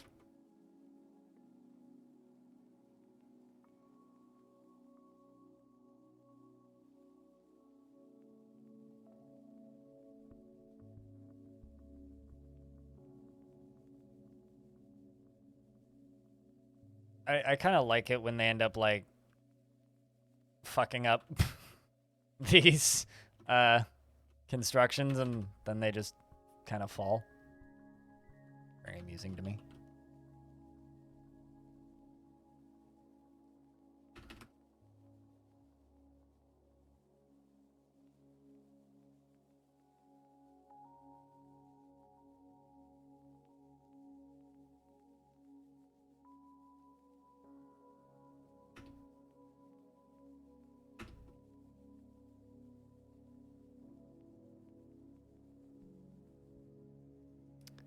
Never seen a slow worm in the wild, not a real snake. What is a slow worm?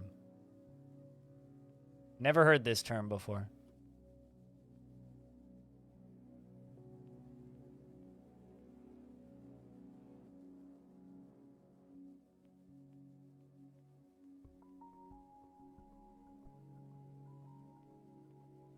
This is going to be an epic entrance to the fort, I gotta say.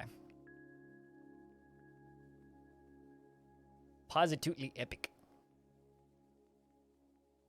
Firefly larva. Huh. Yeah, I've never heard the term slow worm before. Sounds like something to check your bong water for.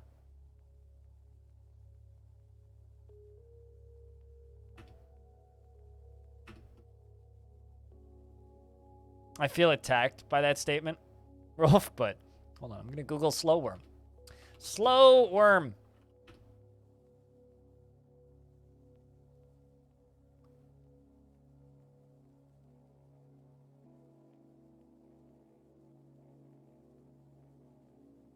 So is this just like a thick, smooth snake?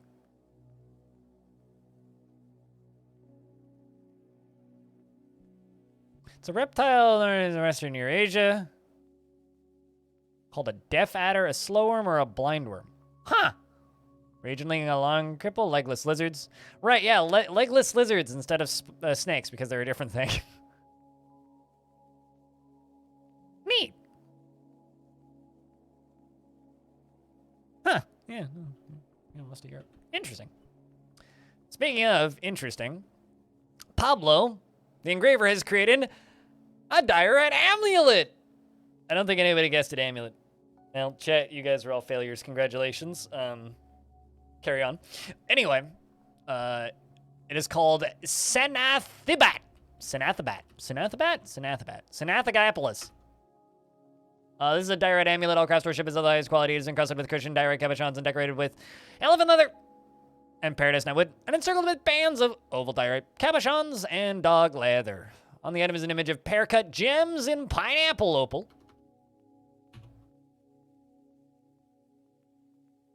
Send him to the king snake pit. King snakes are harmless, though. I mean, they might bite you, but they're not gonna bite you any more than any snake's gonna bite you. They're not even poisonous. Milk snakes are.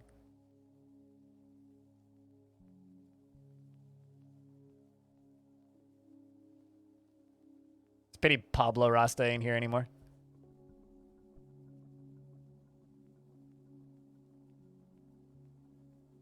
Her father once found one in the woods. I once saw a garter snake orgy. There was like 500 of them.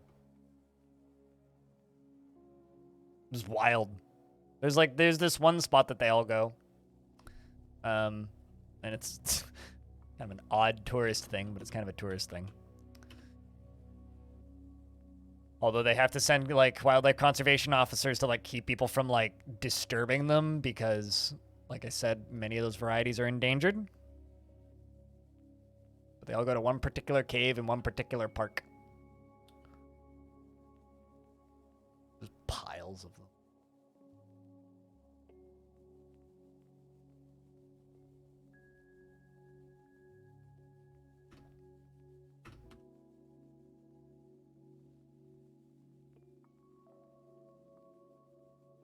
On the item is an image of a pine tree, an oak, and the image is of a quartz and diamond. That's pretty.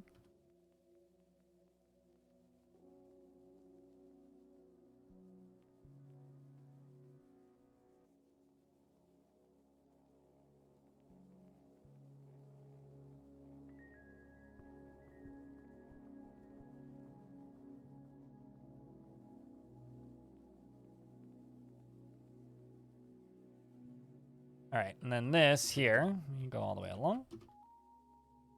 Fortify. And deconstruct.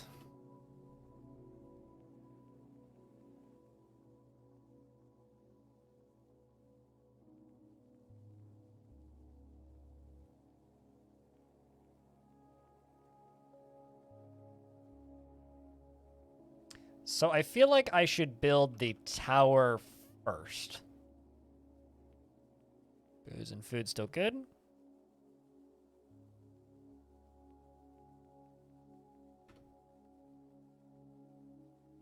Although I do also feel like I should give these dwarves a break after spending like half of a year digging out this giant hole, caving in a quarter of a mountain to build this.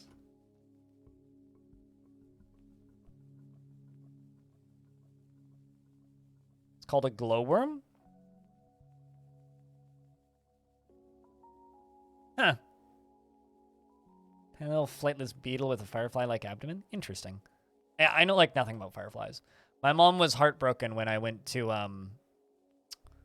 Quebec this year and didn't see fireflies.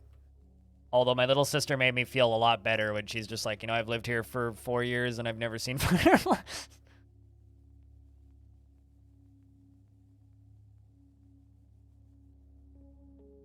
Not exactly an easy thing to spot, especially in a big city. Tekid, thanks for the raid.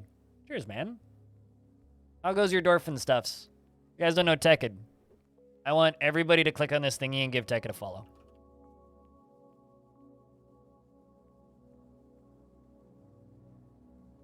There should be a thingy that you can clicky.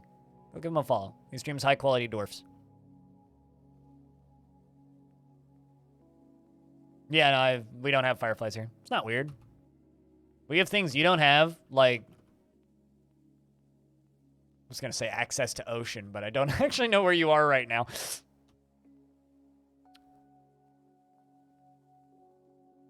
Like mountains. To a staircase fire. That seems suboptimal. I spent earlier today digging out the top of a volcano, and now I'm making a really big suspicious hole.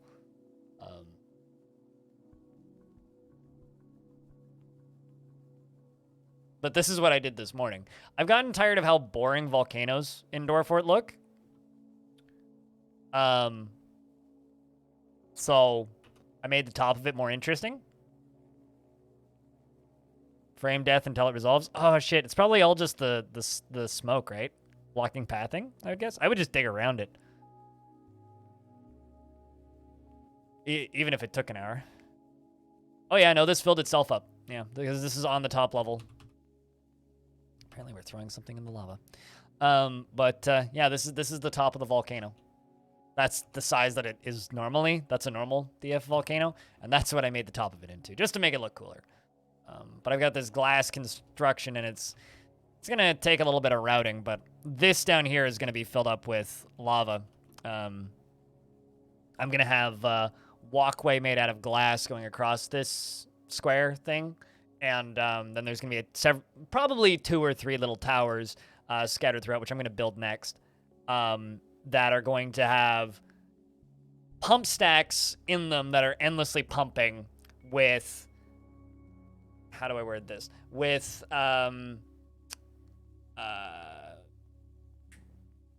floodgates in front of them, and they're just gonna be endlessly pressurizing it.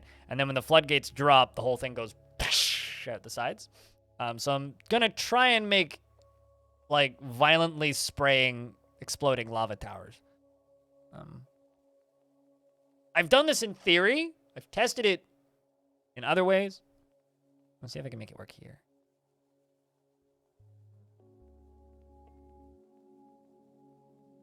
Yeah, fire spreads at Dwarfort.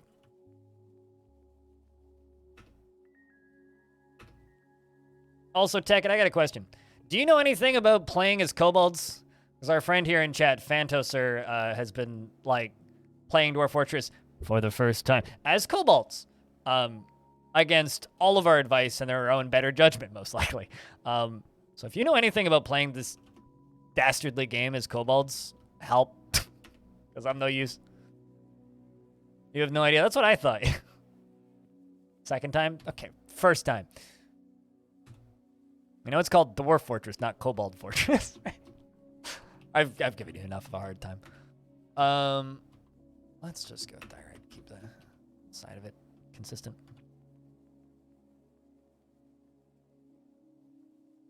Maybe in adventure mode. I've played them in adventure mode, but even that requires some tweaking of game files.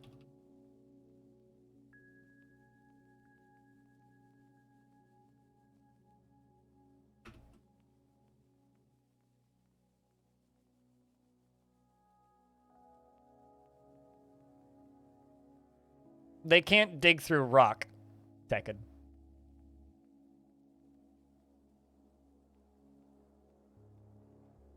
That's the issue with kobolds, is that they can't dig through rock.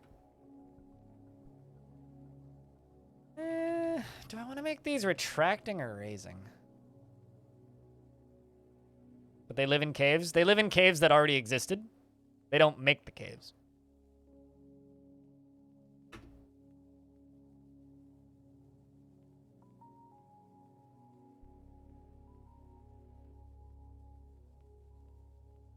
And steal shit for no logical reason. So settle somewhere where winter isn't like so hefty. Settle somewhere where like you don't have issues with winter. Settle somewhere hot. Banto. Settle somewhere on a river that's hot.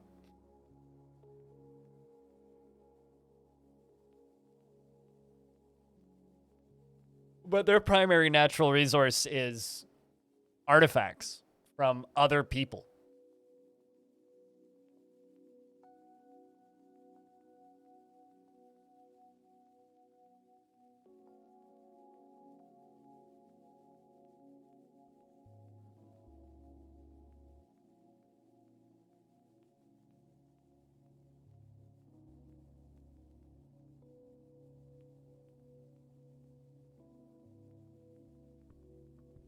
Maybe they can find a way to build a still out of rabbit bone earrings. I think they can make stills. Cultural acquisitioning. Exactly. I don't. I know that they can make buildings, but I don't. But I'm pretty sure they can't drink alcohol. Like, they just die if they drink alcohol. If I might be mistaken on that though. I'm quite close to certain that they just straight up can't drink alcohol.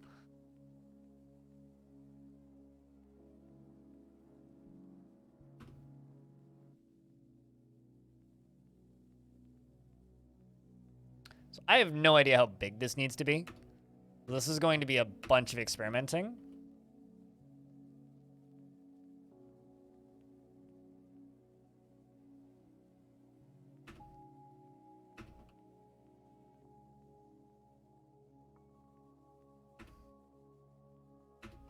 So I'm just going to queue this up and just try something. So if I were to do this, right, then right here, I were to put a floodgate. Then I were to put this one tile of open space. Of course, don't have screw pump pieces. All right, well, those are 2 pieces, so let's just do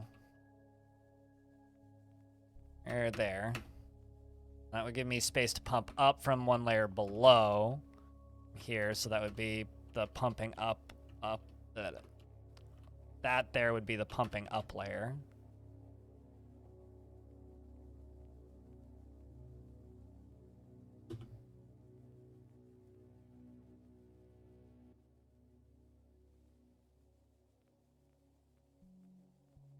Down to there. And then floodgate on this side. 2 more wall placements. Yeah, that could work. Could do all the way along both sides.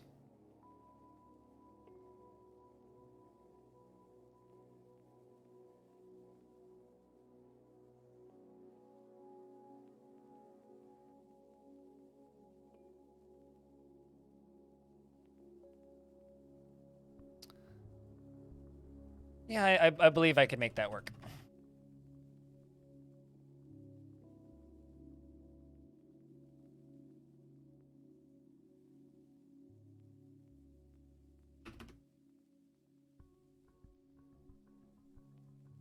Although I think I'm gonna make it 2 tiles wider. I'm gonna fortify these later. Let's go out to there. By 2 tiles.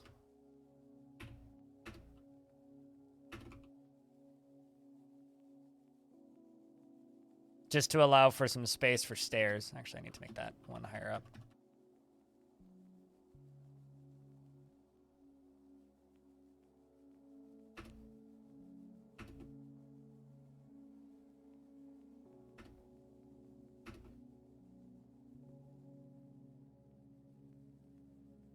I'm going to build one of these. And then I'm not sure how I'm going to get liquid in it to test it. I'm going to build one of these. I guess we'll just... no, Okay, one of the problems with this whole setup, chat. It's really going to be really hard for me to test this. It's going to be really hard for me to test this. Really going to be hard for me to test this. Oh.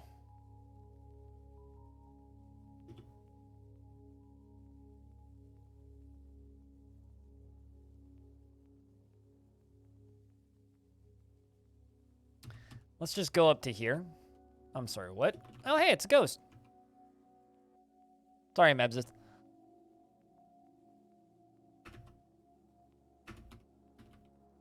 Forgot to memorialize you there. All right, so this is where I'm going to test this.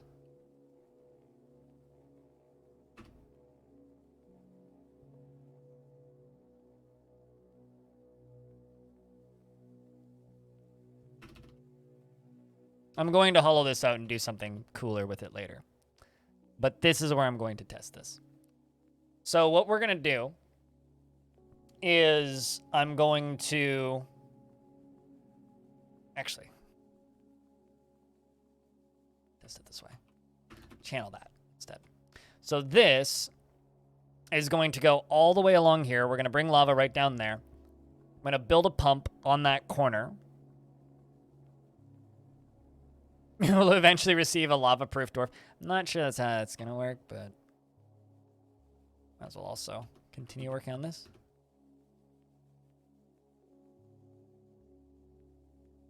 Partially finished tower. That's the fiction anyway. I don't know where you're getting your fiction from, but not where I'm getting mine.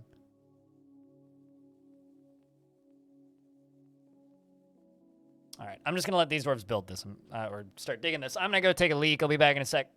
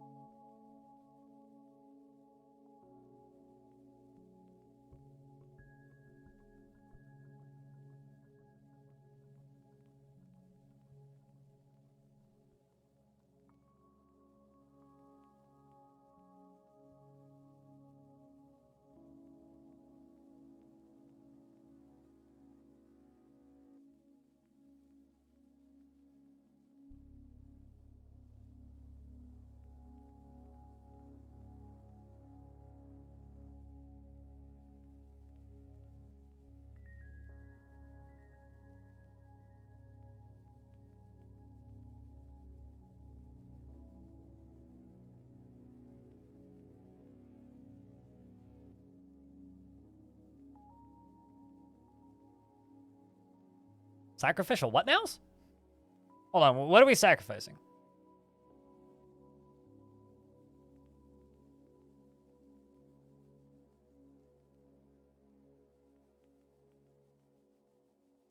Tube! Glass! Let's make 100. I'm gonna need a lot of them. And cork. Glass.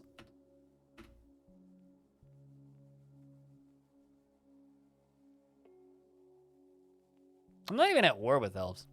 Hard to sacrifice something I'm not at war with.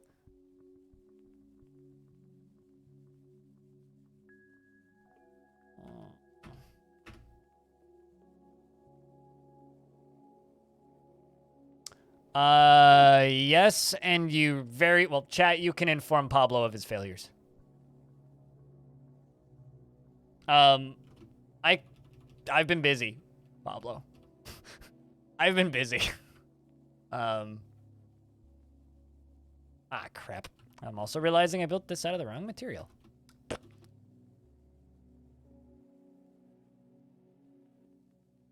Sit down? No, that's illegal. No sitting when you're in trouble. You let chat down so bad? Yeah, no, it's truly distressing. Shall I tell him, chat? Made a diorite amulet.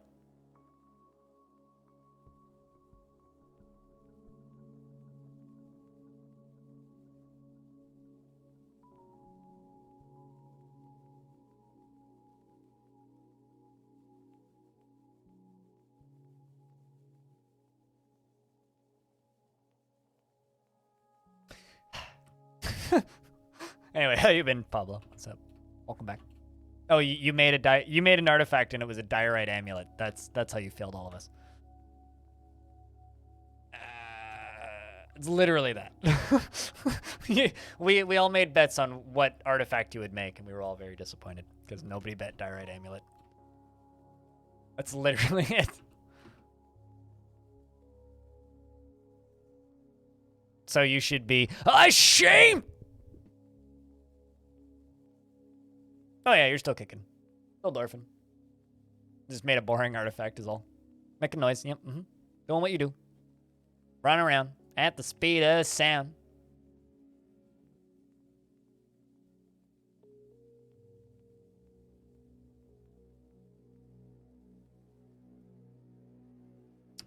Because it's made out of literally the least interesting material possible. Frickin' diorite.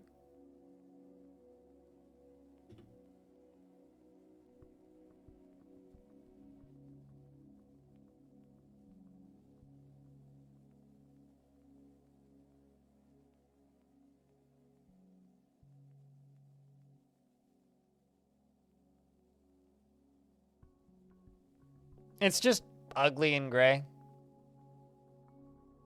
Also, aren't all rocks kind of dinosaur rocks, probably?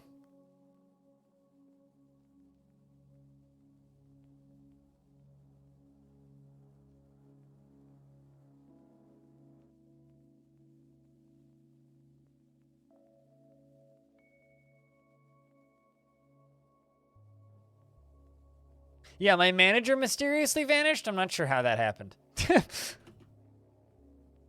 It's fine, though. We replaced the job.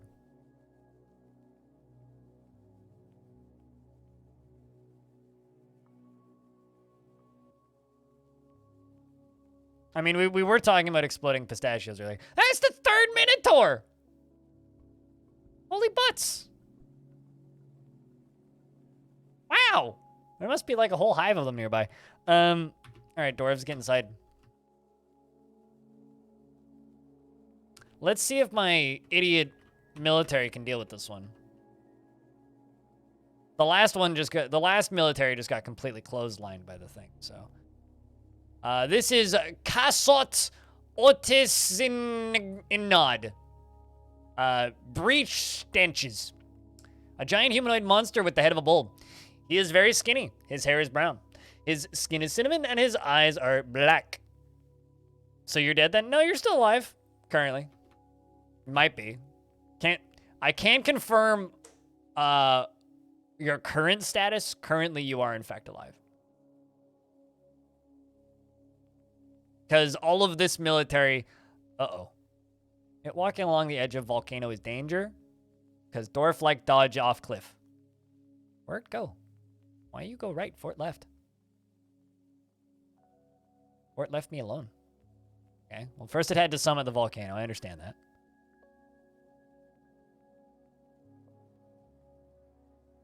Also, I like that exploding pistachios has become like a reoccurring bit in this channel. All right, where the heck did my military go?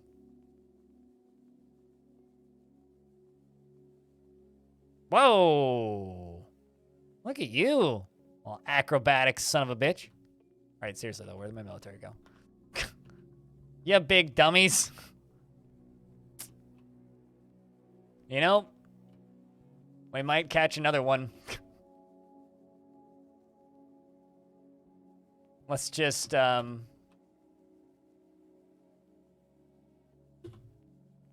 away, you dumb animals. Well, seems like it's bullying a llama. So once he's done throwing off the Emperor's Groove, he's going to beat up another llama. That's a lot of bits of llama. Okay. He's chasing another llama. You know, llamas, you're more than welcome to go inside, right? Need to raise those walls a bit? Yeah. Yeah. Yeah. I am terrified of pistachios now that I've learned what pistachios are capable of, to be honest with you. Poor goat. Goose. I actually know what that is. Nanny goat, yes. Well. Here comes the military. It appears to be Adil, the mace dwarf, charges in to defend our goat's honor. The mace dwarf bashes the Minotaur in the head with a steel mace, bruising the muscle, fracturing the skull. Not bad. All right. Go far, so good. Dives on him again, and Mace Dwarf bashes the Minotaur in the lower leg. With her steel mace, chipping the bone. The force pulls the knee, tearing apart the muscle, and bruising the bone. And tearing apart the muscle, and bruising the bone. The ligament has been bruised. And it's dead.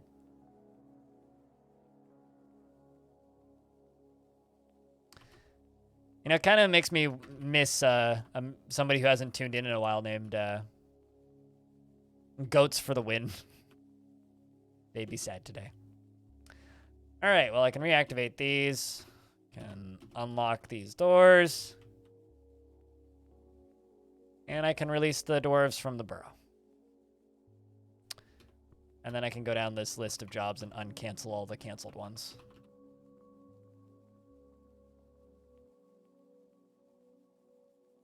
Or no, this fort is no longer the goat.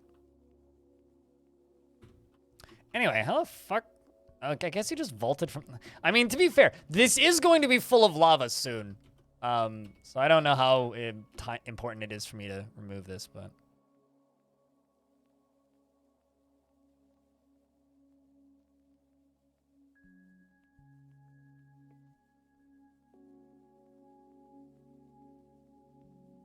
I was not expecting it to just, like, fucking vault that, but... A lot of dogs.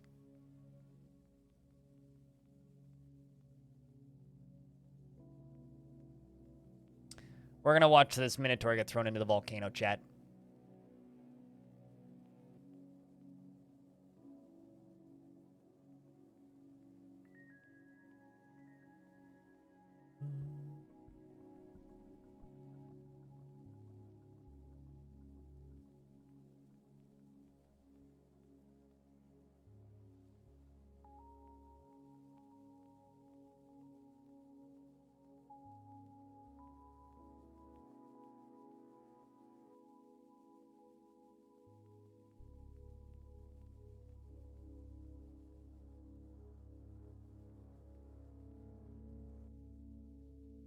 $25 years of Fallout? What? Oh, is there a sale about 25 years of Fallout? You feel old now? That's what makes you feel old? My knees hurting makes me feel old. So, the very least, video games being older than you realized makes you feel old. You should be thankful. That's all that makes you feel old. Drinking coffee at 6:30 p.m. also makes me feel kind of old.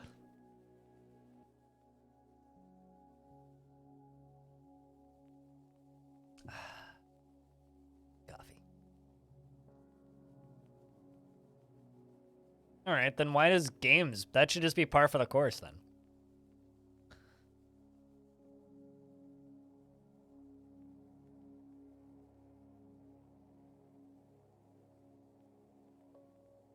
Well, when you're hanging out with Don Air, you should let Don Giovanni know that he's still a douche.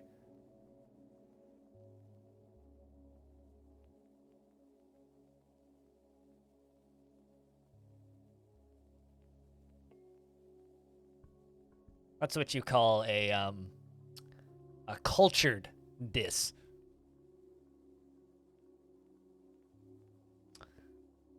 More of a milestone to you? Fair. If you don't know who Don Giovanni is, then I no real reason to explain it. That's one of those when you know kind of things.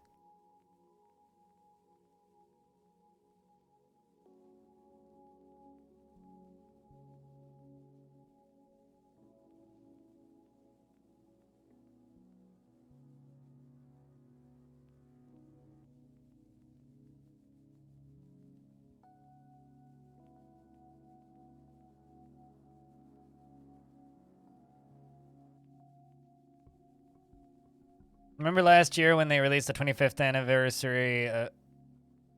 Okay, I read that as the 25th anniversary of Skyrim, and I was about to ask you what timeline you live in. Sorry, I misread that. They released the anniversary edition of Skyrim. You forgot the month later was the 25th anniversary of Daggerfall. Sure. And that's weird. Why?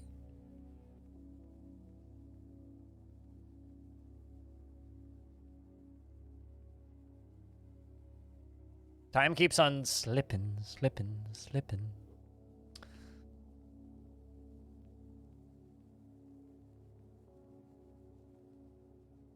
You know, I thought about doing a birthday stream for Dwarf Fortress this year on Dwarf Fortress's birthday.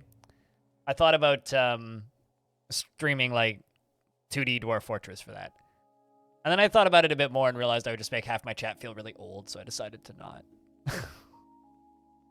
Also, I can really get it to run properly. That was part of the reason.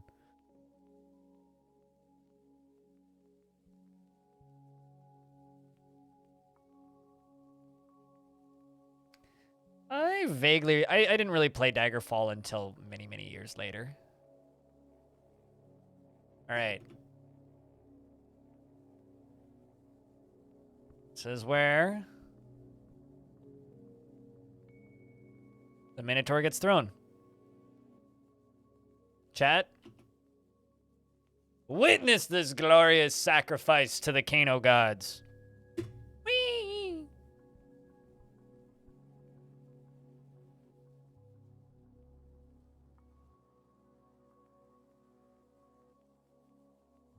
Glug, glug, glug, glug, glug, glug, glug, glug. It always, like, throws me off just how slowly things sink in lava.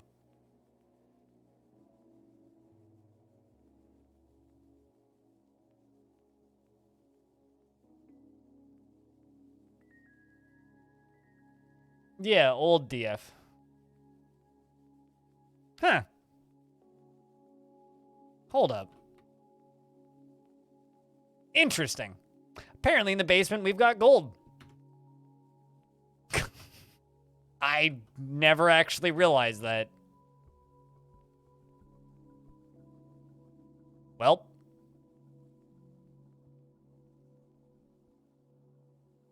The more you know.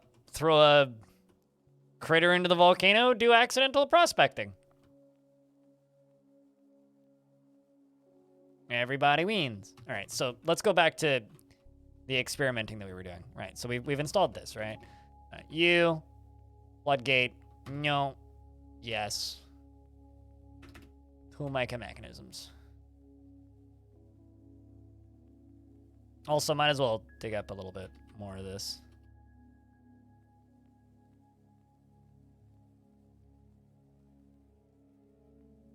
I don't think so. I don't think mined stuff counts towards your fort value. I could be wrong, though. I'm like 99% certain it doesn't.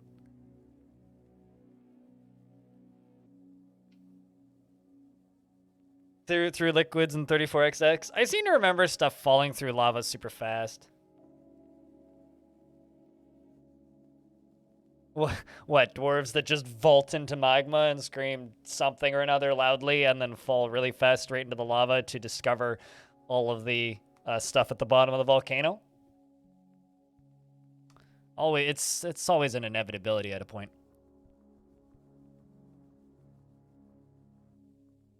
I'm just gonna wait for that mechanism to get installed. Here it comes. And then we build the pump. And then we're going to volunteer a dwarf to sit here and pump. This is my theoretical murder device, okay? This is going to be my test of the design. So hopefully it works. Because if it doesn't, I'll be kind of sad. Then I'll just go for a much simpler design. But I'm pretty sure this will work. Pretty sure. Also, everybody check. Say goodnight to Rolf. Have a good night, Rolf. See, I don't even have the temptations to cheat.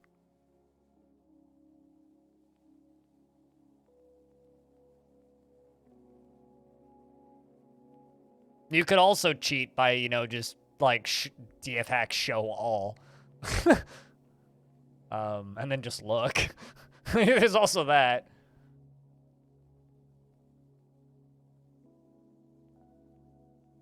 But that kind of removes enough of the game that I don't see the point.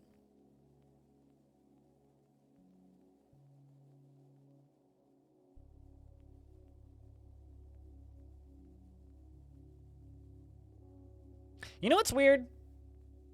This game is coming out. This is weird.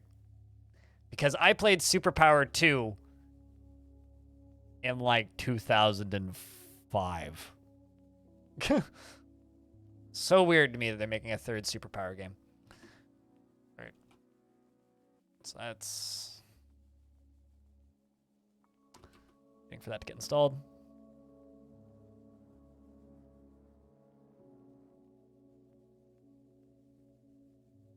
Oh, I mean, I would say that if we're talking about cheating, Clino, disabling temperature is significantly less cheaty than just the effectual.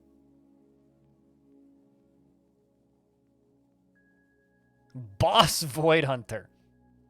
Okay.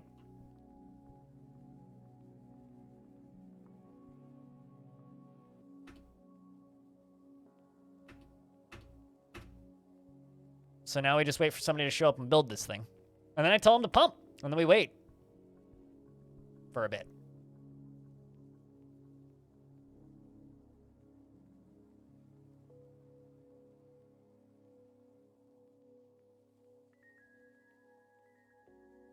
And ideally, it should fire in a straight line down this way. Actually, you know what? Let's just actually expand this just a little bit, because it is going to be firing straight off.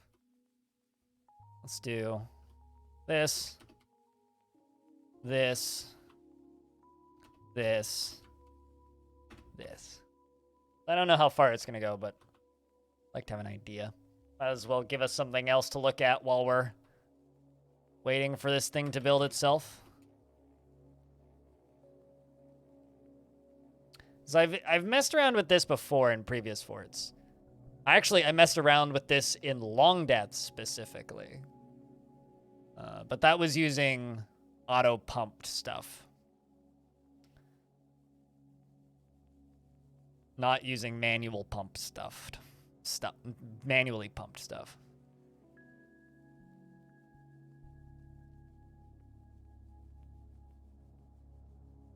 It seems like Darren's constructing the building for us. Oh no, you're thirsty and hungry. Is there anybody else constructing a building? That can't be.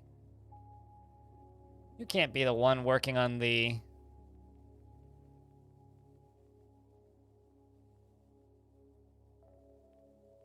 construction job.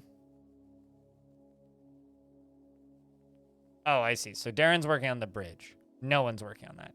That makes sense. Okay.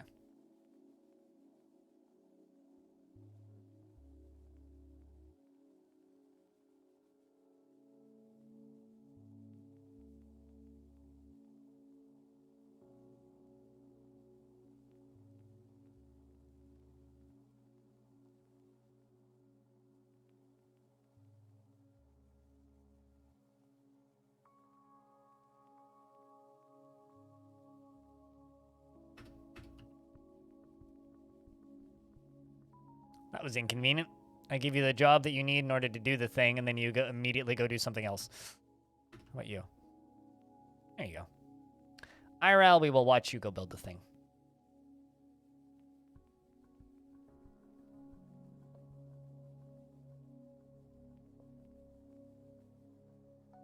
But I guess for me, like, I don't really care what people do with their own games. Plano, like, at all.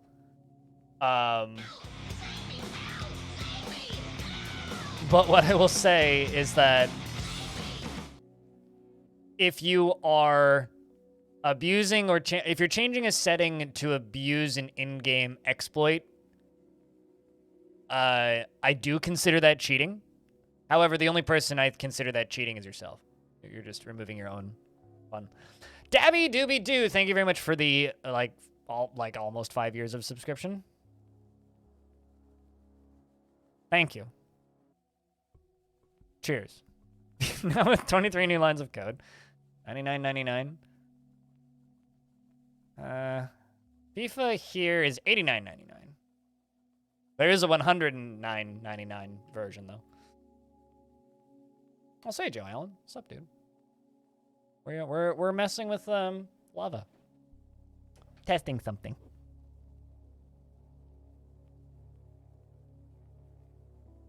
But thank you very much for the 58 months, Dabby. You know, you made that dollar up. I mean, it's 89.99 CAD here, with the $109 version. I think it's the same in Australian dollars too. Although game prices are going to go up $10 for everyone. £10, $10, 10 something equivalent. Which I'm thrilled about. Definitely. Definitely thrilled.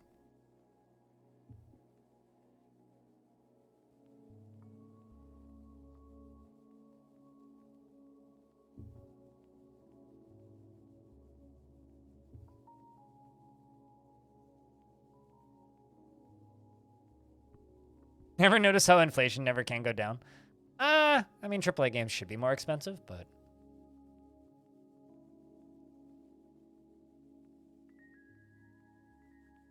I've had to do some soul searching, though, because I gave EA Games money for the first time since SimCity 2013. I gave them money because Need for Speed Heat was $5 and I wanted a car game go fast. So... Whoops. Piss. I know, right? I'm a bad person. But that game was $5. Like, $5. Like, it was like $4.09 after fees and taxes. Which is like... Unfollowed? Yeah, I know, man. Freaking criminal. It would be even funnier if you weren't joking.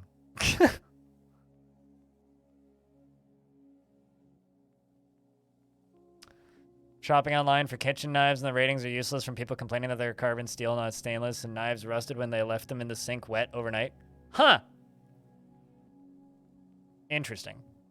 Honestly, apparently Need for Speed Heat has loot boxes in it.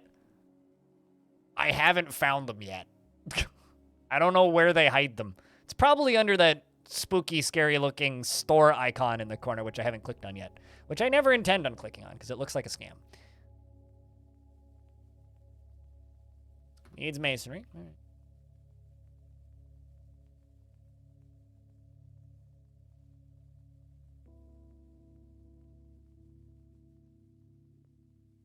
Stone's working on it. Good stuff. I don't know. I don't like things that say store in video games, so I just won't click it. It's probably in there, to be honest.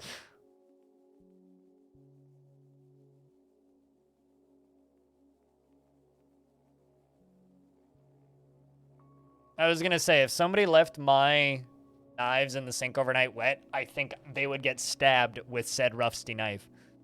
Because, yes, they would rust, but also you're an idiot for leaving knife in sink. Although, if you want knife buying advice, I would ask Stone Hobo, because he is a literal professional chef. Although he's not here currently. I know it's not very useful. All right. Pump it! I don't actually know if anybody has pumping job. So,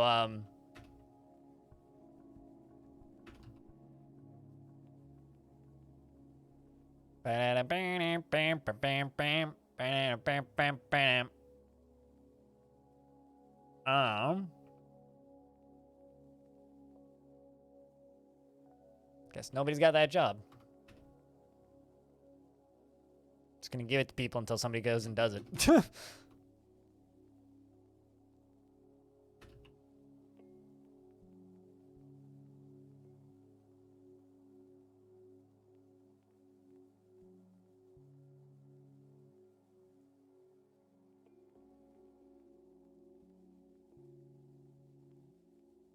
Ah, there we go. Operate pump. Dodix off to it.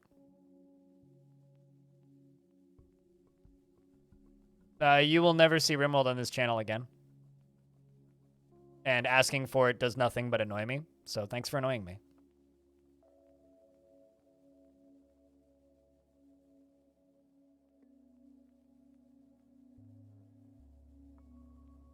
Well, in future, don't do that.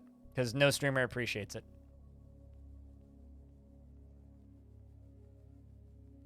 Not funny, Loki. Please don't take that personally. let's see how this goes.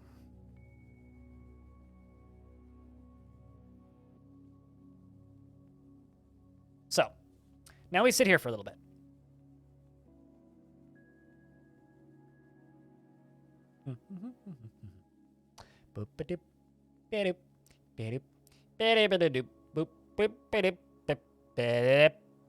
All right, chat. How long should we sit here for? How long are you guys willing to sit here for? I think until this dwarf starts to get thirsty is how long we're gonna sit. That's gonna be my timer until this dwarf starts to get thirsty.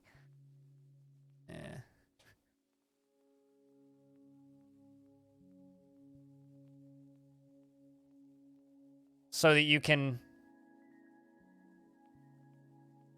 $50 yarn bag because the old one's falling apart. Okay, sounds like a good use of $50. But Sketchy, how you doing today? Good to see you. Hope you've been well.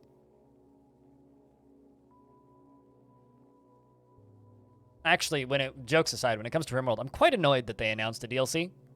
Not because people aren't like gonna play it or something. Like, it's fine that people are happy that there's new RimWorld DLC. That's great. Also, that DLC does look pretty good, so I can understand why people are excited. But I'm annoyed because it's right in the approximate release window that Dwarf Fortress may or may not maybe release in maybe. I guess that means hair down, Spooky. But that annoys me. Because if they're smart, they should dodge it.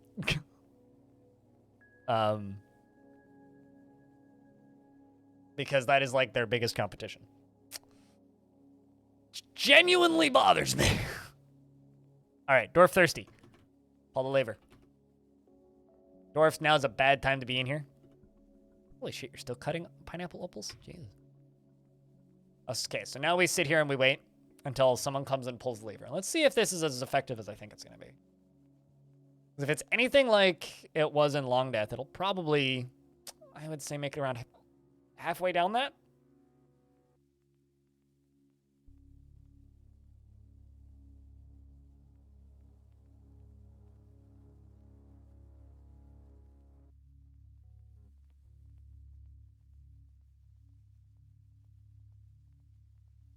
I'm just waiting for a dwarf to show up and pull the goddamn lever. There he is. Let's see how this goes. This is experiment. Test one. Not bad. Not bad.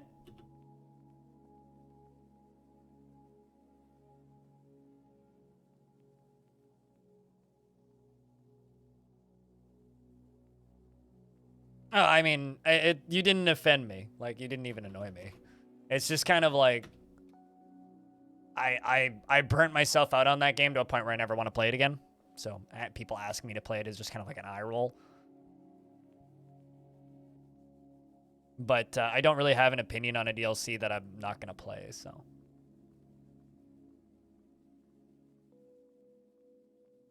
So that makes it kind of difficult. Like, it looks fine, but.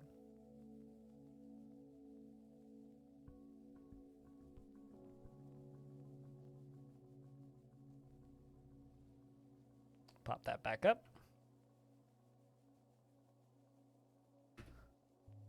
Start the pumping again. We're going to pump it until that disappears. All of this lava disappears. We're going to do it again. I beat RimWorld on every single biome more than once, with the exception of ice sheets. Or sea ice, rather. The one that's, like, basically impossible. I always confuse the two. And I have about 4,000 hours in that game. Most of it streamed, and I never want to play it again.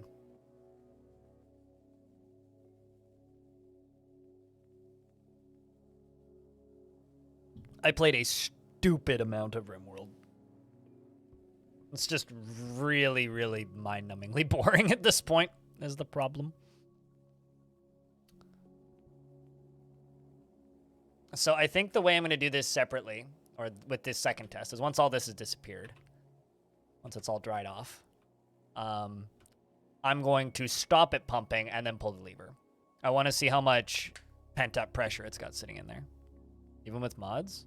I never really played it particularly modded. I played with light mods, but I found most of the mods just kind of added unnecessary shit. But no, I was always like a vanilla plus QQL person. I never really... Honestly, I fucking hate that game and I never want to think about it again, so stop asking. But like genuinely,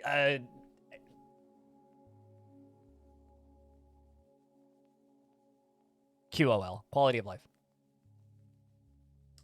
Flip of the tongue. I just don't like thinking about that game. I really, really, really don't like it.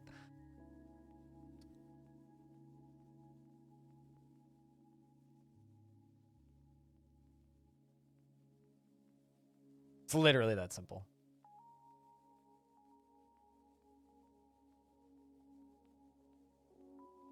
Acre, the dwarf, has been taken by a strange mood. Clothers? Nope. Where are you going? Mechanics? Nope.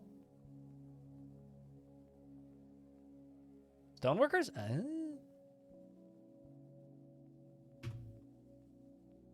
No, if you want RimWorld talk and opinions, go watch literally anybody else. Like, I am going to be the first person to admit that I am a bad person to talk to about RimWorld, because I do not like the game. I think that game has a lot... Here's the truth with me about RimWorld.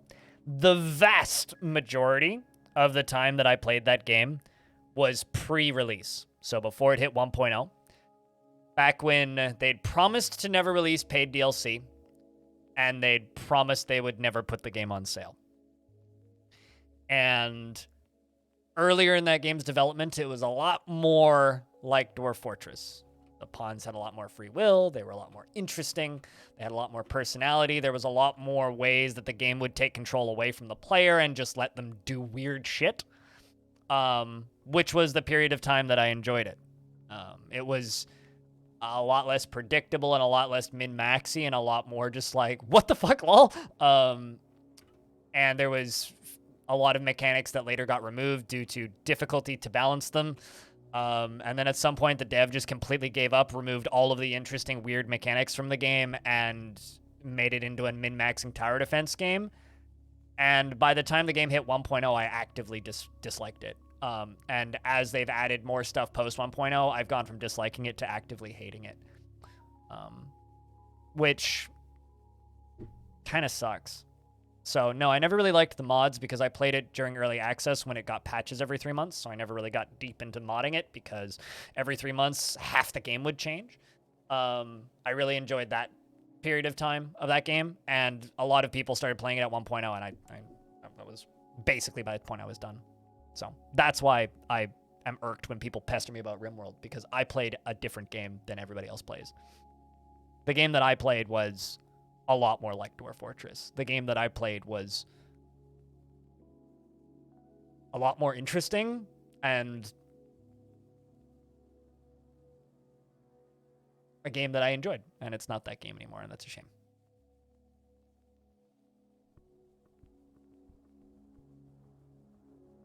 And a lot of the mods back then were things like, lol, what the fuck, there's dinosaurs everywhere. It's like, meh.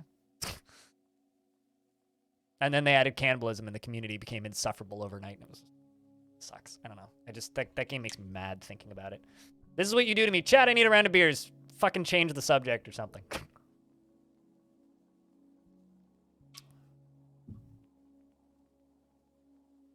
It's like the world's most annoying tower defense game. It used to be a fun little colony management game. Also, hey, Jonan. How's things?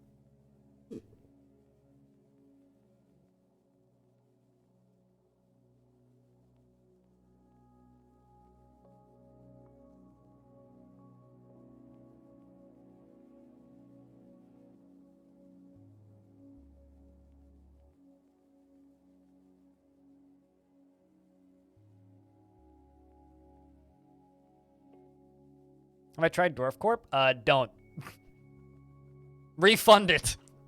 Run away. Dwarf Corp was a open source project that the owner of the open source project forked and then put up for sale on Steam with almost no updates, and then updated it once, maybe twice, and then released it from early access, and never communicated with the community, and then took down the open source version, deleted the GitHub repo. Yeah, no, don't play Dwarf Corp. Remember trying it and thought it seemed broken? I mean, yeah. That was a cash grab attempt from somebody on a neat open source project. And the only reason it sold any copies was from unsuspecting YouTubers playing it.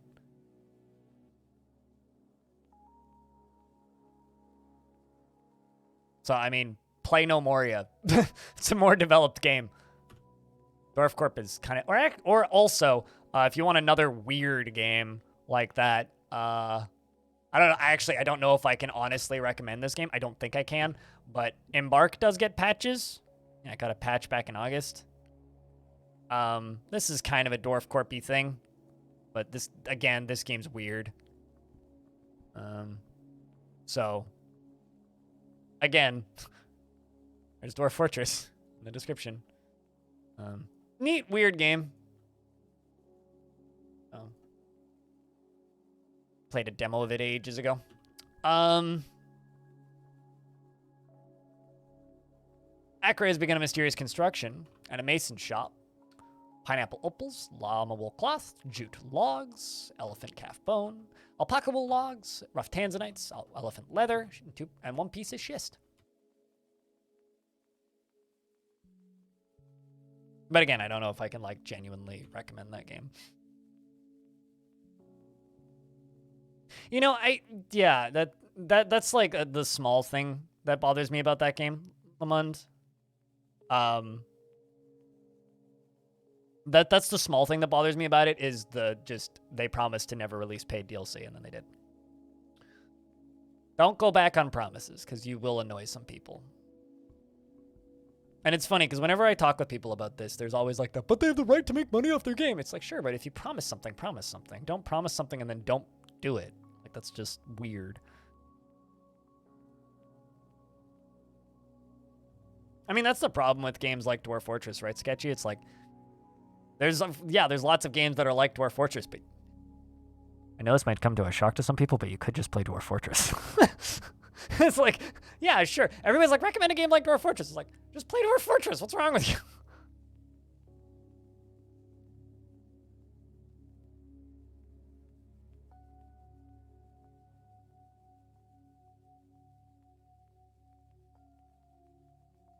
Oh. The Company of Boulders has many members in Stonewater and now requires a Grand Guild Hall. Okay. Designated as a Stoneworkers Guild.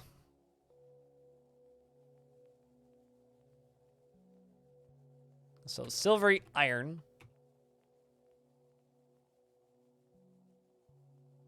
Fragrant flax. Silvery irons. This is the Stoneworkers Guild Hall. They need this beautied up.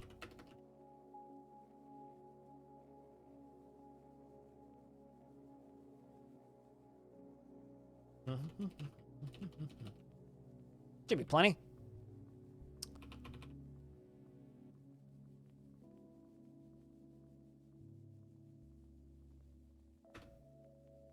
Might as well artify up this back wall too. Oop, nope, that's definitely digging.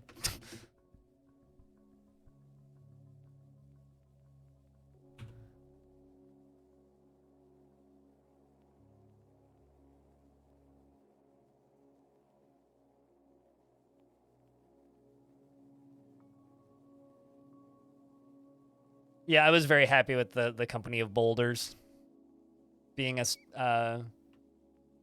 you know, minor.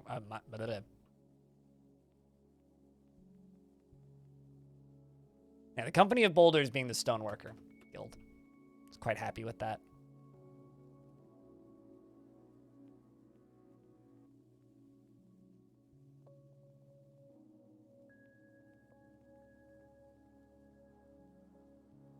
Honestly, I feel like the problem that I have with Roblox isn't that Roblox is a bad game. Or platform, I suppose. The problem that I have with Roblox is kids deserve better. It's like, it's such a maniacal, like, nightmare. That's just so clinically designed from the ground up to take your money and force you to work more than you should. Like, it's such a maniacal product. Acre, the miner, has created Desmeralium, a schist table. What a schisty table. Claims it as a family heirloom. It's worth 55,200. Just buy your kid Minecraft. The thing is, in Minecraft, it's harder to make your own games, right? I mean, like, there's games that are trying to be like Roblox, right? But the problem isn't like Roblox. It's peer pressure. Once other kids are playing Roblox, it's hard to stop playing Roblox because it's designed like a pyramid scheme. Anyway, but I'm not going to rant about Roblox right now. That game's just weird. This is a schist table. A craft worship is of the highest quality. It is encrusted with oval schist cabochons and encircled with bands of llama wool. This object is adorned with hanging rings of pineapple opal and menaces with spikes of tanzanite and elephant bone and jute. On the item is an image of round, brilliant cut gems in elephant leather. On the item is an image of a cloud in alpaca wool. Alpaca, all this wool.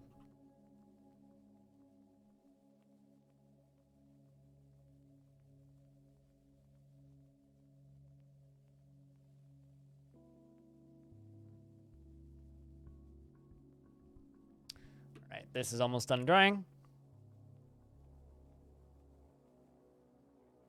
You were going to say table, but you said throne. Yep. Mm-hmm. You thrown away your good guess, unfortunately.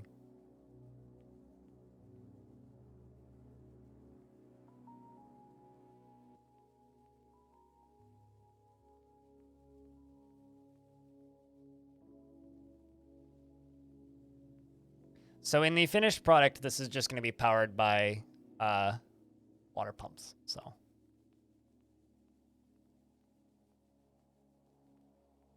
those weird pointy bits on furniture. Cabochons.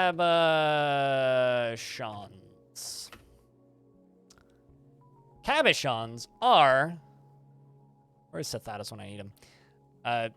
Polished stone/gems that are cut. That's what cabochons are. That's just like cut stones.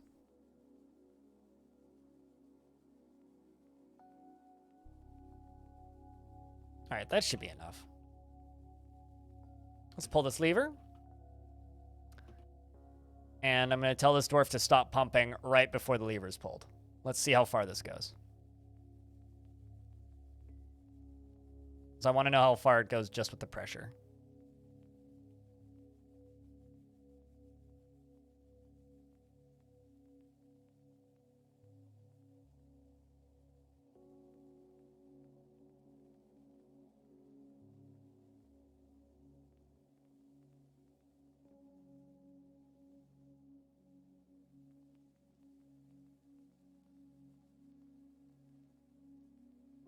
Okay, here comes Dwarf. Stop pumping. Nortram's coming up to pull the lever.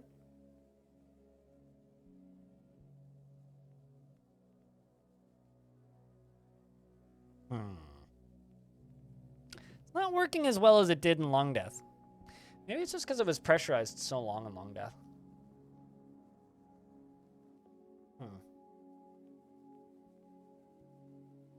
Let's try something else.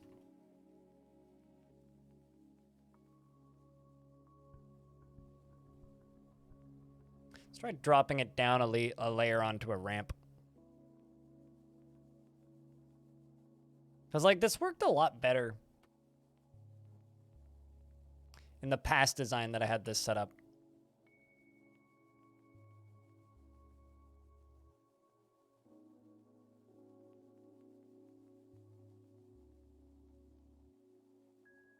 Oh, no. It's unfortunate.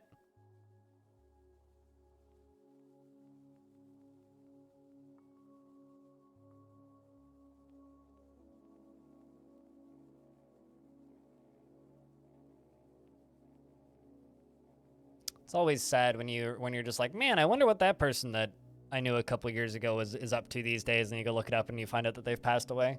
That happened to me a lot recently, actually. Like people my age too, like in their mid-20s. Wood pump versus adamantine pump? Bruh, this is a glass pump. Wood pump would like burst into flames.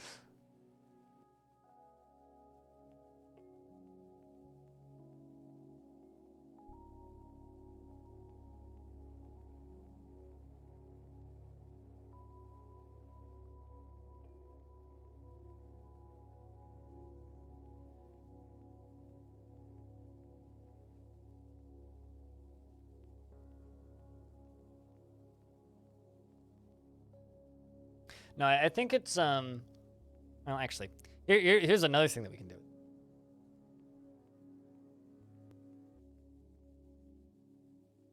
I hope it's not like some weird physics change between versions, because this was 3 versions ago that I was doing this last. If not, I've got a plan B.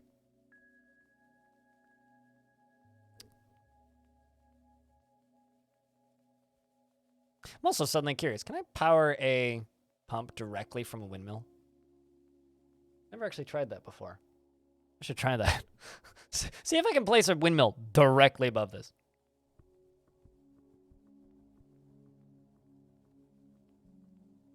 You don't happen to be referring to volcanoes, do you? Clino? Because that's a hobby, I mean. But for weed, not for cigarettes. You're right here. Oh, it don't matter, because... Actually, no, we could literally just dig out a little cube here and mess around with some shenanigans.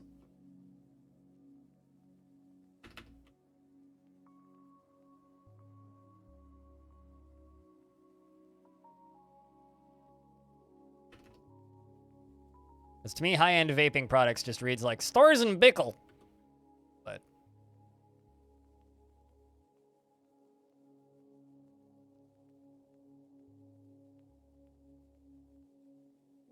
glad to hear you got out of smoking, though.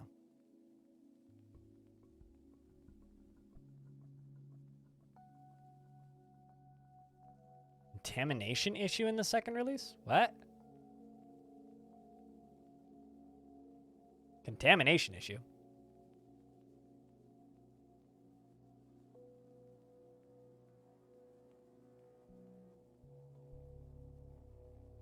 It's canceled. Found hot stuff. Uh-huh. Interesting. Also, it means that I placed that in the wrong spot, which is totally fine.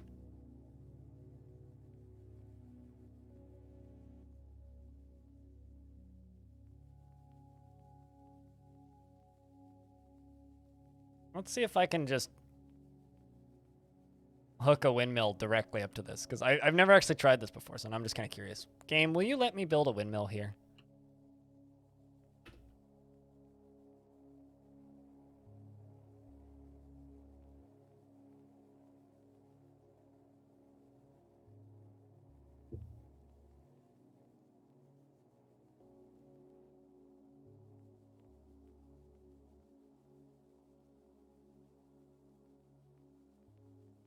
Gotcha.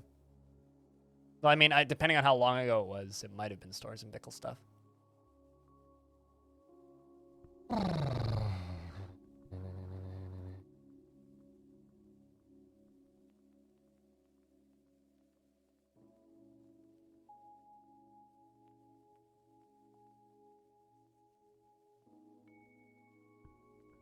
Interesting. You super duper can. All right, let's see if this works. I've never actually done this before. Let's see if you can hook a windmill directly up to a pump. I'm doing all kinds of science today. Unintentionally. That hurt my throat, though. I honestly, like... I'm definitely in Team F combustion these days. There's, like, nothing about turning it off becomes tricky. Ah, it's fine. That's what deconstructing the windmill's for.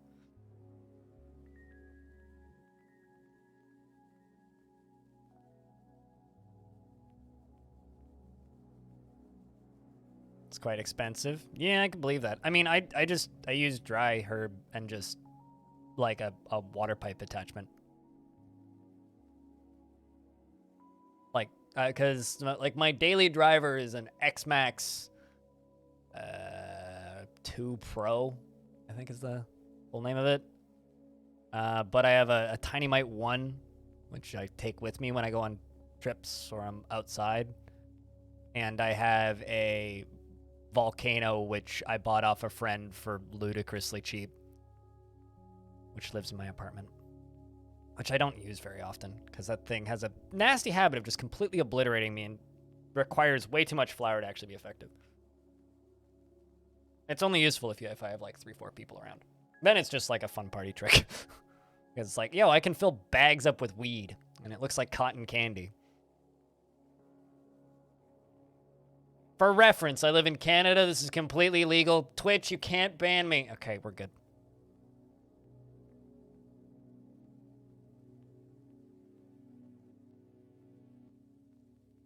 Oh, although I will, because I have a Volcano Classic. I don't have, like, the Volcano Hybrid, which is, like, the one that's more useful.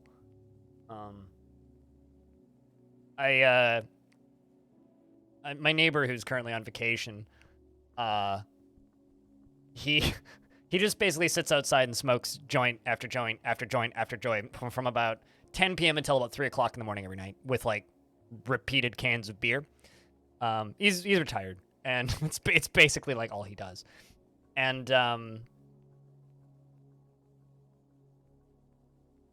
it's a very inconvenient boulder right here. Let's see if I can get them to dump it. It's like balanced on top of this. I'm assuming they can't move it.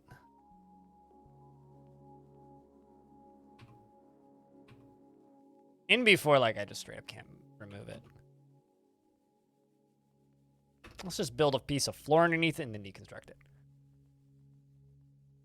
Oh, yes, Twitch is based in California, and weed's definitely legal in California. But the way Twitch works is if you live somewhere and that thing is legal, you're allowed to do it. With the exception of, like, you know, women being topless. Because then all of a sudden, like, the vast majority of a certain portion of Twitch would just move to somewhere where that's legal.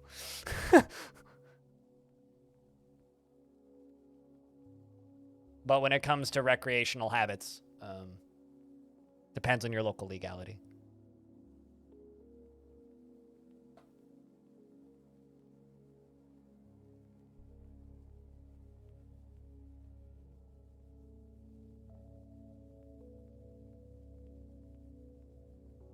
All right. Let's remove that now. And hope that that boulder's gone. And then we'll rebuild that windmill.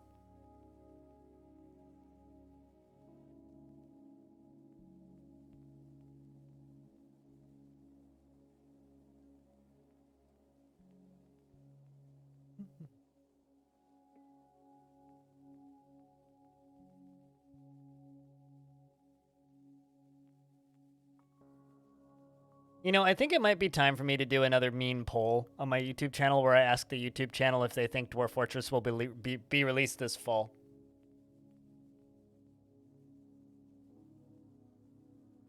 Because it's been a while since I've done one of those.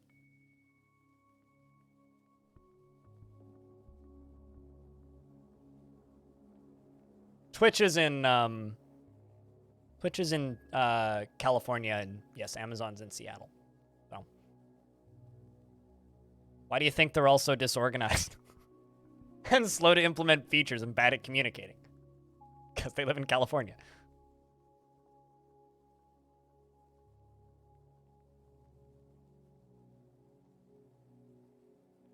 Obviously.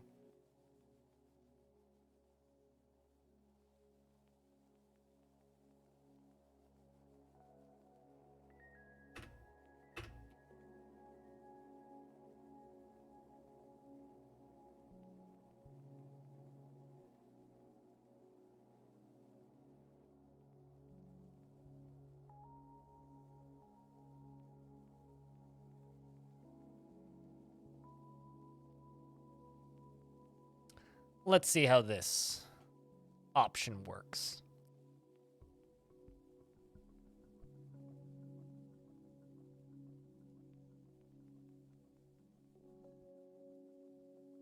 Because worst case scenario, if I can't make this work, what I'm going to do is I'll just have drawbridges that will drop above it and then dump the lava off the drawbridges onto the thing. That's the worst case scenario. Which isn't too bad.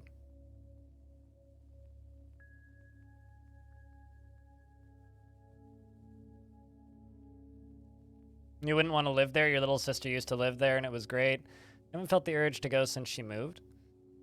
I've never been to San Francisco, and I don't like big cities, so I don't think I would like San Francisco. I don't know. It's weird because, like, I don't live in that big of a city. Like, the greater Vancouver area is, like, 3 million people or something. Vancouver itself is, like, 300,000. It's not that big, but I don't like dense cities. Like, I like being on the outskirts of cities. Like, I grew up in the country, and it's like I live in the city because I have to, not because I want to. Okay, well, there's no wind there, so that's kind of redundant. No. All right, then. Well, they construct that.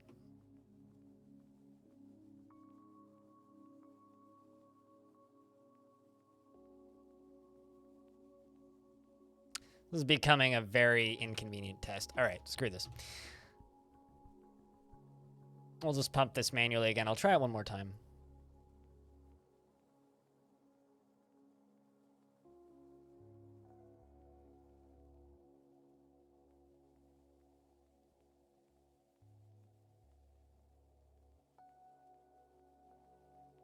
Also try a drawbridge.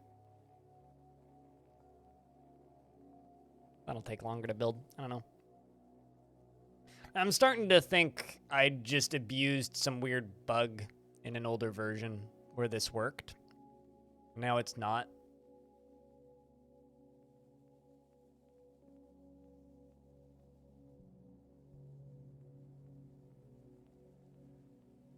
So it's geographically small and they won't build housing.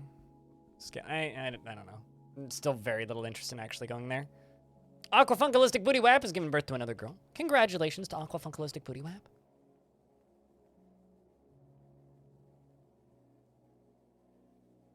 Not in decades. Yeah. I would just follow the directory on Twitch. Every now and again, Angband streams pop up. Just like every now and again, NetHack streams pop up. Just a matter of keeping an eye out for them.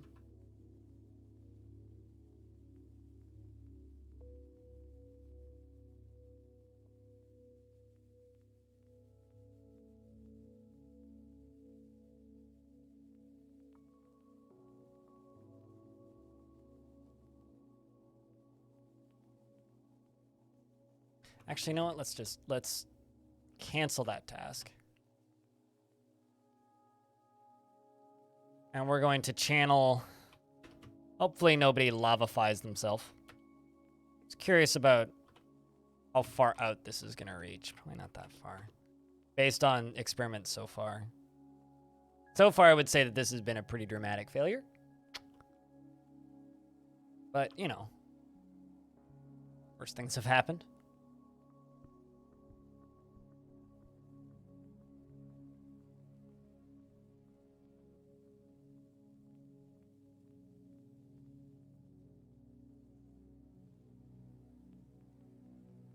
But yeah, I don't really play Angband, no. Oh, I see why. It's because they literally can't get to it. Lava in the way. Go fucking feed ya.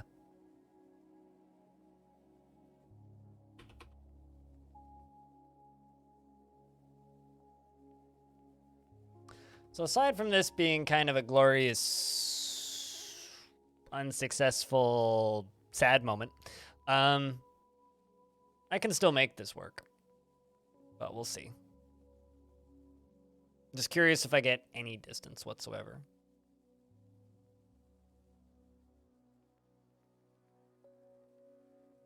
No, it's not that it doesn't have emergence gameplay. It's just I'm not a big enough channel to actually get people to watch it.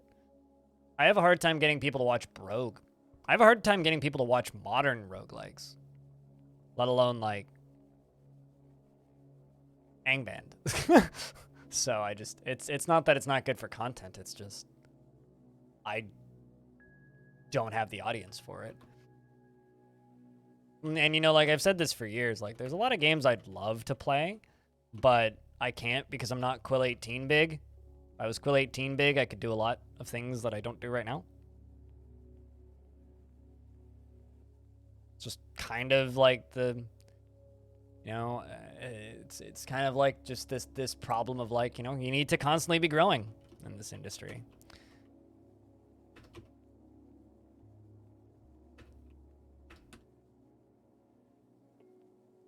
But also, like, Angband just isn't on my first list of roguelikes anyway, so if I were to go play a traditional roguelike, I'd probably go play Zorbus right now.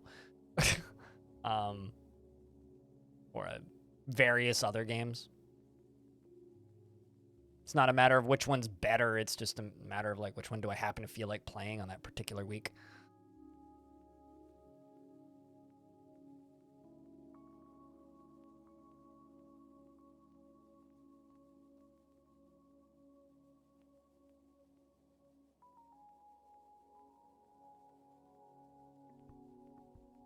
Names for players? Hey, man, someone has to do that. I think everybody's bad at roguelikes. Except for those nutcases that speedrun NetHack. They're just a bunch of nerds.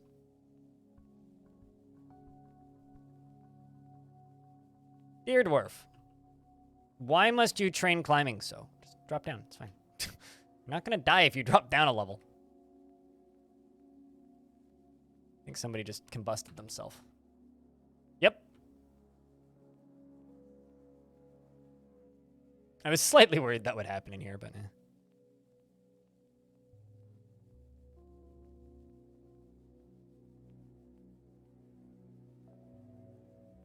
See, and then there's me where I prefer roguelikes that aren't Tolkien, which is actually why I like, you know, Caves of Cud more than any of those games, because I don't like the Tolkien.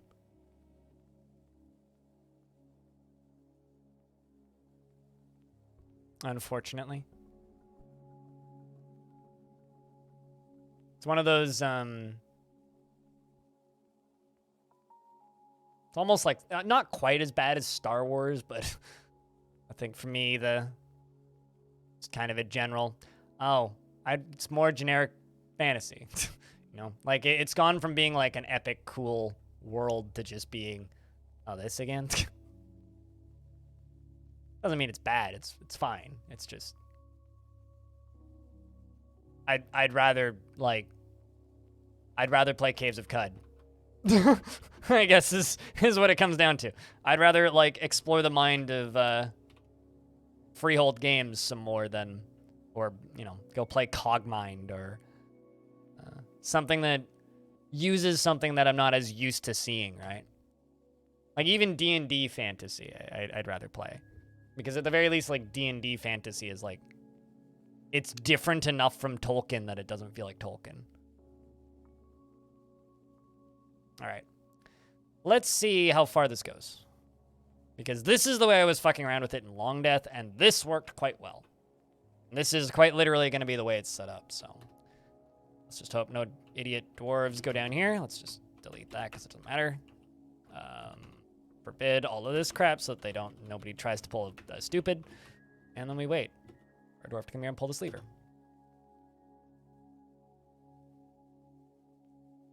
And this entire time, this dwarf's been pumping. So ideally what it should do is it should go a little bit further on the first slug. That's all I really needed to do. But in Long Death, I was getting them to fire like 4 or 5 tiles out. Maybe it's because like they were powered by like the drive shafts instead of just a dwarf pumping it, but yeah, no, it doesn't do the thing that it used to. Oh well, okay. Well, that's unfortunate.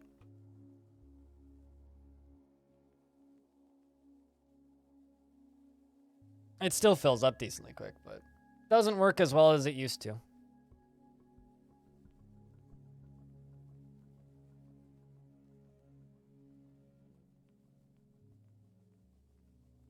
I think that there's like a overhaul mod for Tome that just makes it into Tales from Middle-earth again. I'm pretty damn sure that that exists.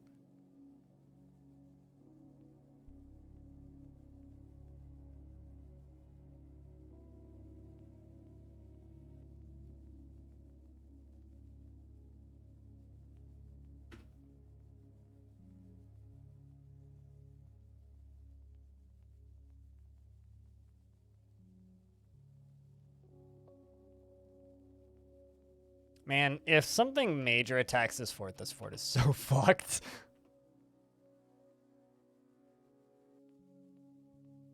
Like, just straight up, this fort is so fucked if something big attacks it.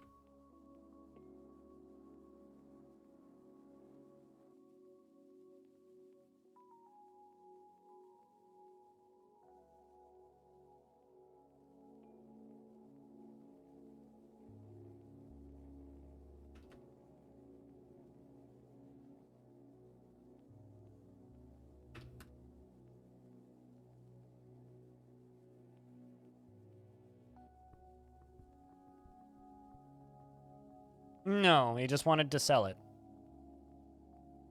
Wanting to sell something does not automatically equal they got a cease and desist. Back out. And pumping back out.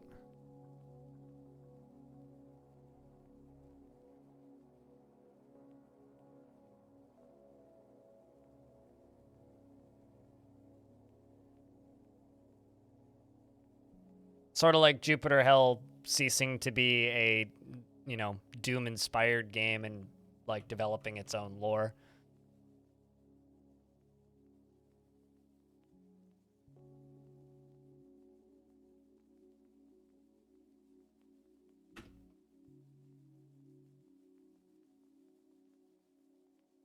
That's what you gotta do.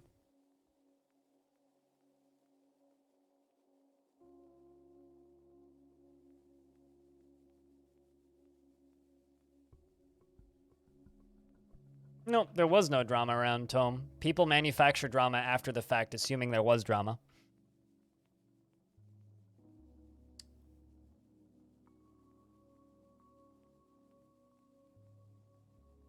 Also, let's just make our block.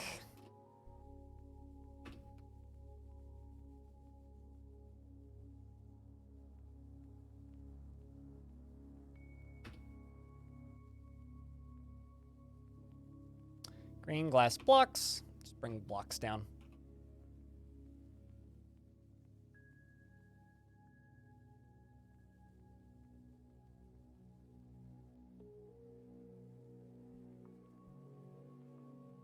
Dwarves be digging.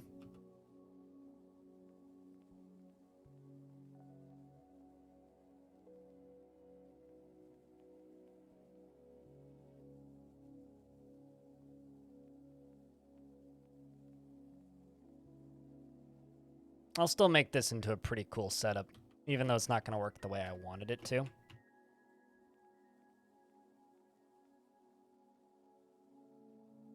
But that's fine.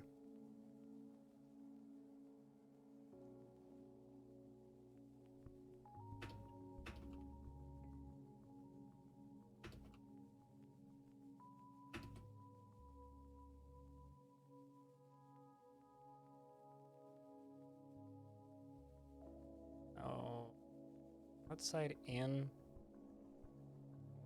side out. We could just do it this level. It's gonna actually be quite modest and not that complicated.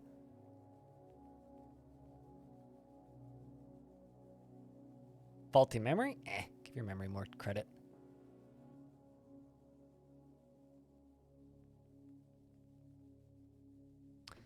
Give your memory more credit.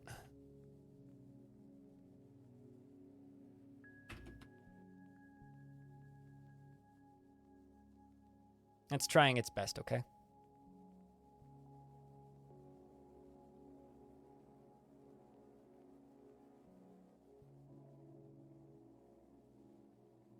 It is quite literally a habit of the internet.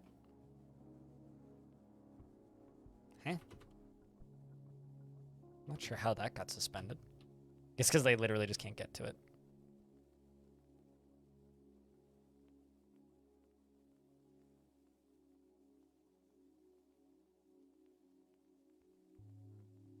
Right, these dwarves are going to hit the water in a moment.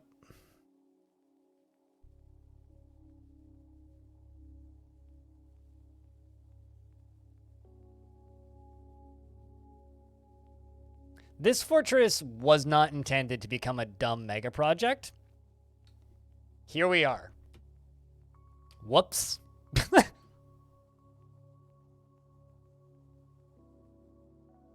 I haven't even started the lava flows yet. It's all set up and ready to go, but...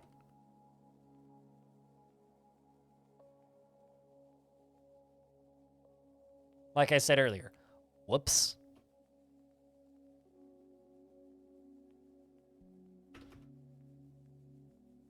This was supposed to be like a modestly sized fort. Whoopsie.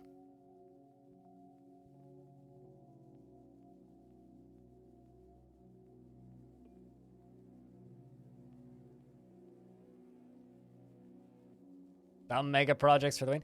Yeah, it's just going to take me 6 weeks to build.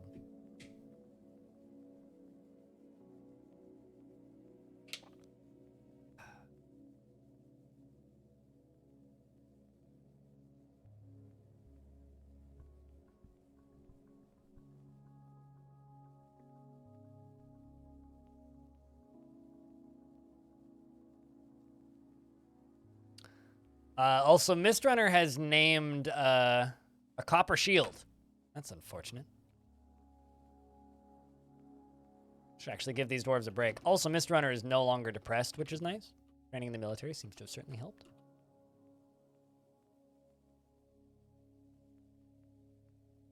Yep. Quite happy, in fact.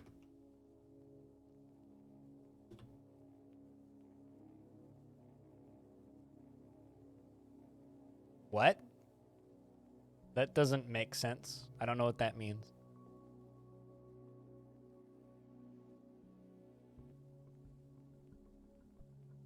Wait, is this like an all roads lead to Rome thing?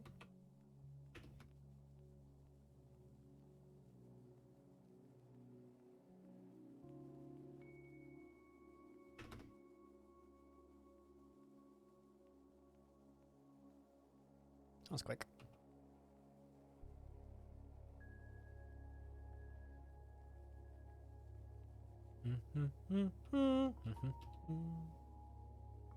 What type of bolt are these? Andesite. Yay! They're all just andesite.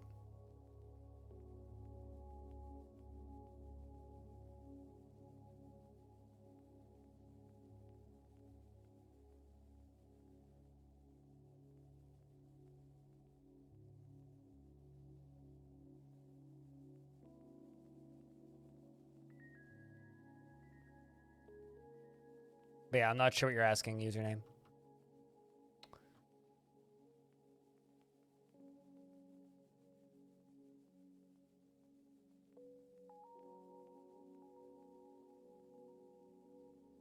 I'm much more used to being asked if I'm Linus Tech Tips. Which, also the answer is no.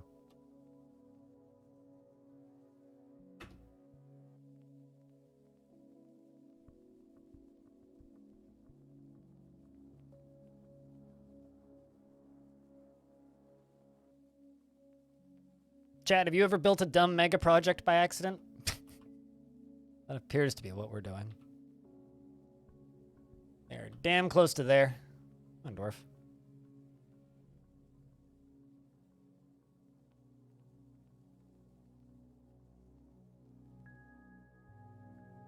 Sure, but no, I'm not Rome. I don't think Rome had a population of 80. Actually, 78. I've never played Dwarf Fortress. Everything involves a dumb mega project sooner or later, I suppose. It's varying degrees of dumb mega projects. Good spot to stand there, Dwarf.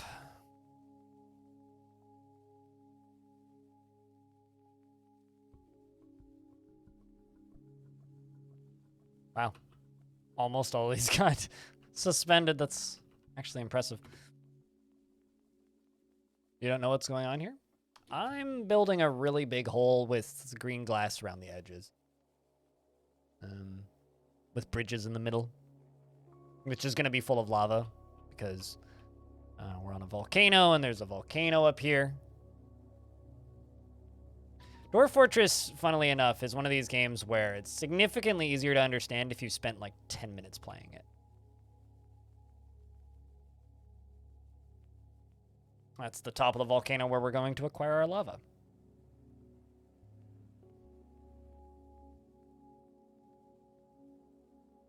I was actually planning on doing other things today, but I kind of ended up, like, just playing Dwarf Fortress for almost 11 hours.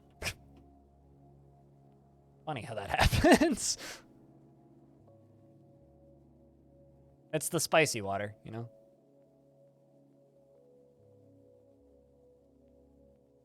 Everybody needs a little spicy water. So, I'm going to have bridge, fortification, pump. Pumps go right there. Which means hole for pumping lava go there.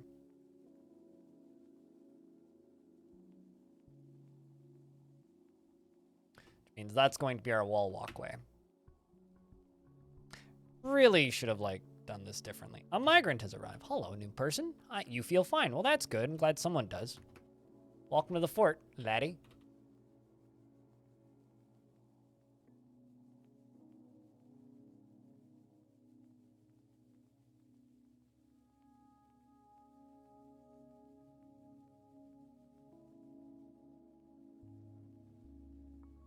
But yeah, no, Dwarf Fortress is a significantly easier game to understand if you've played it. But generally, I would say that just staring at it for a little bit is kind of a good way to figure it out. Just remember that the world is essentially 3D Minecraft. Well, 2D Minecraft, rather. This is a layer. This is a layer above that. This is a layer above that. This is a layer above that. This is a layer above that. This is a layer above that. On the side here, there's this bar. This dark color. There's this blue color. And there's this little cube in the middle. The little cube in the middle is the layer that we're on currently. So it's a... Well, in this current mode, it's a city builder type game. Flat Minecraft. Easy to lose. I mean, if you're bad, maybe? I think this game's exceptionally easy. Although this was an intentionally easy embark to just kind of fuck around with a volcano for a couple weeks. So, I just wanted to be on a volcano.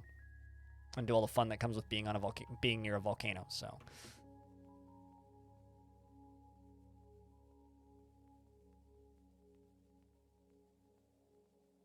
Perfectly normal desire, I think. That's because most people most of the stories you hear about Dwarf Fortress are really old. And this is a game that's, you know, been in active development for over a decade. So the game changes a lot. Currently, the game's actually quite easy if you know what you're doing. I mean, sure, you could still turn it into those tantrum horror stories, but you have to try really hard to actually have those same kind of events happen, which I'm going to be doing next week for Halloween, obviously. We're going to be building a separate fort, and I guess I'll have 3 forts running concurrently as of next week. Make doors. Got 1 fort that I'm trying to keep alive for 1,000 years, this one, and then I guess my Halloween fort, which I'll do for 2 weeks. And that one will have, like... Well, I'm kind of tempted to just, like, make sure a bunch of dwarves die, and then just, like, remove all the gravestones and set all the ghosts free. I think that might be the plan for the Halloween fort this year, is just make an intentionally haunted fort. For the fun of it.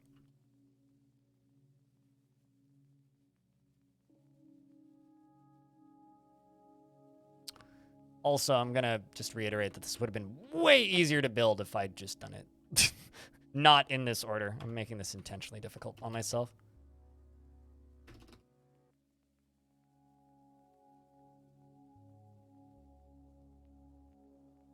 Where donkey? What's that? I think you mean where ass. Please.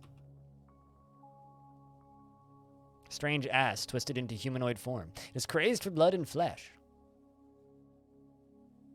Eyes glow pink. You will know why you fear the night. It's true. An ass? Where? Oh, right, yeah, chat. Forgot.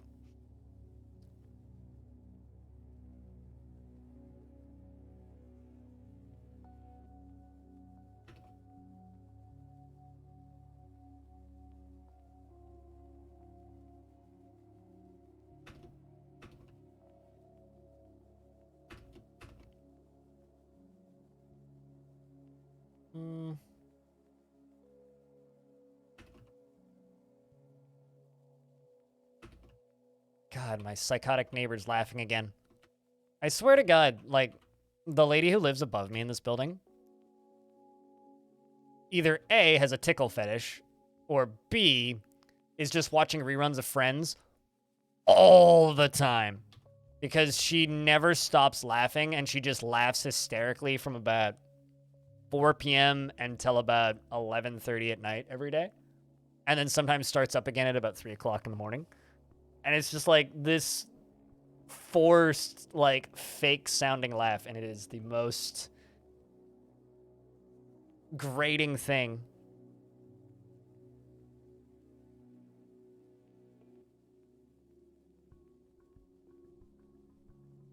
Like, I feel like a bad person complaining about somebody else's laughter, but my God, it's annoying. How the heck did you... I guess you walked up there?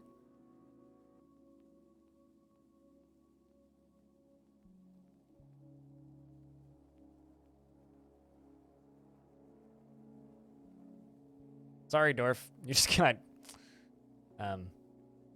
baited, I think.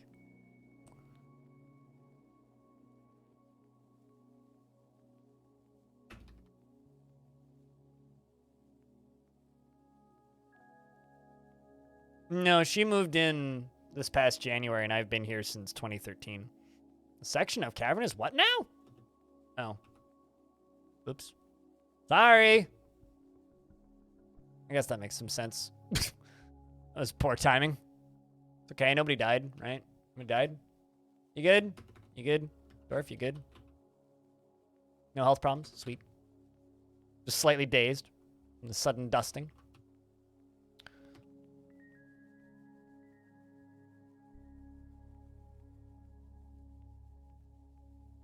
But yeah, no, I have a good deal in this apartment because I've been here for forever. Not because of the weird laughing neighbor.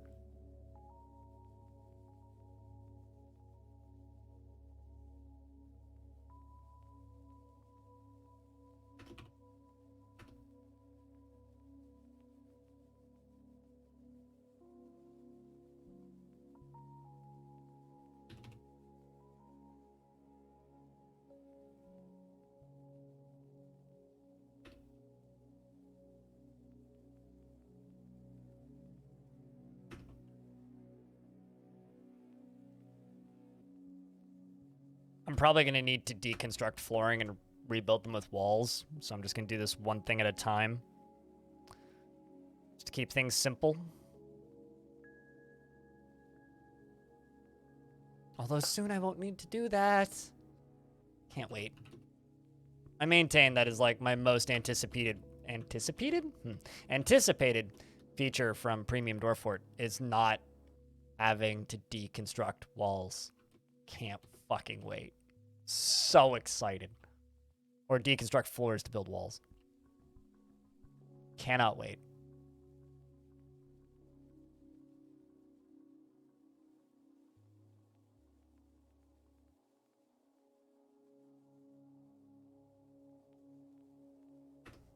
Because right now that's like genuinely like the biggest bother ever. Can't wait until the day I don't have to do that anymore.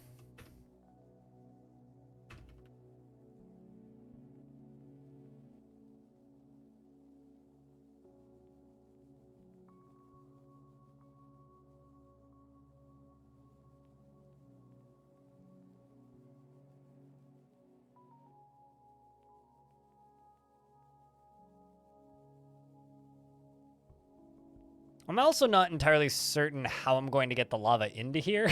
Probably going to have some sort of, like, underground drainage from my non-existent future lava moat into here. I have to figure that out. Probably tomorrow.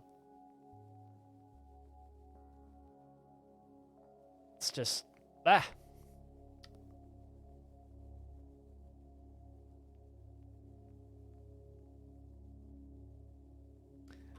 I'm just annoyed beyond all reason right now because I was very much excited about the potential about Dwarf Fortress releasing this year, and then RimWorld decided to drop a DLC, and I'm sitting here going like, come on, did you have to release a DLC during Dwarf Fortress's potential release window? Because that's like your biggest competition. Like, I'm genuinely annoyed by that. I know that they can put out a DLC whenever the fuck they want. It shouldn't matter, and it doesn't. But it's like, doesn't change the fact that I'm really annoyed by it. So.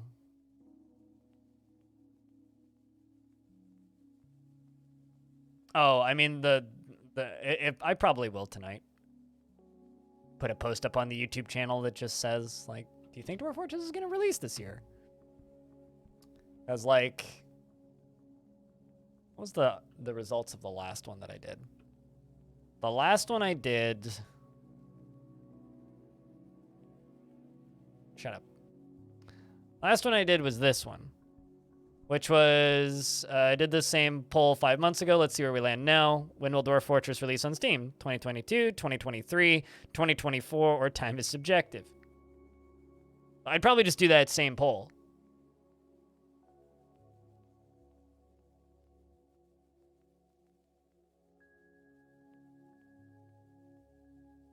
Like, honestly, I'd probably do that exact same poll.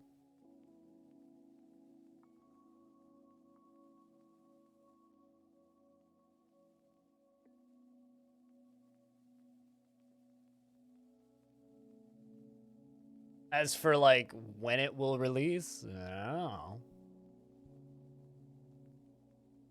All I know is that when it gets announced, my life is going to become very busy very quickly. I really hope that they give me more than an hour's notice. Like, I kind of wish that they'd just, like, figure out a release date and then just let me sign something. So that I could just know when it would be out so I can plan accordingly. Like, I'm gonna be really bummed if I have, like, a camping trip. Because I plan frequent camping trips. I go camping, like, every couple weeks. I'd be really bummed if, like, I booked a camping trip with my friends and then just, like, I had to nope out because Dwarf Fortress released. It's like, ah, come on. Also, to anybody who's new to the channel, hi, by the way. I see a couple new names around. We stream Dwarf Fortress Tuesday, Wednesday, Thursdays. Really. And when I stream about, I don't know, 12 to 14 hours. Tuesday, Wednesday, Thursdays. Although once Premium's out, I think I'm going to bump that up to probably 7 days for the first week. Probably. Maybe 5. But I'm going to bump the number of days a week up pretty significantly.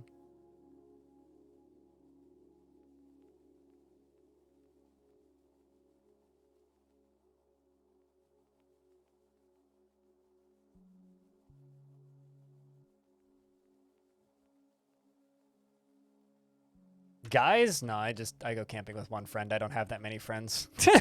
Sometimes my dad. It's usually just me and my friend Kevin, though.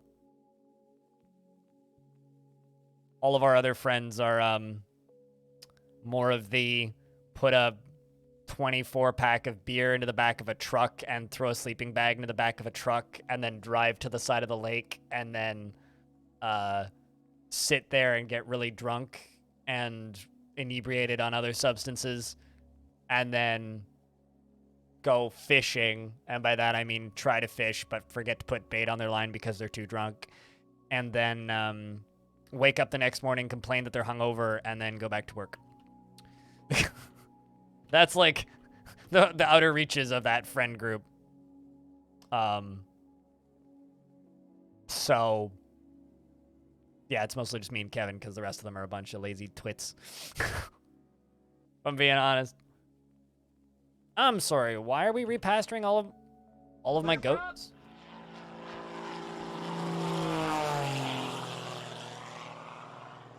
You're gonna pour a drink? Welcome back, pilot.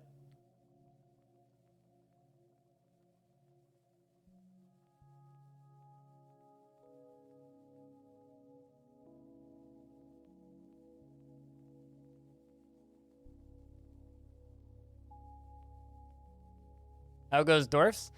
My science didn't work out as well as I was hoping, so I'm a little disappointed. But aside from that, fine.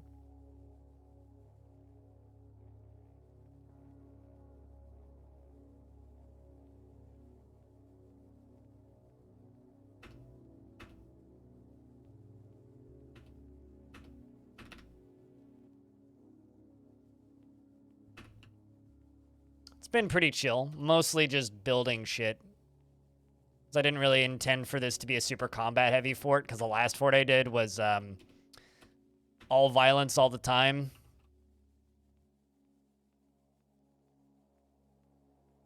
Nothing else, really. So, kind of needed a slower pace of things for a bit.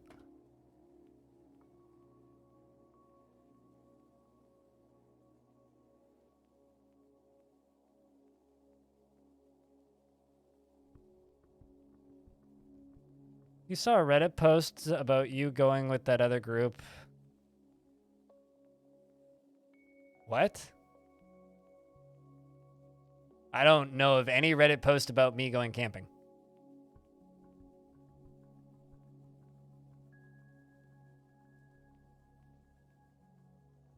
So, I have no idea what you're talking about.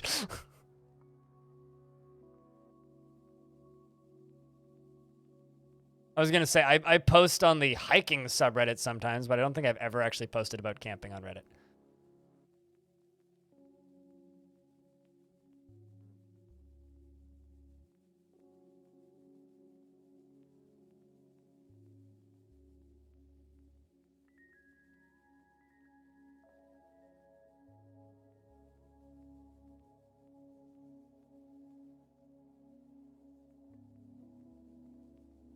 This was Reddit about assholes? Yeah, I don't go camping with assholes.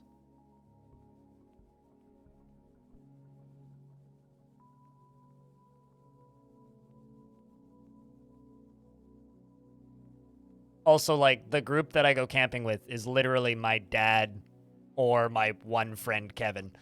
My dad is a nice dude and doesn't do that sort of thing, and my friend Kevin is a nice enough dude and also wouldn't do that sort of thing, so...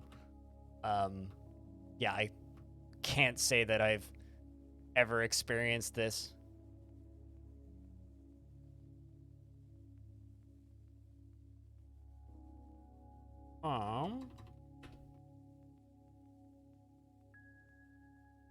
Yeah, that's how we're gonna do this.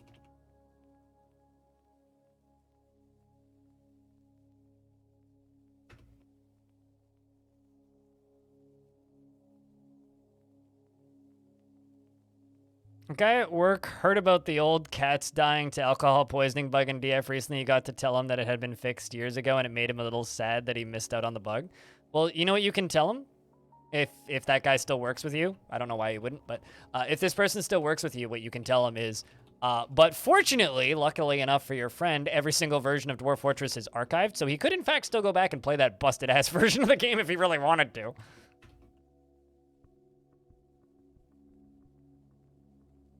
It's they're literally, like, you just need to look up the version number. I can actually tell you what version number it is, but...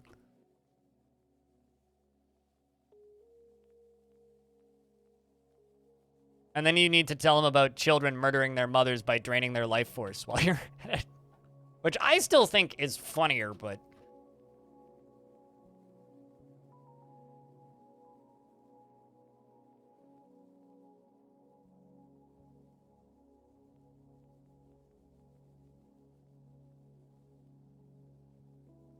So that's going to be the setup here. Pretty simple. They walk along bridges, and then they walk around tower, and then they walk around another tower, and then they walk around another tower, and then they walk around another tower, and then they walk around another tower, and then they eventually walk into the fort. And we trap as many of them around the towers as possible, and then from up here, we pull a lever, and they all go, and it vomits lava all over them. The best story that you've generated? Okay, so because you used a keyword there, generated, I'm not going to talk about any stories from in my forts, but what I will say is, why do I just want to say this one time at band camp? I'm tired. The best story that I ever generated was in, after World Gen once when I was fucking around in Legends mode. I found a queen, a human necromancer queen. And this queen, this was shortly after, okay, clarification. Shortly after the game added, poly relationships and the ability for dwarves and other characters to get divorced and a bunch of other fun mechanics like that. Anyway, I found this human queen who had this. Okay, so she wasn't a queen. She was like the daughter of a duchess. So like kind of removed from the crown, but like royal adjacent. Grew up into her teens and then started lying and cheating and gambling to work her way up. Eventually reached out and corrupted an individual to gain power. Became a baroness. And then from there, eventually sought out ways to extend her life past its natural length and became a necromancer. Once she became a necromancer, this then got a little bit more problematic for those around her because, she started to live strangely long.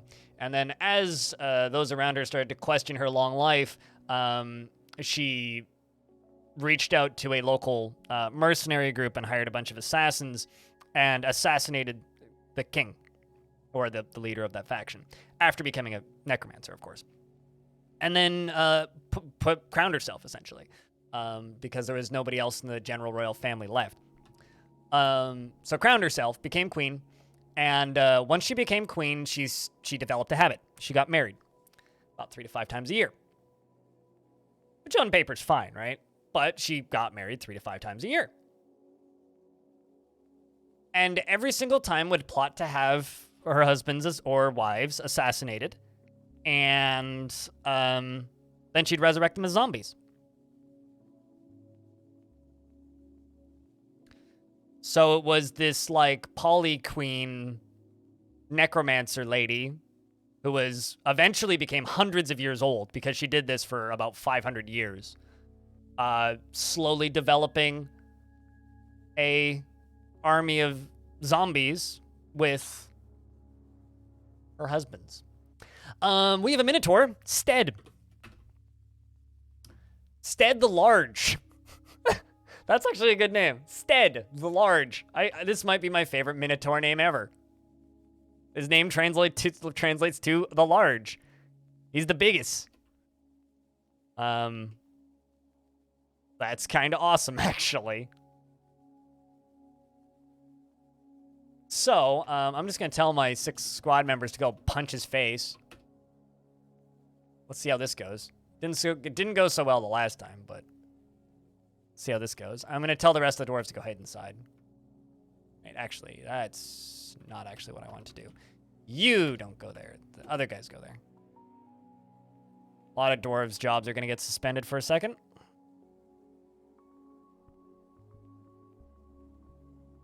While the dwarves go out to kill the minotaur. It's the Minotaur. Our uninvited guest.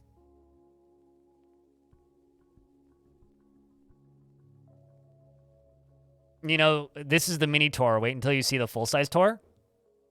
That's truly terrifying. What are you chasing? Oh, a wombat. Okay. Hasn't even caught it yet. What a silly tour. Get him, Stead! You got this, buddy. You're going to schmack that wombat. I was right, it was a wombat. You're going to schmack that wombat, you capital M nightmare. He's staring at him. See? Wombat here. He's peeking around the tree. Look at him. Get him. Sneaky. Sneaky large. Schmack it. Okay, no. This wombat's just like fucking with him at this point. Wombat's like, nyeh, nyeh, nyeh, nyeh, nyeh. Where'd the military go? Come on, boys.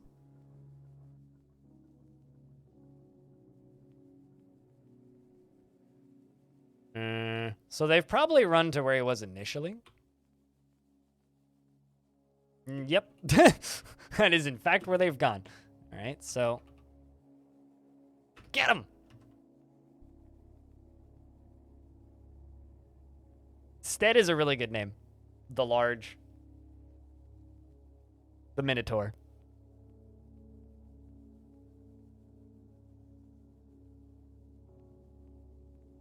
Oh, no! He grabbed the wombat by the first front toe with their left hand. The wombat scratched the Minotaur in the head, denting the skin. and bruising the fat. The force bends the neck. The Minotaur punched the wombat in the rear leg with his left hand, bruising the muscle. The Minotaur attacked the wombat, but she jumps away.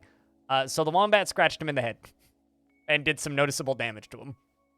Not much. I mean, just a bruise in the fat. That's not major, but he'll walk that off. But it's nowhere near as good as the capybara that bit a Minotaur earlier in this fort. Oh, sorry, no, not a capybara. I had a caviso. A guinea pig, essentially.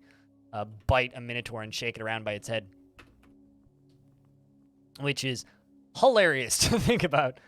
Oh no, now it's chasing the impalas. And I'm getting some lag. Fine. Big maps, this happens. Probably means animals are spawning. Usually what it means. Boop, da, doop. And we'll sit and wait. We wait a little. There we go. Game figured it out. Nope, never mind. I spoke too soon. Hi, Orange. How are you?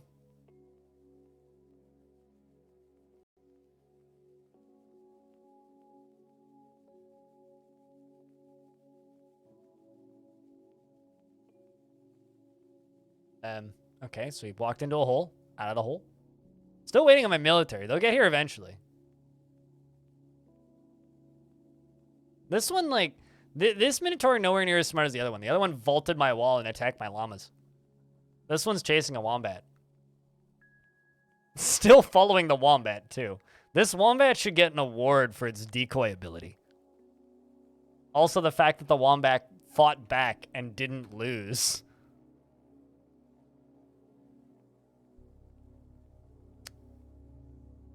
Legit thought I saw my dwarf, but it was just a bug. Here come my dwarves. There they are. There they are. Look who finally made it here. Cog, the militia captain, and Ficod. Cog charges in, gets the first hits, it seems like. The Minotaur attacks the wombat, but she jumps away in the... okay, so we missed. All right, let's move one turn at a time by smacking period. The militia commander stabs the Minotaur in the lower body with her steel short sword, tearing the muscle and tearing the lower spine's nervous tissue. A tendon in the spine has been torn. The militia commander has nothing interesting to say about this. However, if we examine the militia commander's inner thoughts, who's currently mounted on the thing, she's terrified while in conflict and feels vengeful when joining an existing conflict, and feels vengeful when joining an existing conflict, but has been bored recently after doing nothing creative for so long. She says, I have a part in this. This might require an answer.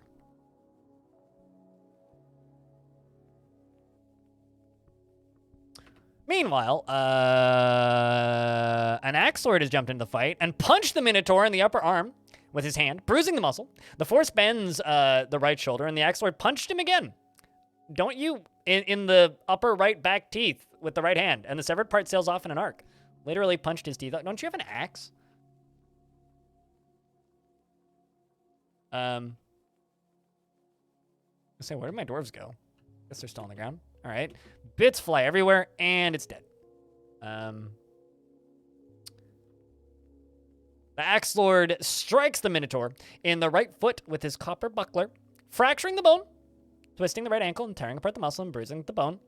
And tearing apart the muscle and bruising the bone. A ligament has been torn, and a tendon has been bruised. And Ficud says, death, it's all around us. Feel uneasy. So easily broken. Begone fear. You okay there, Ficud?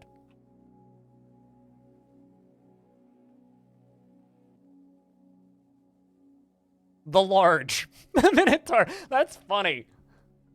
Anyway, Cog got the kill. Which one? The Dwarven quote? I mean, those are not really quotes.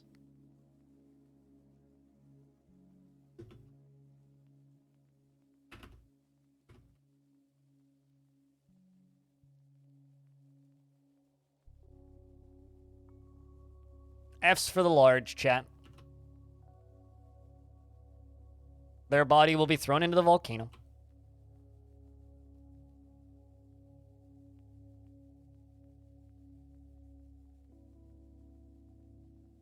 We shall remember ye. Well, YouTube will remember it forever. Whether or not people go back and watch the VOD, I don't know. Although I do relatively frequently have people tuning in and saying that they made it, like, all the way through a VOD, and I'm always, like, mildly impressed. I'm, like, kind of flattered.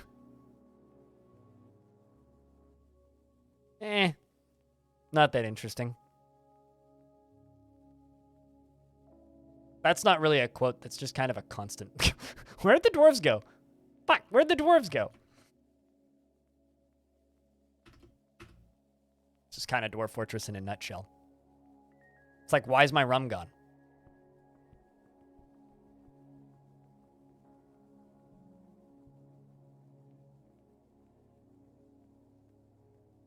This is going to require a lot of power when it's done. From west, glass, glass, glass. From west, glass, glass, glass. West, glass, glass, glass.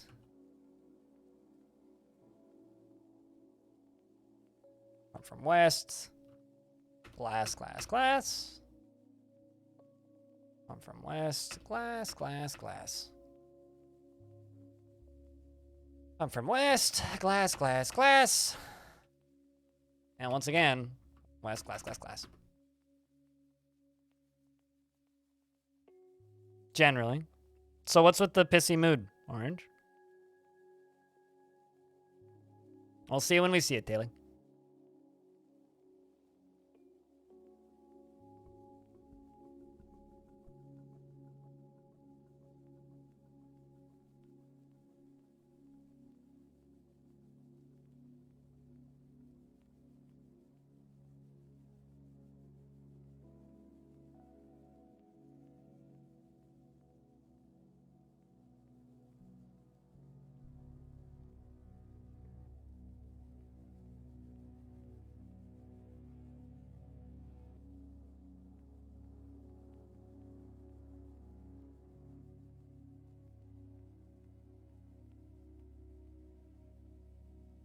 Oh, it's been a long stream today.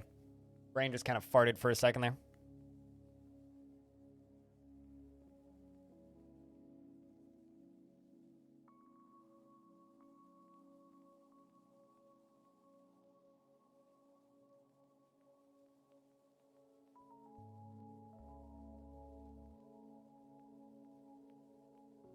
So I thought I had a seizure halfway through that sentence because I was like, how did you get hit? How'd your car get hit while you were sitting in? And I realized you were referring to like outside. That sucks. What the fuck? You at least have like some security footage or anything? Hope that you have insurance for that. That blows, dude. What the hell? I'm sorry. I don't blame you for being in a pissy mood. You are well within your rights to be in a pissy mood.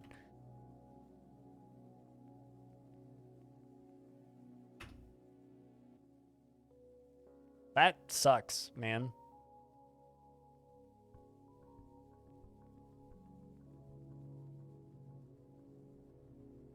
Oh, also apparently I have an artifact made. Raft's dwarfs. Cool. Probably eat some of these dogs. I got too many of them. All right, chat. Puppies on the menu. Same with baby llamas. Last year sometime, my mom and dad were sitting out on their side patio and they heard a squeak, donk, crunch.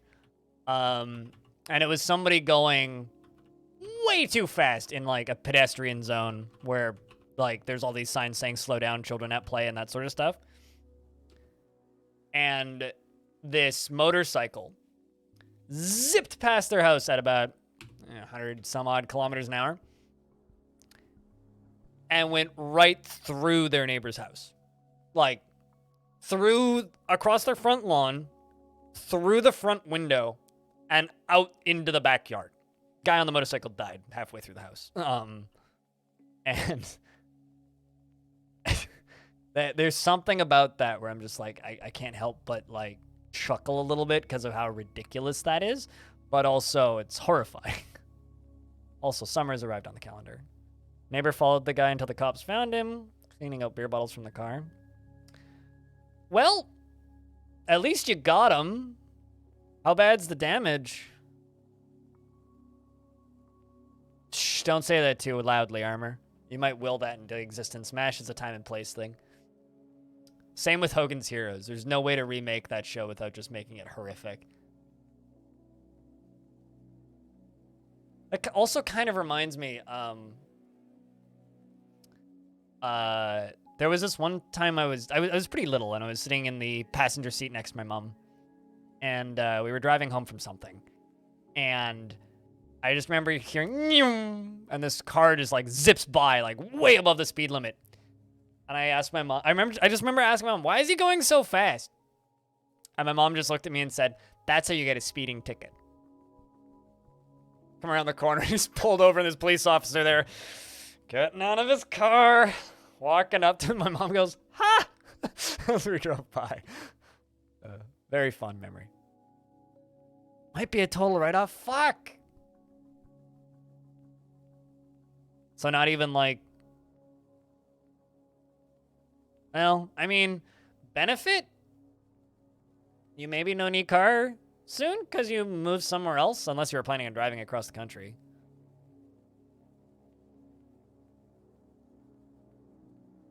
At how many things are still relevant?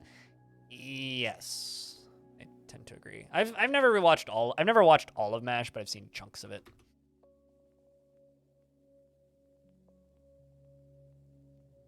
MASH, it's a Vietnam era TV show about soldiers.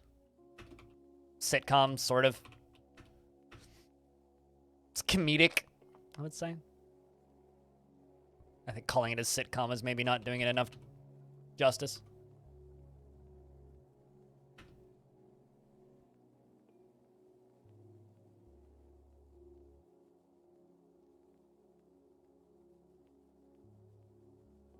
Is it Korean? I don't know. I also haven't watched MASH in like a decade, so you're probably right. I'm probably wrong. Couldn't fucking tell you. I haven't watched MASH since I worked night shift, and I haven't worked night shift since... Well, actually, I probably haven't watched reruns of MASH since like 2015, because that was back when I had a TV when I worked night shift. When I moved locations, I didn't have a TV anymore. We had a radio.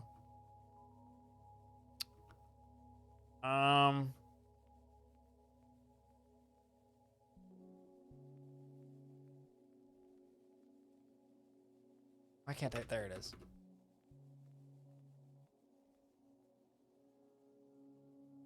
You'll have to wait and see. Yeah, makes sense. That fucking blows, though. You have the theme in your head? You're welcome. I don't, because I couldn't remember it. Finished talking to the cops 20 minutes ago? Well, at least I'm not a cop.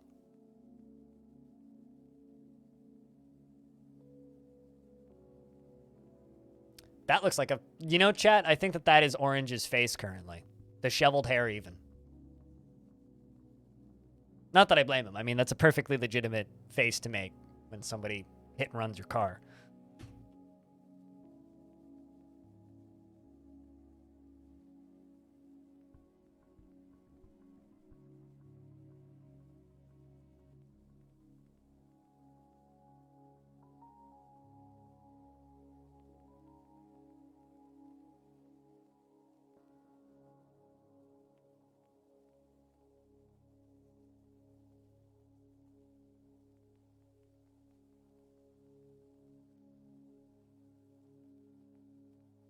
You'd have to tell me if you were a cop or it's... Oh, entrapment. Okay, yeah. I mean... Also, isn't that like a wives' tale that cops don't have to tell you if they're a cop?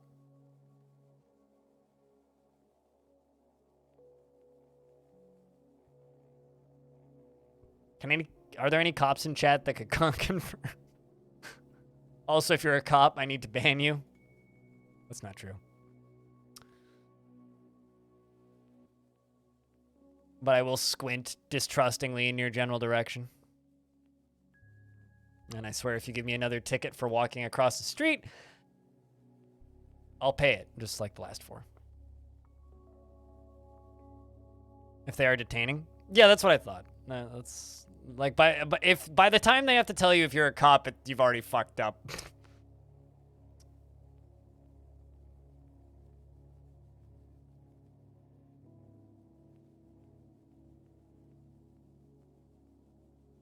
The number of tickets I've gotten for jaywalking is like a little hilarious at this point.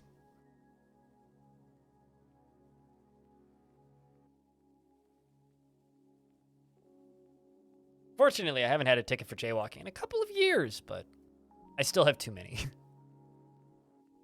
I think 8 tickets for jaywalking is too many tickets for jaywalking, if you ask me. Which is literally just getting charged $80 for crossing a street. Gotta love being late for work at a minimum wage job. Because they got mad at me for crossing a street that had no cars on it in any direction. It was literally like the same spot every time. It was like within like an 8-month period. To the point where like they even like looked at it once and they said, "Since you're a repeat offender," I was like, "Are you fucking serious?" It's like the only time I've ever gotten mad at a cop was like, when he called me a repeat offender. It's like, dude, I'm trying to get to work on time. So when people think that I'm a bad person, just remind them that I am a repeat offender for crossing the street.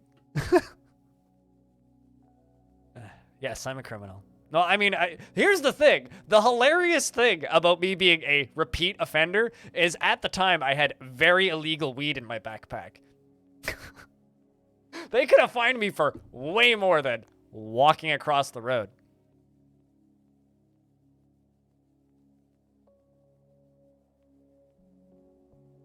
But at the time, weed wasn't legal. So, still amused by that.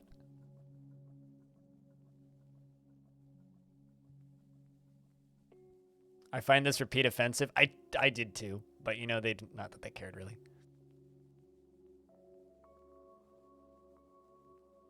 This is gonna be a really cool looking entrance. I'm thinking,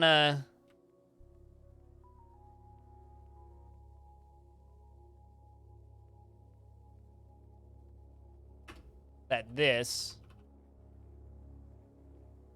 right here is gonna be the actual entrance to the fort. High treasurer from the humans has arrived.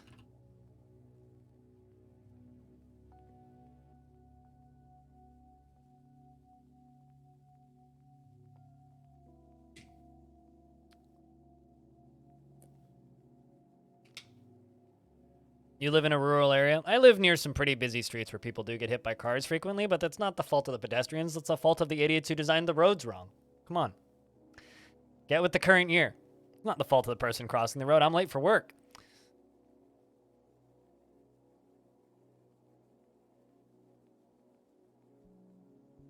Wait, for being a little past a stop sign when you stop? The first time I ever got pulled over by a police officer is still my favorite time ever, though. The first time I ever got told that I was breaking the law by a police officer was when I was like 15 or something. I was riding my bicycle down a hill on my dad's racing bike, which I wasn't supposed to be using. And he goes, "So, you know how fast you were going?" I just looked at him with my helmet on, just kind of going, "Not a clue." Because I was on my bicycle, right? He goes, "You were going 30 above the speed limit in a 40 zone. Kilometers. Downhill on a bicycle." And he's like, "Holy shit, you were going fast." He's like, "If you had a driver's license, I'd give you a ticket." So instead, he just let me off with a warning. Which, still find that funny. Anyway, Yushirir the Stoneworker has created Stibmer. Stibmer. That's a hard thing to say. Ralath. Adicite mug, and claims it as a family heirloom in the name of the family ancestor, Papa Lark. Papa Lark. It's hard not to say Lark for some reason. Papa Lark. The Shores of Lamenting is the name of it. This is an Adicite mug. It's also an Adamine mug. All craft store ship is of high quality. It menace with spike of citron wood. On the item is an image of dwarves in Adicite. The dwarves are traveling. The artwork relates to the foundation of Stonewater by the Scorching Lobster of the Rim of Savants in the early spring of 241. On the item is an image of a long four-sided prism in Adicite. Yeah. Why can't drivers be like the B movie? You know, to be honest, I reference the B movie a lot. I can't remember a single fucking thing from that movie. If I'm being honest, I don't remember anything from that movie. I remember, like, you like jazz, and that's about where my memory ends.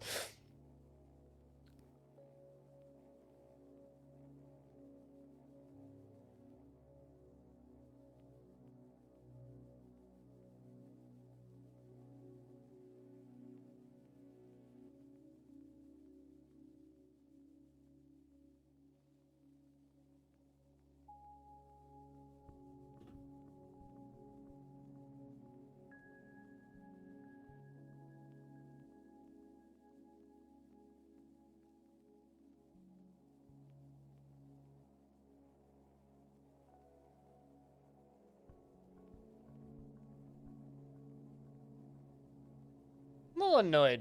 There's this game I want to stream, but it doesn't have a Twitch directory. Humble.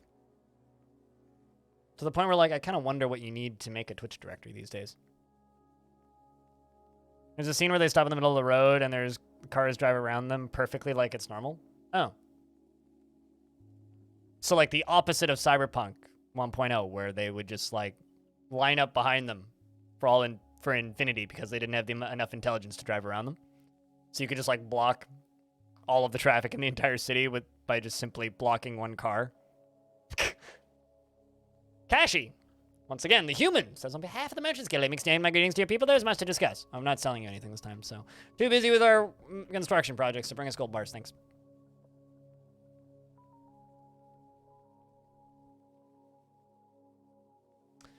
Kashi says, on behalf of the Merchants Guild, let me bid farewell to you and your stout dwarves. You too.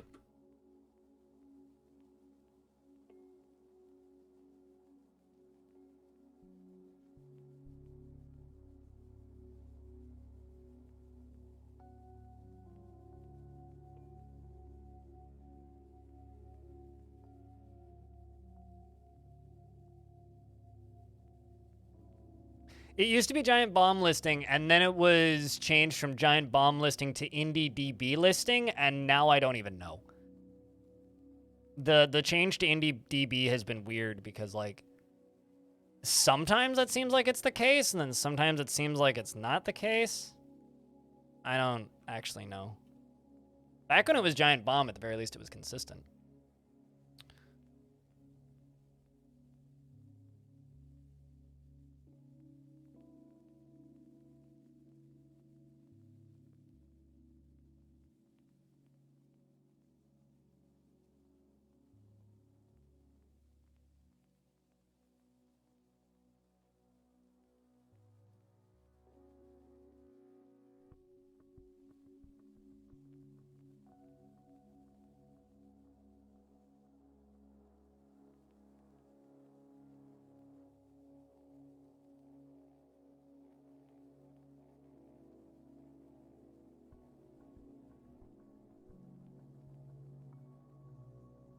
Now I get to finally use the fancy metals that I've been acquiring.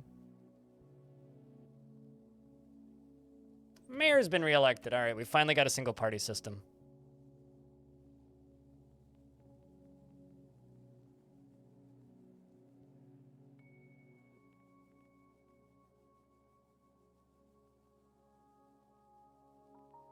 The listing updated? The thing about Giant Bomb, as an avid Giant Bomb user back in the day, not so much these days ever since all of the buyouts have happened repeatedly, but back when I was a much more avid Giant Bomb user, and still to this day actually, literally all you need to get it updated is you need to have points on their list on their editing service. So basically you just need to be somebody who edits the wiki. They never let just anybody edit it because it was community managed. So you can't just let anybody edit the wiki for any reason, otherwise people will just go and add whatever the fuck to any wiki. So in order to keep it moderated and, like, not ludicrous, they had to manage it, and it worked. It's kind of just something you have to do if you're running a community wiki like that.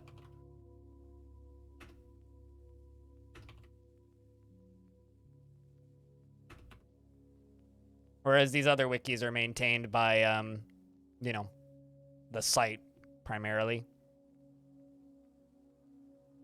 But Giant Bombs just kind of makes me sad these days. I used to love that brand. Now I just follow all of the old guys that split off of that site.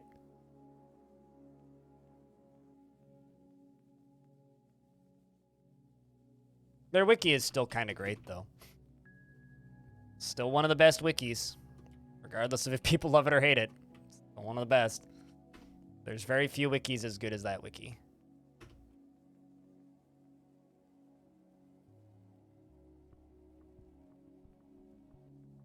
Okay, well, we need to do this on both sides. I'm trying to just, like... This is also me, like, just designing this system for the first time. It's also why there's kind of a lot of fiddling. Yeah, they got bought. They were bought by Red Ventures earlier this year. And they just got bought by Fandom, which is a terrible company. As in, they're just, like, notoriously awful to work for. So I'm not super happy about that. But, you know, like, none of the original founding members are left at the site, so it's not even the same site anymore.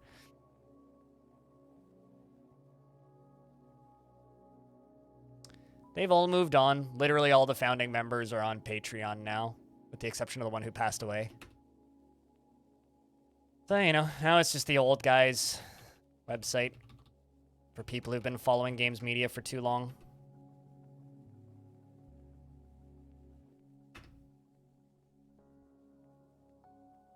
Let's do gold bars. Yeah. Don't quite have enough gold, but there is gold in the basement, so.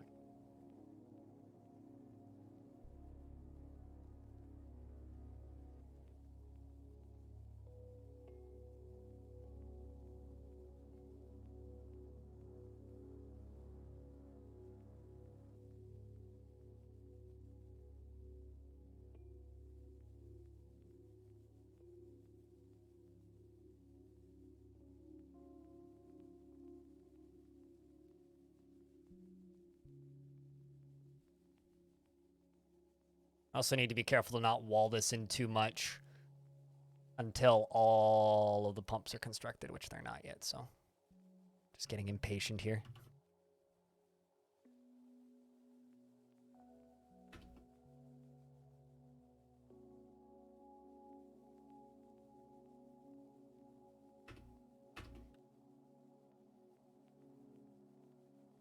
This is going to pump the lava onto the outside of this. We'll finish building this on another day, most likely, because I ain't gonna finish it tonight. I'm live for almost 12 hours.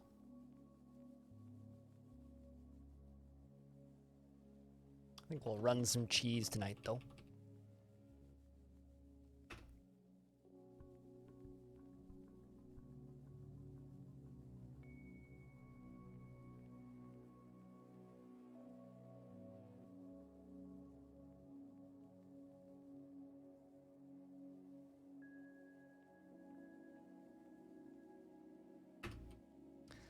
Well, I gotta say, regardless of how effective this is actually going to be,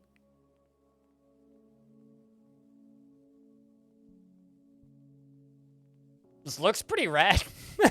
I have no idea how effective this is going to end up being at this point, considering my original plan proves to not work anymore, or at least not the way I thought it did. It looks pretty rad, though.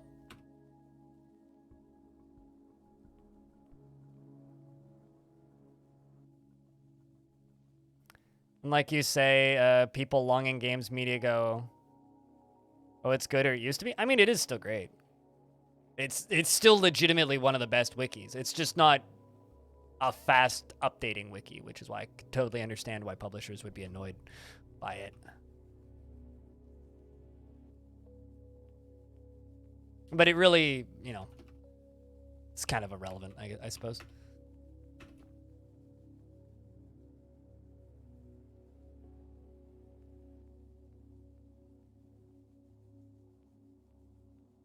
Doesn't really matter.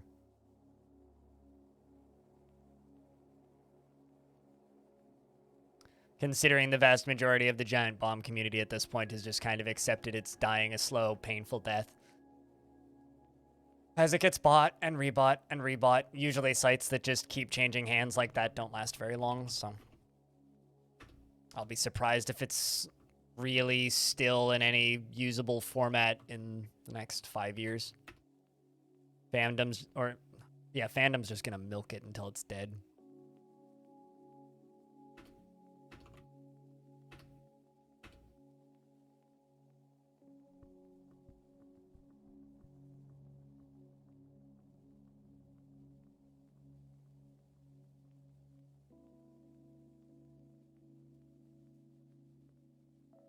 This is a pretty rad fort so far.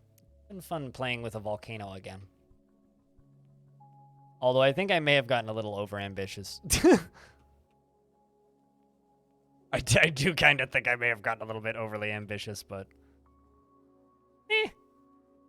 kind of fun. The more I stare at this map, the more this looks like 2D Dwarf Fortress. I mean, look at this. Like, the stream kind of is the right shape. The placement of the cliff faces at the right spot. Even got lava on the end.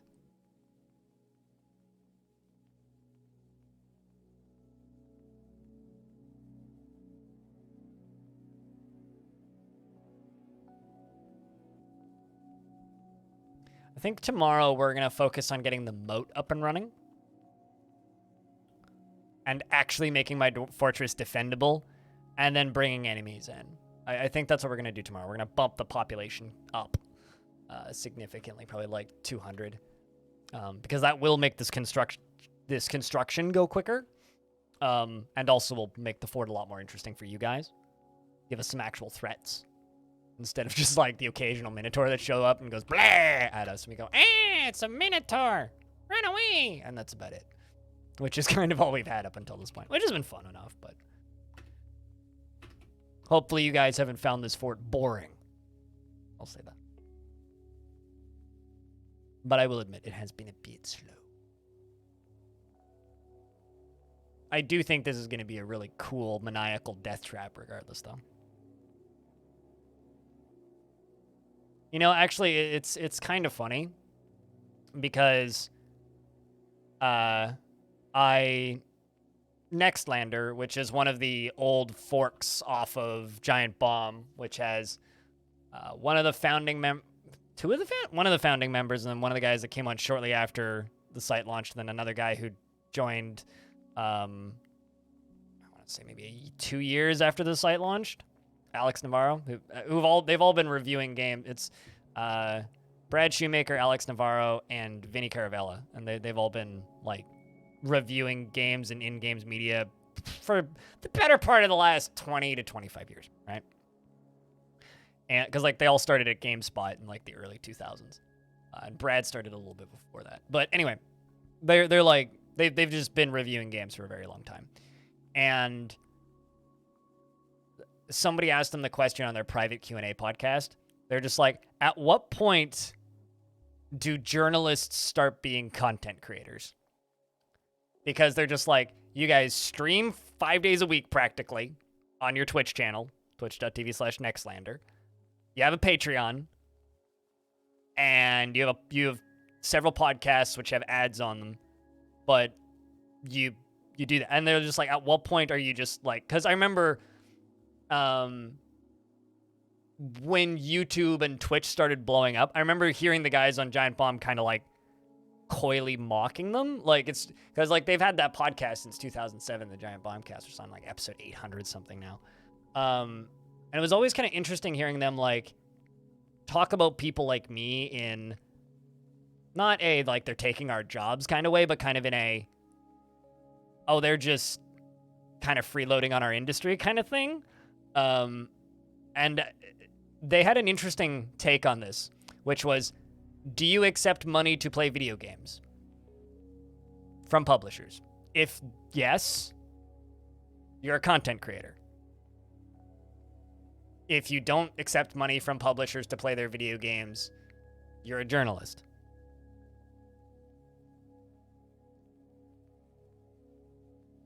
which I think is kind of neat, regardless of if you write shit or not.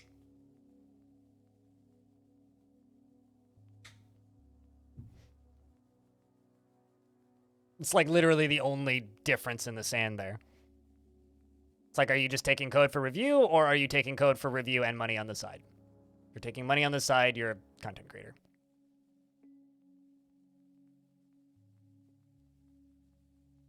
Which is something that I, as somebody who works in this industry, think is really neat. Because that's exactly how I feel.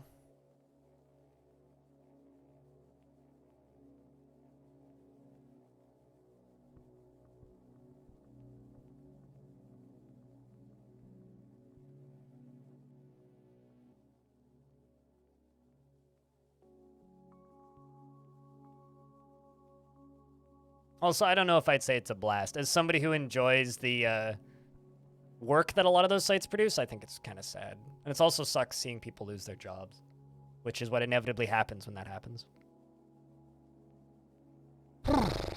Constructing these, I need to put a stockpile underneath this because this is going to take forever. Waiting for architects, though.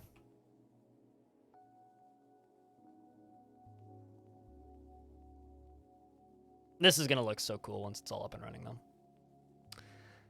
So, chat, I got a question. Who's ready for massive scale mega project part 3 tomorrow? Because looks like that's what's going to happen. I think we're going to take a week off long death, and we're just going to power into this little bit. How do we feel about that, chat? I would actually say that Giant Bomb managed to stay relevant longer than, and would manage to stay relevant longer than the vast majority, just because of the fact that 90% of their content is live streamed content. But, and they have a subscription model. The problem is they keep getting bought and changing hands, and they have high turnover these days.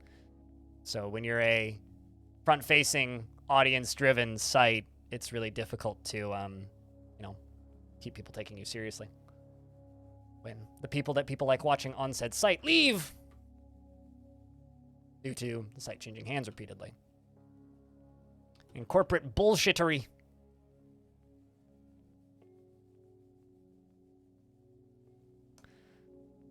Chat, can I get a round of beers? How many people are currently listening to this stream? Just curious. Just because it's basically been about 15 minutes of Clino talking. That's about it. So if you're lurking in the channel right now, type in the word beer. Let's see how many beers we can get.